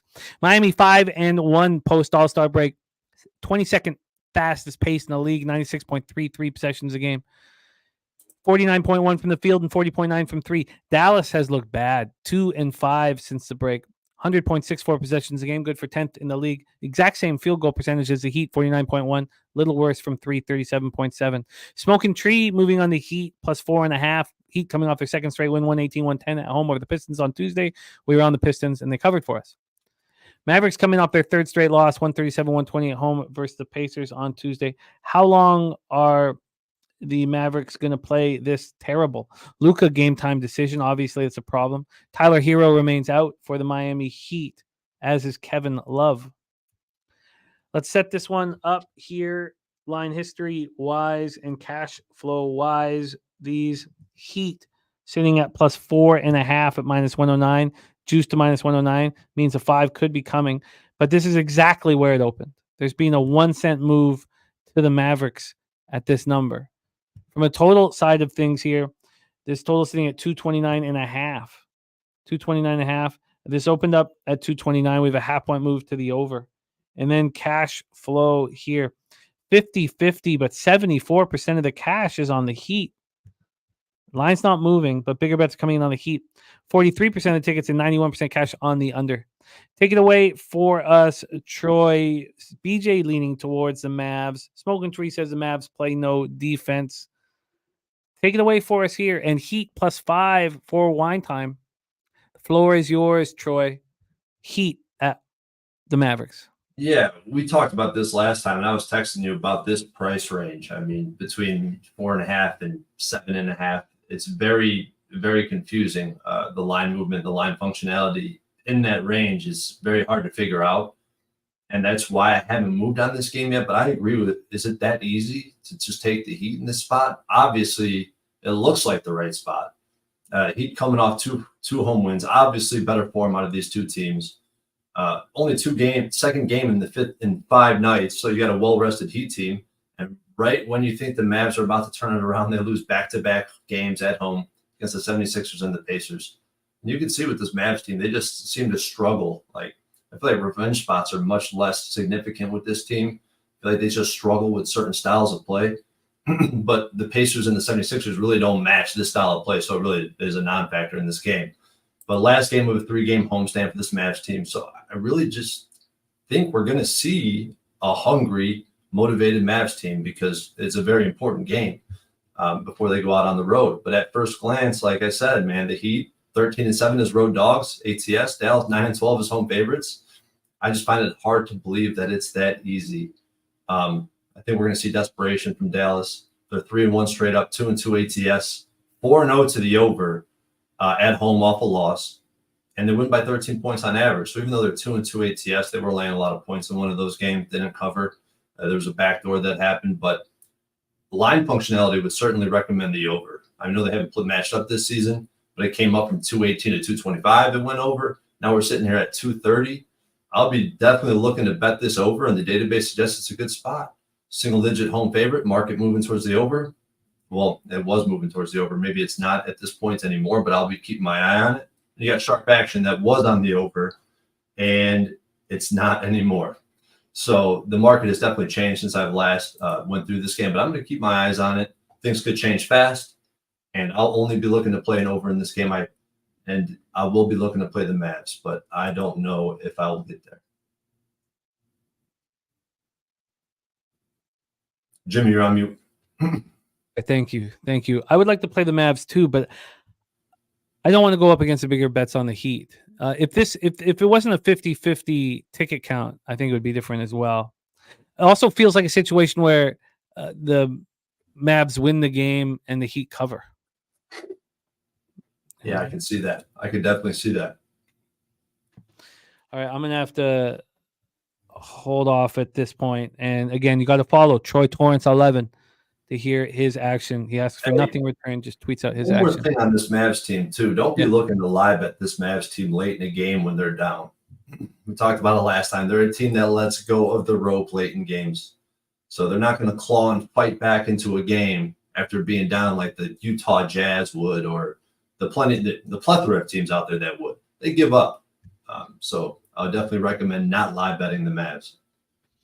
That's a good point.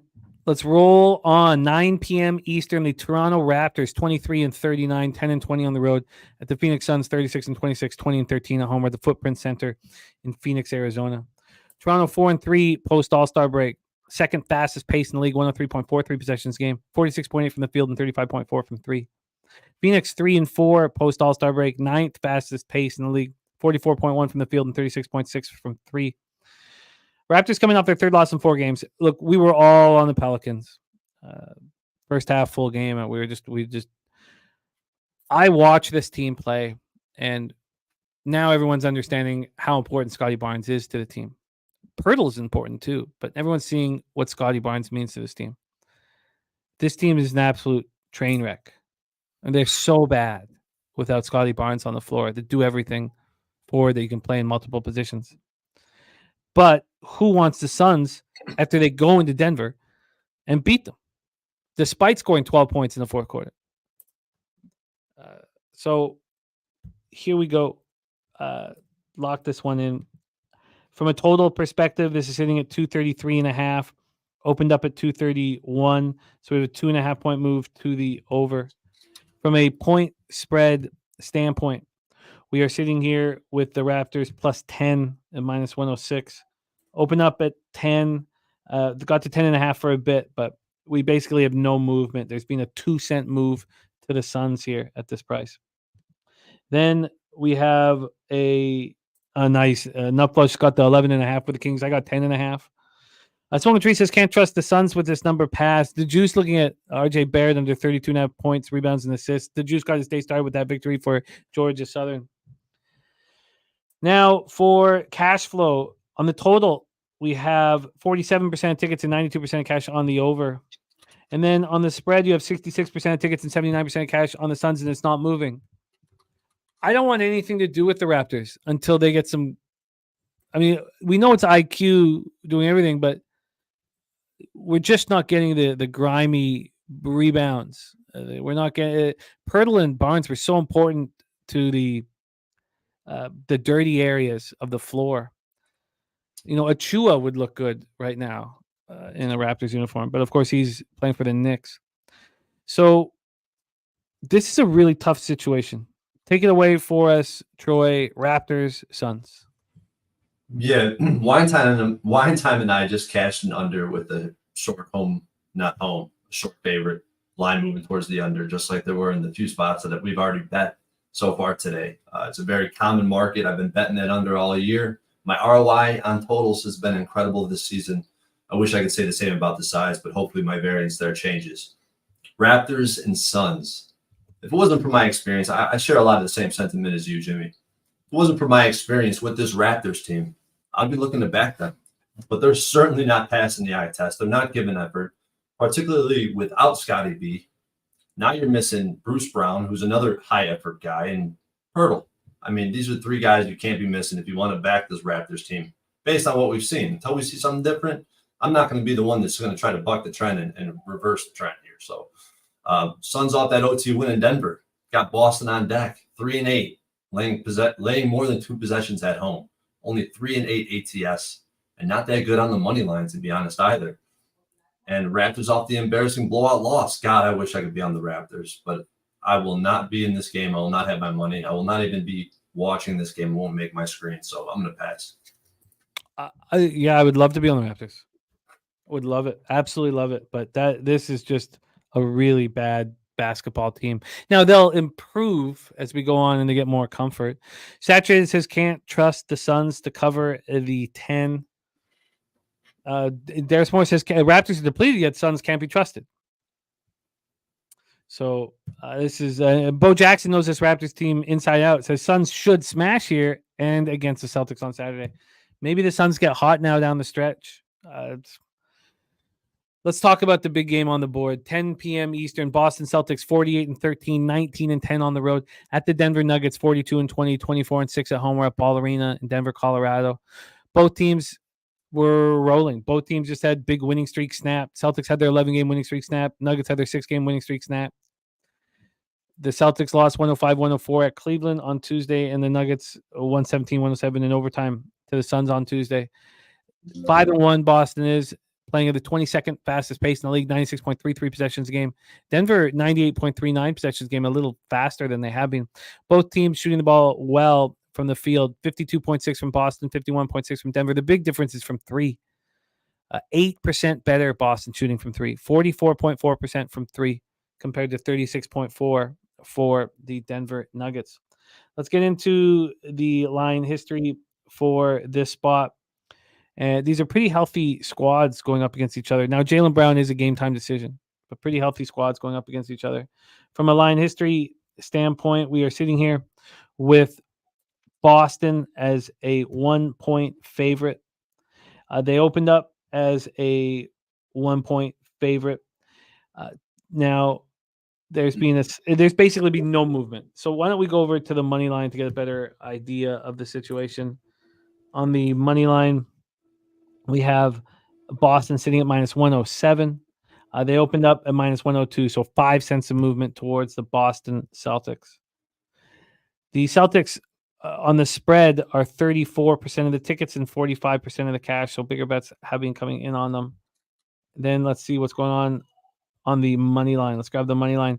From a money line standpoint, we have 42% of tickets and 61% cash on the Nuggets. I mean, that's where the Nuggets are being backed. 37% of tickets and 78% of cash is on the under in this one. BJ says, not going to lie, Nuggets are nothing. This is a premium at home after a loss. I get it's the Celtics, but this is a sale with the defending champions.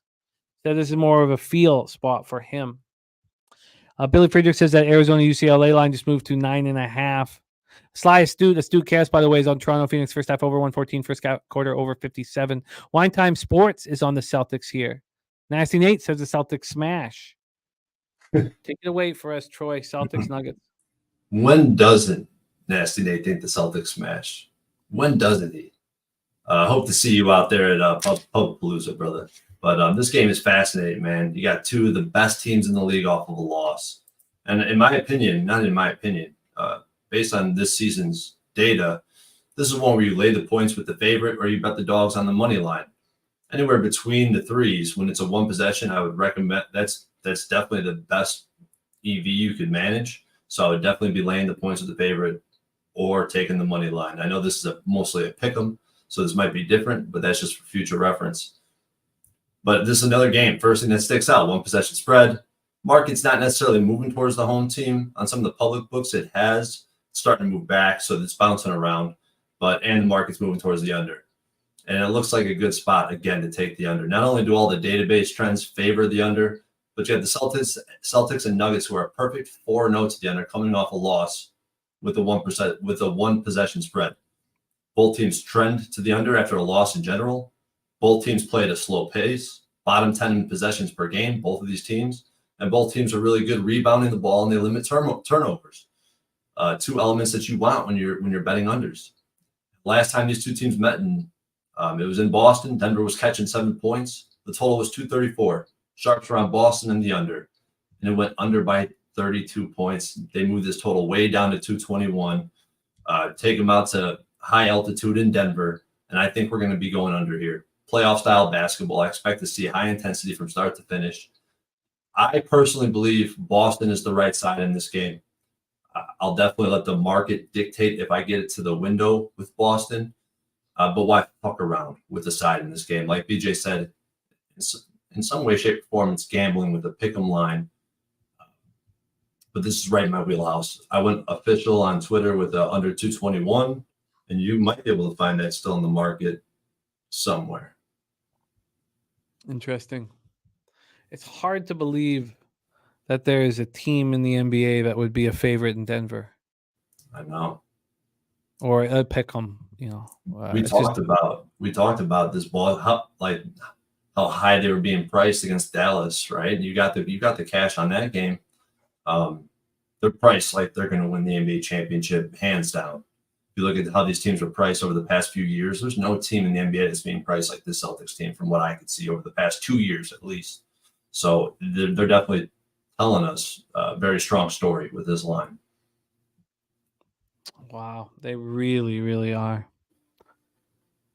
I mean, I'd be very comfortable with the Nuggets here at home at this number, but I'm certainly going to need more time on it. Saturated, leaning towards the Celtics too. All right, let's roll on. Next spot on the board is the Chicago Bulls at Golden State Warriors here. A lot of love for the Warriors from Scotty Rock, believing in them in this spot. Chase Center in San Francisco, California. These Bulls 14-17 on the road, 16-15 at home. Just 16-15 at home are the Golden State Warriors.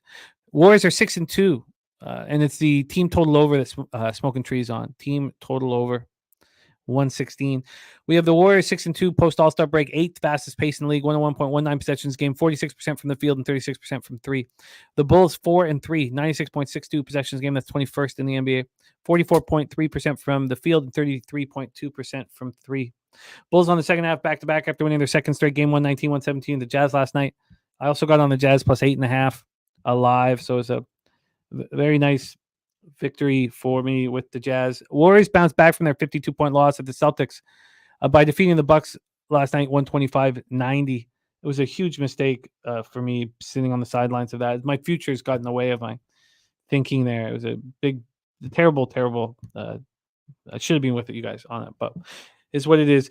We have the Warriors right now as 8-point favorites. They opened up as 7-point favorites. They're now 8-point favorites. We have a 1-point move towards them. From a total side of things, we are sitting. Oh, sorry. Let me get this going. Sorry. Take 1 second. Here we go. From a total side of things, we are sitting with 223. It's juiced to the over. This opened up at 224.5. We have a 1.5 point move towards the under. Then from a cash flow standpoint, 78% of the tickets and 88% of cash is on the Golden State Warriors. 78 and 88. 46% of tickets and 77% cash is on the over, but it's dropping. Very interesting spot here. Warriors are healthy, and the Bulls are pretty healthy. I mean, just Torrey Craig out. Our game time decision, I should say. Take it away for us here, Troy. Chicago Bulls at Golden State Warriors. This Bulls team broke my heart last night. I was laying the floor, Jimmy. I know you wanted to be on the Jazz, and I apologize for talking you off. I thought I got there. I was going to get a cover there. Yeah. But go ahead. What were you saying? Oh, I got there. I got there about an hour before. No, I bet a pregame. I got there an hour before the game. I moved on it. It was just I understood the comparisons to the Raptors situation. I just couldn't let that faze me. I mean, the market was screaming to me that the Jazz were live in the game, and so I still got there. But I'll keep rolling, my man. Yeah, being on the first leg of a back-to-back too, with the Golden State on deck, it kind of looked. I mean, thinking back on it retrospectively, it's like, man, a live bet on the Jazz really made sense there. Especially if you watch the end of that third quarter, they did maintain a double-digit lead, but you could tell the Jazz were coming. And the Bulls barely made it out alive. I mean, they exhausted a lot of resources, a lot of energy, a lot of minutes left on the floor last night in Utah. The last time these two teams met, Bulls were laying 3 at home. Warriors without Draymond, and they were in terrible form at that time. And Bulls, again, managed to blow a 13-point lead and lose the game by 9 in the second half. So now this line opens up at 7.5, meaning this line moved 10.5 points, and reasonably so. The Bulls are not for real. They're inconsistent. They lack scoring options down the stretch in clutch time, and they have no depth. Io and Caruso and a lot of these, like Io, I think, played 38 minutes last night, and he's their best defender. I mean, is he going to be able to chase Steph Curry around? That's who he's going to be defending, or maybe Caruso goes on him. But usually on point guards, you get Io, and is he going to be chasing him around all night after 38 minutes after that win? I think they're happy with winning 2 in a row. And Warriors in this profile of this type of game with this market, Warriors, they've won and covered 5 straight games as home favorites of 5 points or more. On back-to-backs, they're 8-4 ATS. They're 5-2 ATS in the first half of back-to-back situations since December, which as far as my database goes back. The Bulls struggle all year to defend the above the break 3. That's where the Warriors like to do their damage. Bulls haven't won and covered 3 consecutive games at all season on the road. Bulls expended a lot of energy, like I've already touched on. DeMar DeRozan did go for 38 minutes, Kobe for 42 minutes, and Io for 36. That's 3 of your high production guys that you need to come out and be right in a game like this. And I don't know if they're going to be there for them down the stretch, especially late in the game. I haven't gotten to the window yet, but in my opinion, this is clearly a Warrior spot. I'm definitely not going to be back in the Bulls. I will likely be on the Warriors in some way, shape, or form. And the line functionality, I'm not really concerned about the line movement because the line functionality is telling me the story. Going from Bulls laying 3 to Bulls catching 7.5, 8 points.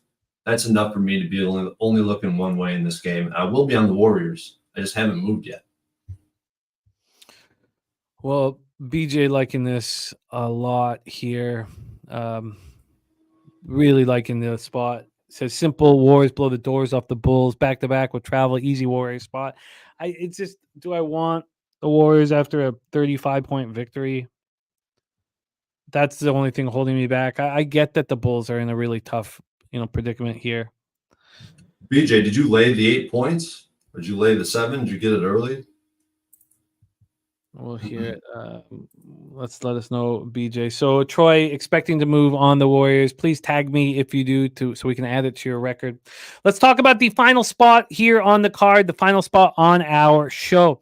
We've already heard from Stimmy OG, big on the Spurs plus 11.5 and the team total over 110. Sacramento Kings took good care of us. We've had them pregame, but also got them plus 10.5. Not as good as Not Flush Island, got them plus 11.5, and they had the lead within 2 minutes. 3 minutes. It was just absolutely nuts watching the Lakers break down. Let's talk about this spot right now. Sacramento minus 11. They opened up at 10, so there has been a 1-point move towards them. That was at 7:42 this morning, 10. It moved 8 minutes later to 11. So we have the 1-point move towards these. Oh, sorry. 1-point move. Hey, Jimmy, before you go on, I wanted to touch on something that Justin McElvey made me realize in the chat on the last spot. Yeah, let's do it. So when I look at spreads and I'm doing an analysis on how they cluster around the spread, how the results cluster around the spread, these 7, 8, 9 point home and road favorites, they really cluster around that 7, 8, 9. So every point really, really matters in that range. So an 8 and a 7 are completely different. And that's why I haven't gotten there yet. I'm hoping it comes back down, and I would not be scared of that type of line movement. And that's just how I view things. But that's very important. Every point in that range. Yeah, makes sense. Makes sense. Here we go. Saturday took the under 238 last night. You know, it's funny. This total got up to 239 before this one started dropping. Now at 236 and juiced to the under. Saturated says Spurs are 4-1 to this number versus the Kings last 5. I can understand why this would be appealing, but we have had that 1-point move towards the Kings. Let's take a look at the cash flow here. Are the Kings public? That would be the next question. They're not. The Spurs are 76% of tickets, 88% of cash on the Spurs. We've had the 1-point move towards the Kings. On the total, 84% tickets, 85% cash on the under. And we've seen a big move towards the under. Spurs had their -2-game winning streak snapped, a 114-101 loss at the Rockets on Tuesday. The Kings are on the second half of a back-to-back after defeating Lakers 130-120 last night at Crypto. Take it away for us here, Troy, the final spot on the board. Spurs at Kings, Golden One. The current market in this game is very interesting to me. I've actually lost this market 2 games in a row, and I'm going to give you a funny stat here. Double-digit home favorites, favorite getting less than 25% of the spread cash, which is happening in this market. I don't know if it's going to change or not. They're 8-2 ATS. So the 2 times I bet on that spot, lost both of them. But the 8 times prior to that, they've cashed and winning by 21 points on average. Even if you include those 2 losses, on average in that sample, home team wins by 21 points. Only 1 game that they've won was decided by less than 10 points. And my question is, if this market holds throughout the rest of the day before the tip-off, are the books giving away free money? Who wants the Kings in this spot?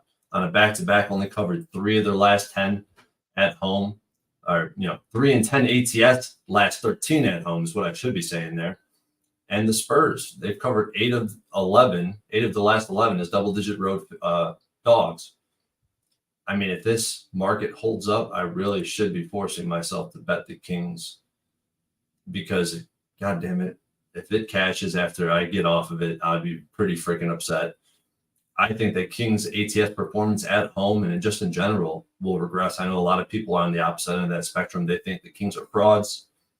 I think that they are a lot who we saw last year, not a true contender for the NBA Finals, but definitely a worthy opponent. And they have 2 full days of rest after this one. So even though they're on the back-to-back, they do get the rest after this game. Spurs have won 2 of the last 3. You got to expect that they're going to want to go back to the tank. Hence why, I don't know why Wemby's on the bench, but based on how the NBA works, that's why he's on the bench. It's back to the tank for these guys. But are the Kings going to be incentivized or thrilled? Or are they going to feel motivated to smack this team up by double digits? I don't know. So I haven't gotten there yet. I'm definitely going to wait and see this market. I hate to hear that you're on the other side. And everybody, a lot of people are on the other side. I don't like being on an island necessarily, but I might have to be in this game. I'm not on the other side. I thought you said you were on the Spurs. No. I've not moved. Here, I was saying the Stimmy OG. Stimmy OG is Spurs plus 11.5 and the team total over 110. No, I've not moved on NBA at this point. And honestly, the most appealing spot to me on this entire board is the Detroit Pistons. The fact that Weinheim's on the Brooklyn Nets, I need to figure out and break down. But I feel like the market is telling us to bet a team that's 4-25 at home. And I'm going to need to spend a little bit more time on it. Let's review action here. We have Troy on the under 216 in Detroit, Brooklyn. He's on the under 228 in Indiana, Minnesota. Again, with this spot here, really strong cappers backing Indiana. I do really believe in the star player being out for the year and the teams coming together. But do I have the conviction to trust that here? Trust Rudy Gobert here to step up and be the man? No, I don't. Heat, Mavericks, and Raptors, Suns, we've stayed off. Nuggets, Celtics under 221 for Troy Torrance. And then I guess the Warriors are appealing here that I got to sit with longer, but I think it was a very astute comment about the 7, 8, 9, how important the point is there. Because in the Arkansas game yesterday, I had the -2 first half. I knew that that people got on the -2 full game. I knew that it was at 4.5. I just truly felt sort of what Troy was insinuating, that the difference between 2 and 4.5 is smaller than the difference between 7 and 9.5. And in that number, that if I'm under 5, I can literally pull away with 30 seconds left in the basketball game, 25 seconds left in the basketball game. That's why I decided to double up, because that was a late addition for me, was Arkansas full game. So I think it was a very important point that you made there. Smoking Tree says you can only trust Rudy to spread the coronavirus. Yeah, the deep throat microphones. Troy, I'm sorry that we were so late here. That was all my fault. I guess I got excited about the live betting and Sharky joining us. I didn't realize that that I was a full hour late. I'm so sorry to do that. I thought it was 15 minutes late. So I really, really apologize, dude. I just got a little caught up in what we're doing here because it's really, really fun. Thank you for rocking with us. A very impressive debut last week. Please keep it rolling, Troy. And anything that you add, please tag me so we can put on your record. Any last words, Troy, my man, to the cappers supporting the show? Yeah, two things. Well, the three teams that I'm very, very close to moving on, that's the Kings, the Celtics, and the Warriors. So I will likely be tweeting, and I'll add you, Jimmy, just so you could add it to my official record. And then about what you were talking about, spreads that are 1 possession, 1 to 3, 2 possessions, which is like 3.5 to 6, and then 6.5 up until double digits, right? Those are the three ranges that you have a huge amount of games that fit within those windows. Man, when you get to 6.5 up into 10, up before, 6.5 to 10, Jesus, man, it's very important. It's just so much more clustered than the other two ranges. Like, it's insane. So maybe I should make a little graphic and post that on Twitter. I think that'll be helpful. But other than that, hey, man, this is the best freaking community in the world, Pub Sports Radio. Always a blessed feeling for me to be up here with you, Jimmy, and let's get that cash tonight. Oh, respect, my man. There he is, Troy Torrance. Please follow him on X at Troy Torrance 11. There you go. That is our show for today. Cameron Sinnott saying, I like Troy's capping. Yeah, Troy's a huge addition to the squad here. Let's review all action here on the show, and there's a lot of it. We have started out the day with a win on Missouri State, but look, I could have just done my old thing, betting unders in the early games and conference tournaments, but I have decided to not simplify everything that way. But whatever, I got the W and we'll take it. Let's review all action, because 4 hours ago, Mr. Gogster was here. Mr. Gogster is on St. Louis, New Jersey Devils over 6.5, Florida money line the under 7.5, Edmonton, Carolina money line parlay, Buffalo, Nashville first period over 1.5, full game over 5.5. That's a same game parlay plus 115. Arizona first period plus 115, Vancouver first period minus 103, Vancouver full game minus 101, and Ottawa, LA Kings first period, both teams to score.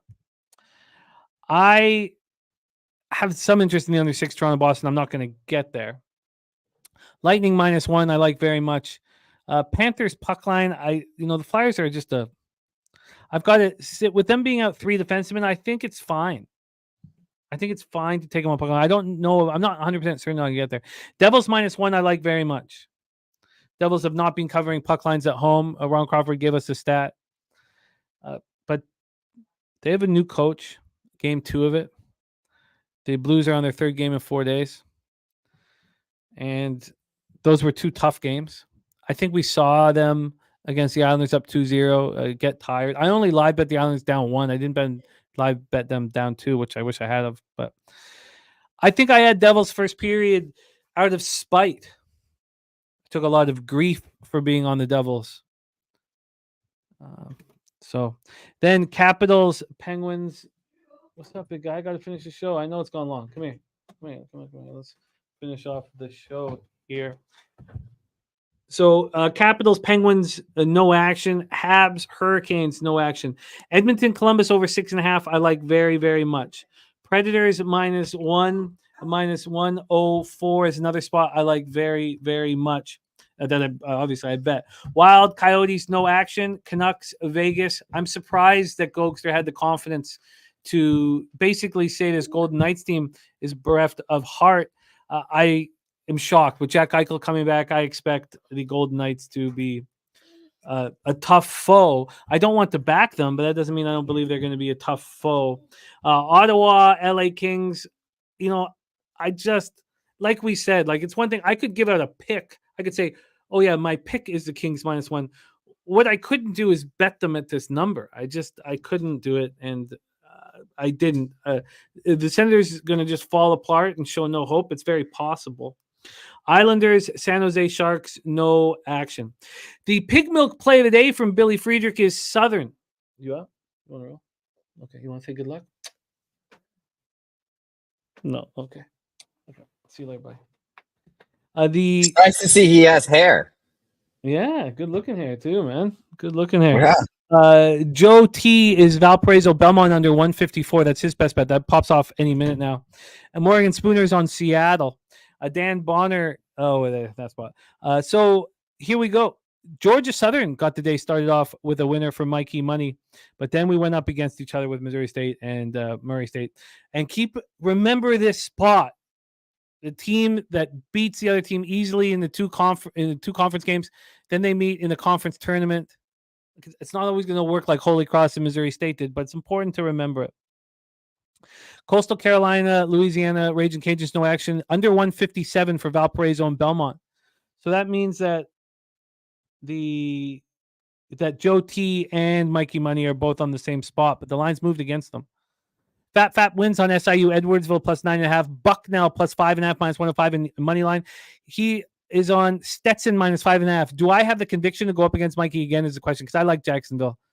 I think that the shoe might fit. Tennessee State +3. I can ride with Mikey. Mikey's on Seattle, and so is Morgan Spooner. So maybe I should. And you know what? I'm going to take the Abilene Christian off because of that 20-point loss by. So I'm going to cut it. I'm not going to go out. I don't have the conviction there.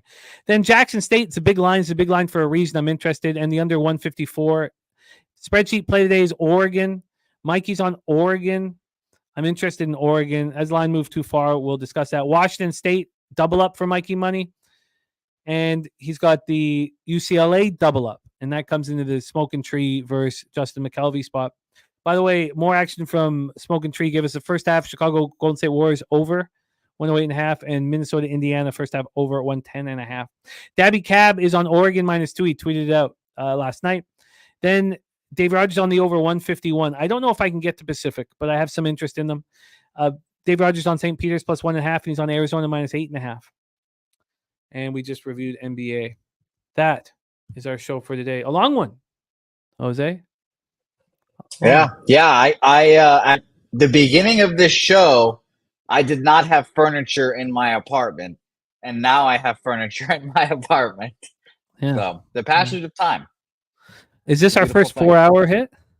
No, we've done this 4 hours. No. This is like once every other week kind of thing. This is what we do. Yeah, 4-hour show ain't nothing, man. All right. Thank you, everybody in the chat. Justin McKelvey, Cameron Sinnott, Saturated, Smoking Tree, Kelly McKinnon. No, we're racing now on Wednesdays and Fridays. Old E, Jason Work. By the way, Yeah. shout out to the 300 people watching on Twitter.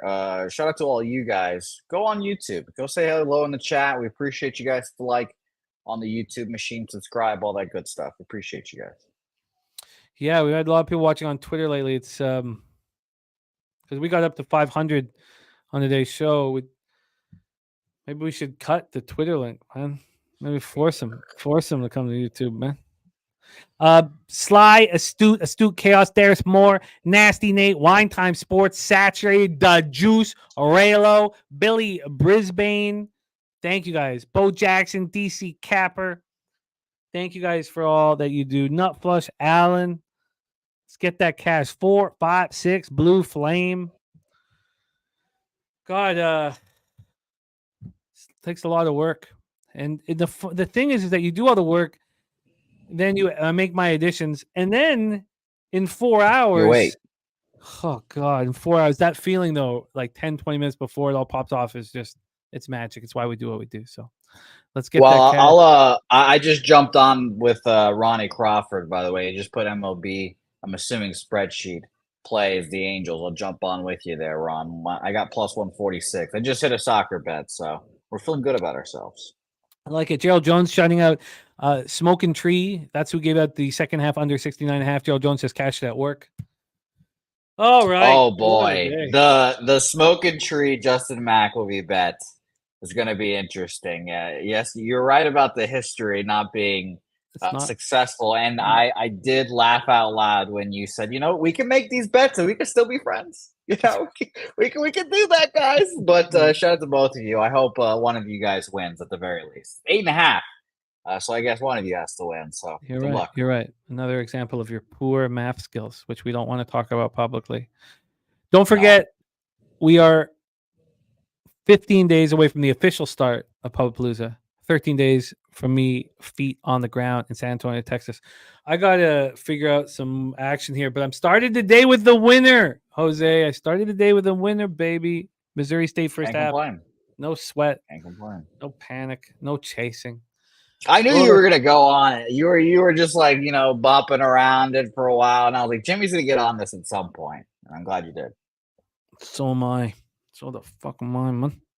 All right. Please, can you bless our action and lead us into the future? Appreciate everyone as always. Thanks for all the comments about my hair. I think I'm getting a haircut in the next, 15 days. Not a bad idea. Not a bad idea. Not a bad idea indeed. So shout out to you guys. It is facts that I do this show with you, and then I come on here looking crazy for 400 people, but it is all right. We appreciate you guys. Mr. Vape, Old E, Ronnie, let's go get those Angels tonight. Shout out to you, Saturated, my guy. It's going to be fun. Shout out to Smoking Tree and Justin. That's all I'm going to be thinking about tonight. So I can't wait. Billy, Cameron, Bo Jackson, all you guys. Appreciate it. Sancho. And by the way, yes, the Celtics are going to win the NBA title this year. And I've never been more right about a person than I was about Jordan Poole. So shout out to Jordan Poole as well for being horrific as well. So appreciate you guys. Joey, thank you guys. Let's go get some fucking money today. Leche, los bookmakers.